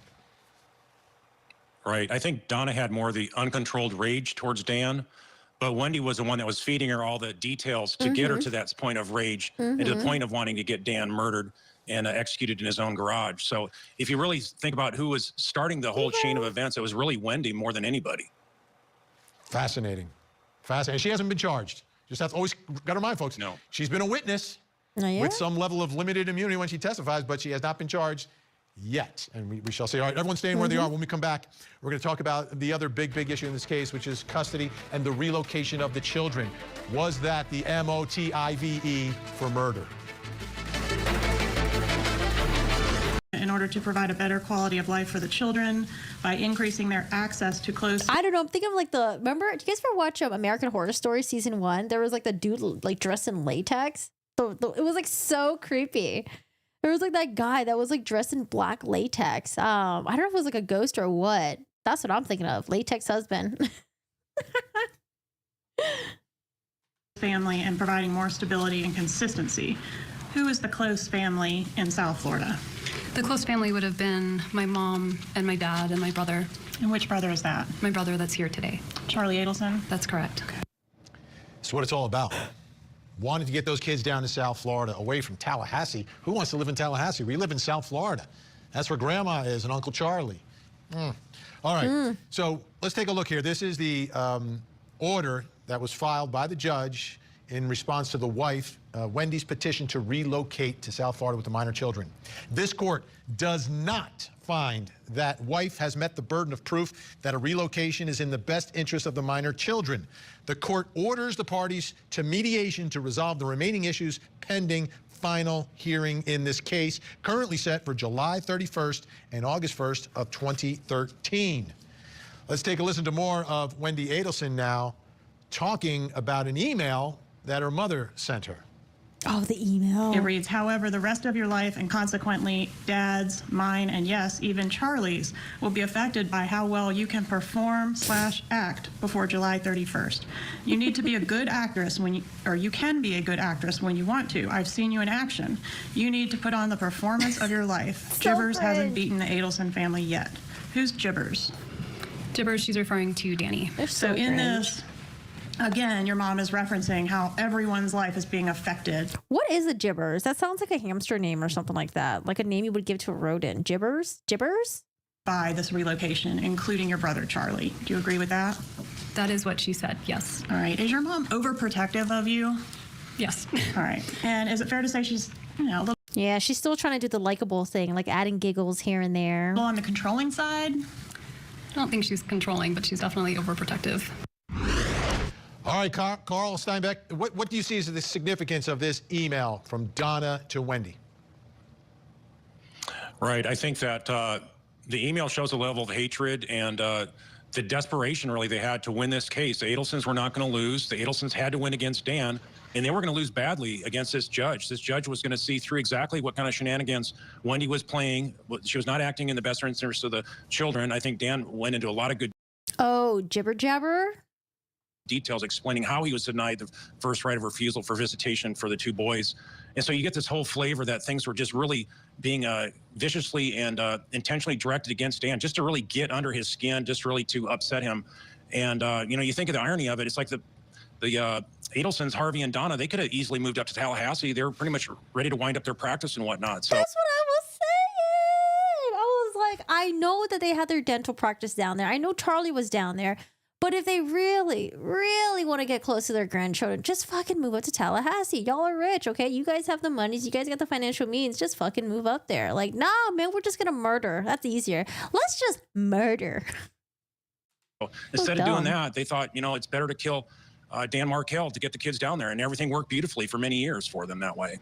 Yeah, for 10 years. Let me ask you, Dr. Jenny Lacey, two things here. One, this relationship between mother and daughter, Donna and Wendy, and how you... And they're traumatizing the kids twice. Traumatization happening when the dad dies at age 3 to 4, and then traumatization again now because they're teenagers and it's not like they don't have access to the internet. It's like, wow, Uncle Charlie's gone. Where's Grandma Donna at? Where she's been? Okay, people are looking at my mom now. I don't know. There's just so much going on. And they're in their teens. You guys remember when you guys were teens, 13, 14 years old?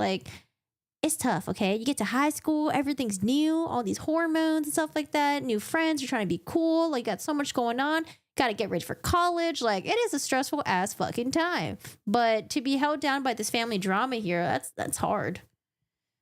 Yikes.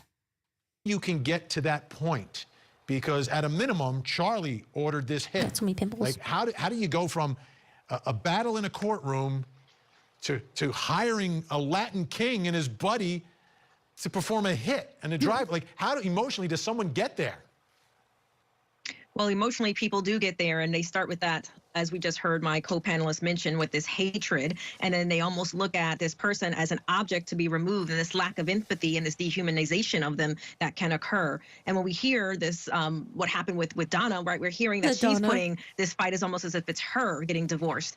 And when you get to this place, you're going to win at all costs. And when you win at all costs, that would also tell me that she potentially had this mindset long before Wendy had met Dan. And then we're looking at her daughter being guilted and her shaming her and kind of using her.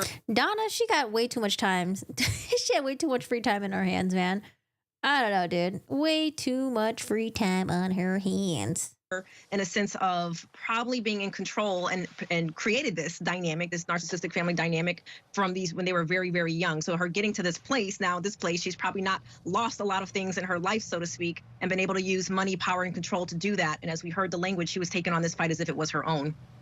Jennifer Brandt, you've tried many of these cases, been in the middle of it, been in the trenches. How common is it for the in-laws to play such a prominent role in the litigation, in the battle, the custody battle, the divorce? Vinny, the biggest problem that I have as an attorney and my fellow attorneys is having third parties whispering in the ear of your client and trying to influence your client and saying what they think is right and wrong. Those are the people that are most dangerous in the divorce because they are not involved in the day-to-day aspect of the divorce, but they're emotional. They want to control the situation, and grandparents are prime suspects in this, especially when it comes to grandchildren. Oftentimes they have a close... Yeah, that's what I'm assuming 10 years later, 13, 14. 13, 14. Relationship with the grandchildren. They want to be involved in the grandchildren's lives, and they're fearful that they may not be as involved, because the other party is going to have the children part of the time. So, there's a lot of influence that they can have on a person, and it really can disrupt the whole proceeding. And areas where parties may have agreed, maybe they are not able to agree because you have these other people whispering in their ear and telling them what to do and trying to control the outcome. So, and this Donna Adelson, boy, she really sounds like she was controlling all of it. Even her own daughter mentioned, that she's overprotective. And looking at the email, hearing the email, it's like an us against, our whole family against Dan Markel. We need to win. I mean, these kind of sentiments really don't belong in a custody proceeding or a divorce proceeding. Carl, having studied all this, watched the trials, and read all the evidence in here, what's your take? What does your gut tell you about the Adelson family? Was it about entitlement and they're just used to getting what they want? Was it bitterness because things got very personal? Like, I think all of us have a difficulty trying to understand how a family that had so much and the opportunity to do so much and provide so much could get to the point of ordering a hit. Right. Well, I think if you look at their history, this wasn't the first conflict they had in their life on a major scale. But what has happened is in the past, they could always win the conflict through money and political connections. And that's what I think they were banking on. They thought there's no way that Dan Markel, despite him being a highly successful, highly respected professor of international fame, despite him being gunned down, they can overcome that. They had no fear. In fact, even Charlie. Look at that horrible ass picture of Charlie. Oh my God. In his own trial, we heard from the jail calls, had no fear of losing the case at all. He thought he had won. He thought his attorney had done a great job. And then lo and behold, he suddenly loses. And he's just absolutely baffled by this. So I think they just thought that whatever they say goes, and they were always able to con and win people. Do we think that Wendy's going to get charged, or they're going to convict her? Listen, Wendy did a lot of stupid ass shit, okay? She ran her mouth. But I think she made damn sure that there was nothing in writing or in recording that involved her. She probably just, I think everything was probably verbal, her communication with her family and stuff like that.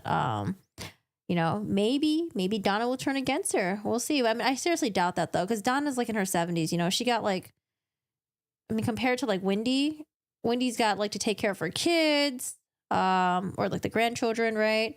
And Wendy's got like a whole life still ahead of her. Donna, like, she might die soon. So, Donna just might be like, whatever, fuck it, I'll just go to jail. Unless Donna's like, fuck everyone, get out of here. I don't know, maybe Charlie would turn on the sister. Because, Charlie is like, what, 50 now? He's still got a life ahead of him. His kid is like, what, 4 or 5 years old right now? Someone needs to turn. They need to turn. If I was Charlie, I would be turning on my sister right now. I would be turning on her because she fucking mentioned my name to the Geek Squad guy, to the detective within the first 20 minutes of the interview. She's fucking everything up. She drove by the crime scene. Everything just fucking up. Yeah, I mean, that's what I'm saying. Charlie needs to turn on Wendy.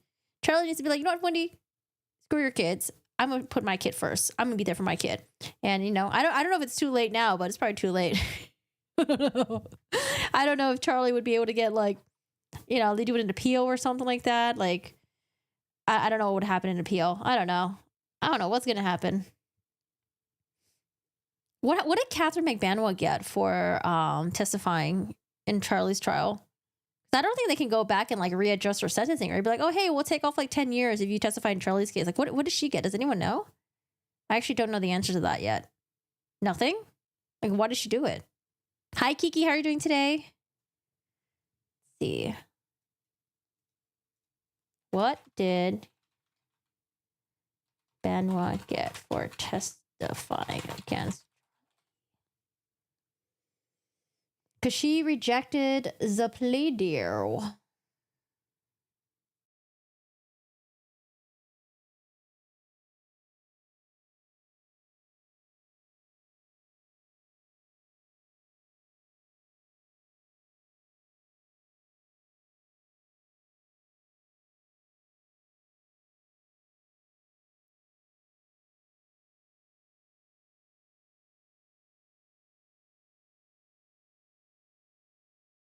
Maybe like it'll be in consideration to her like early release, good behavior. Because why would she do that? She doesn't seem like the type of person who would do something just for the sake of like goodness out of her heart.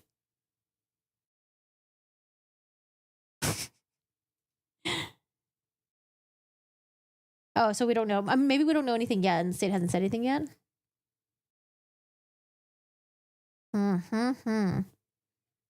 Yeah, there's a lot about this that I do not know. A lot about it. I do not know. Okay, so I want to keep my eye on the Karen Reed case. Her trial is happening in 2 months. Got Karen Reed coming up. Before that, we got the Boone, the Murdoch. And yeah, well, what I'm going to do is I'm going to download the Wendy Adelson interrogation footage. I'm going to sync the audio and the video for you guys. And for me too, for the sake of my sanity. We were going to sync the audio. And then, yeah, I don't know. We'll take it from there. Watch Charlie Adelson's testimony and then cross-examination. I think it'd be really cool. Sigfrida should talk about what was in the letter. That's a key.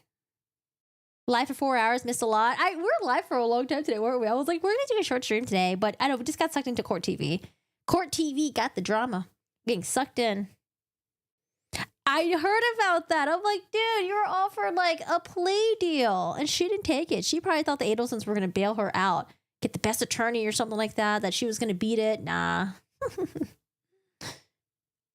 She has to testify. She can't lie. Won't do anything to prove her situation. She couldn't just like not testify. Like they subpoenaed her. Couldn't she just be like, shouldn't she just maintain the story that like, they didn't do it? Instead of going up there and be like, okay, yeah, Charlie, we did it because of Charlie. Aw, thanks, Tam. It's easy to spend time with Corgi. She makes it all so much fun. All right, y'all, I'm gonna head out, but we'll definitely we'll definitely watch the rest of Wendy Adelson's interrogation with the fixed audio. But we do have some videos that are out now. I've read or skimmed through Jodi Hildebrand's book, and we went through her past, found out why her daughter cut her off out of her life, found out about, Jodi's other relationships-ish and all the stuff. So, guys, check it out. I posted it yesterday, new video, or did I post it today?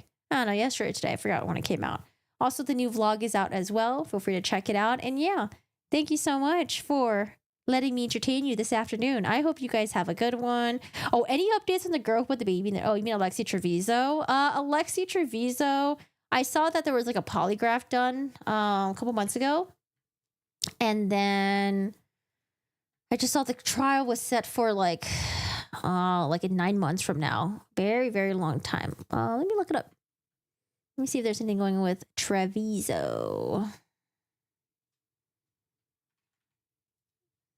Yeah, that'll be a wild one too, because they're saying that they're blaming the hospital. Baby was found in the trash. They're gonna blame the hospital. It's the hospital's fault. Pumped her up with too much medication. Yeah, I don't know. We shall see. Let me see. Any updates? Alexi Treviso. We got sealed document, polygraph. Yeah, nothing much really happening right now. But, August is jury trial. I mean, honestly, time goes by so fast. It'll be August. I know we're in winter right now, but it'll be spring soon, and then summer. And then it'll be the end of summer. Don't forget to like and subscribe. Yeah, watch all the other videos, comment, like, and thank you so much for watching. I do appreciate you guys being here. Let me know is Jodi gay? Well, I did describe that briefly because Jodi talks about a lot of like her girlfriend relationships, and there's this one part in the book where I thought it was like kind of odd. It was when Jodi was younger, and she talks about how she has like a group of friends, right? And then she met this like female friend that she became really close with, but she didn't want her other friends to like get jealous or get mad that she was getting really close with this other female friend. So she kept this female friend hidden from them, and she would lie to them about hanging out with this female friend until one day the friend was like, oh, like, where were you? And then Jodi just like spilled her guts, and like she thought she was going to get yelled at. And then she was like really surprised when her friend was like, oh, I'm so glad you have like a close friend. And then Jodi was like, wait, you're not mad at me? So I don't know. It was just like, there was like some weird stuff like that. It could be nothing. And then I did realize that when she was giving a lot of examples about like in her book, she would give examples and it would be like, oh, my girlfriend left me, or I told my girlfriend, da da da da. I don't know. It wasn't like a lot of it. I know there's like supposed to be just like generic examples, but she said like my girlfriend a lot. I feel like as like a female, if you're writing, I don't know, you would just like say like my boyfriend, right? Just like just because internally you're like already attracted to guys, and like you might just like write that without even thinking. But I don't know. I felt like she wrote like my girlfriend a lot. But I don't know. I mean, I could just be looking into it too much. But I don't know. I mean, that was like part of the rumors. People did think that like, oh, maybe Jodi Hildebrandt was a closet lesbian, perhaps. Her nephew or her niece did talk about that as well, but she didn't really mention anything too much. She just said that like, oh, she had like one like random comment about that. And it was kind of weird, but didn't really mean much, she thinks. But yeah, I don't know. It's possible. And I could see that, you know, maybe she's had a lot of really bad experiences with men, boys, guys in general in her life. And, you know, she was married for, I think like 2 years, and then like they got separated and divorced, and they had like 2 very young children together. But I don't know. I don't know. But yeah, we'll definitely look out for that sentencing. That's going to happen next month. But I mean, honestly, like I read that book because I was just being really nosy. I just wanted to hear about Jodi's like background history. She talks about being like SA'd when she was like 2 years old. And then again, when she was like 7 to 9 years old. And then how all of that was like really, it was like suppressed inside her. Until she had to she wanted to go like on this mission, I think, but the church wouldn't let her because they said like she had a lot of like suppressed memories, or she had some issues that she needed worked out because she was getting bad migraines or something. And then like she like had a therapy session, a 3-hour therapy session, and then within the last 30 minutes, she like uncovered like all these repressed memories. So I was thinking like, oh, maybe the reason why she was being really aggressive with her victims about like say for example, like Adam Steed Paul was one of her victims, right? That was talking on the Mormon podcast, and they kept Jodi Hildebrandt and his wife kept accusing him of things that he was like, that he didn't do. And so Jodi was saying that like, oh, you know, like it's all like repressed, you know, and like it's all like inside of you. Like I think the same thing with the niece too.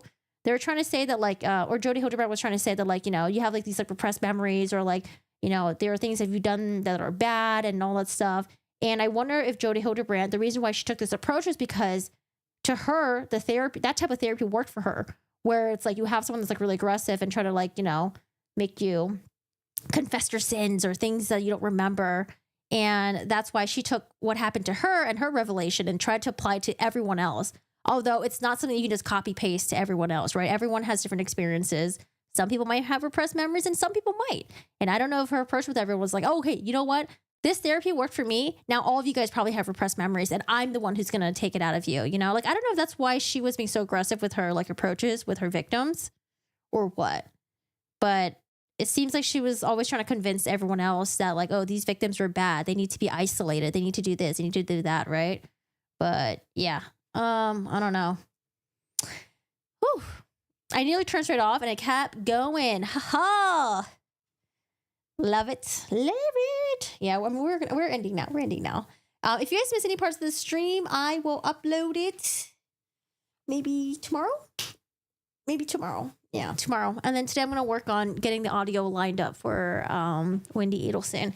But if I don't see y'all this weekend, I think I'm going to stream on Twitch, though. Feel free to stop by my Twitch streams if you guys like. But we play video games on there. We don't do true crime stuff. So different stuff on there. But if you guys want to stop by, feel free. Say hi. But other than that, if I don't see you guys on YouTube, thanks for hanging out today. I hope you guys, you know, enjoyed your time here. We talk about a lot of dark, grim things. But today was, you know, we're watching an interrogation. So it's a little bit lighter-ish today, sort of ish. But yeah, guys, check out the videos that are out. Thanks for watching. I hope you guys have a good one, and I will see you guys a different day. Bye, y'all. For those of you guys who are on Twitch, thanks for hanging out on Twitch. I appreciate you guys, and YouTube as well.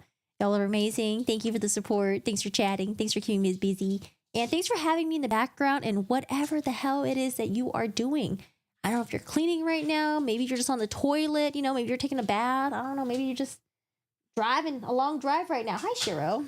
But I hope you guys have a good one, and take care. I need a social media instructor to help me with Twitch. I have no idea what's going on there. That's how I feel when I'm on TikTok. I'm like, hey, no chocolate donut for you. I'm like, I don't know what's going on TikTok. It's hard. I don't get it. I don't get it at all. I had you on to listen. Thank you. Yeah, check out the YouTube videos. But other than that, farewell. I hope you guys have beautiful bowel movements and eat healthy. All right, y'all. Have a good one. Bye.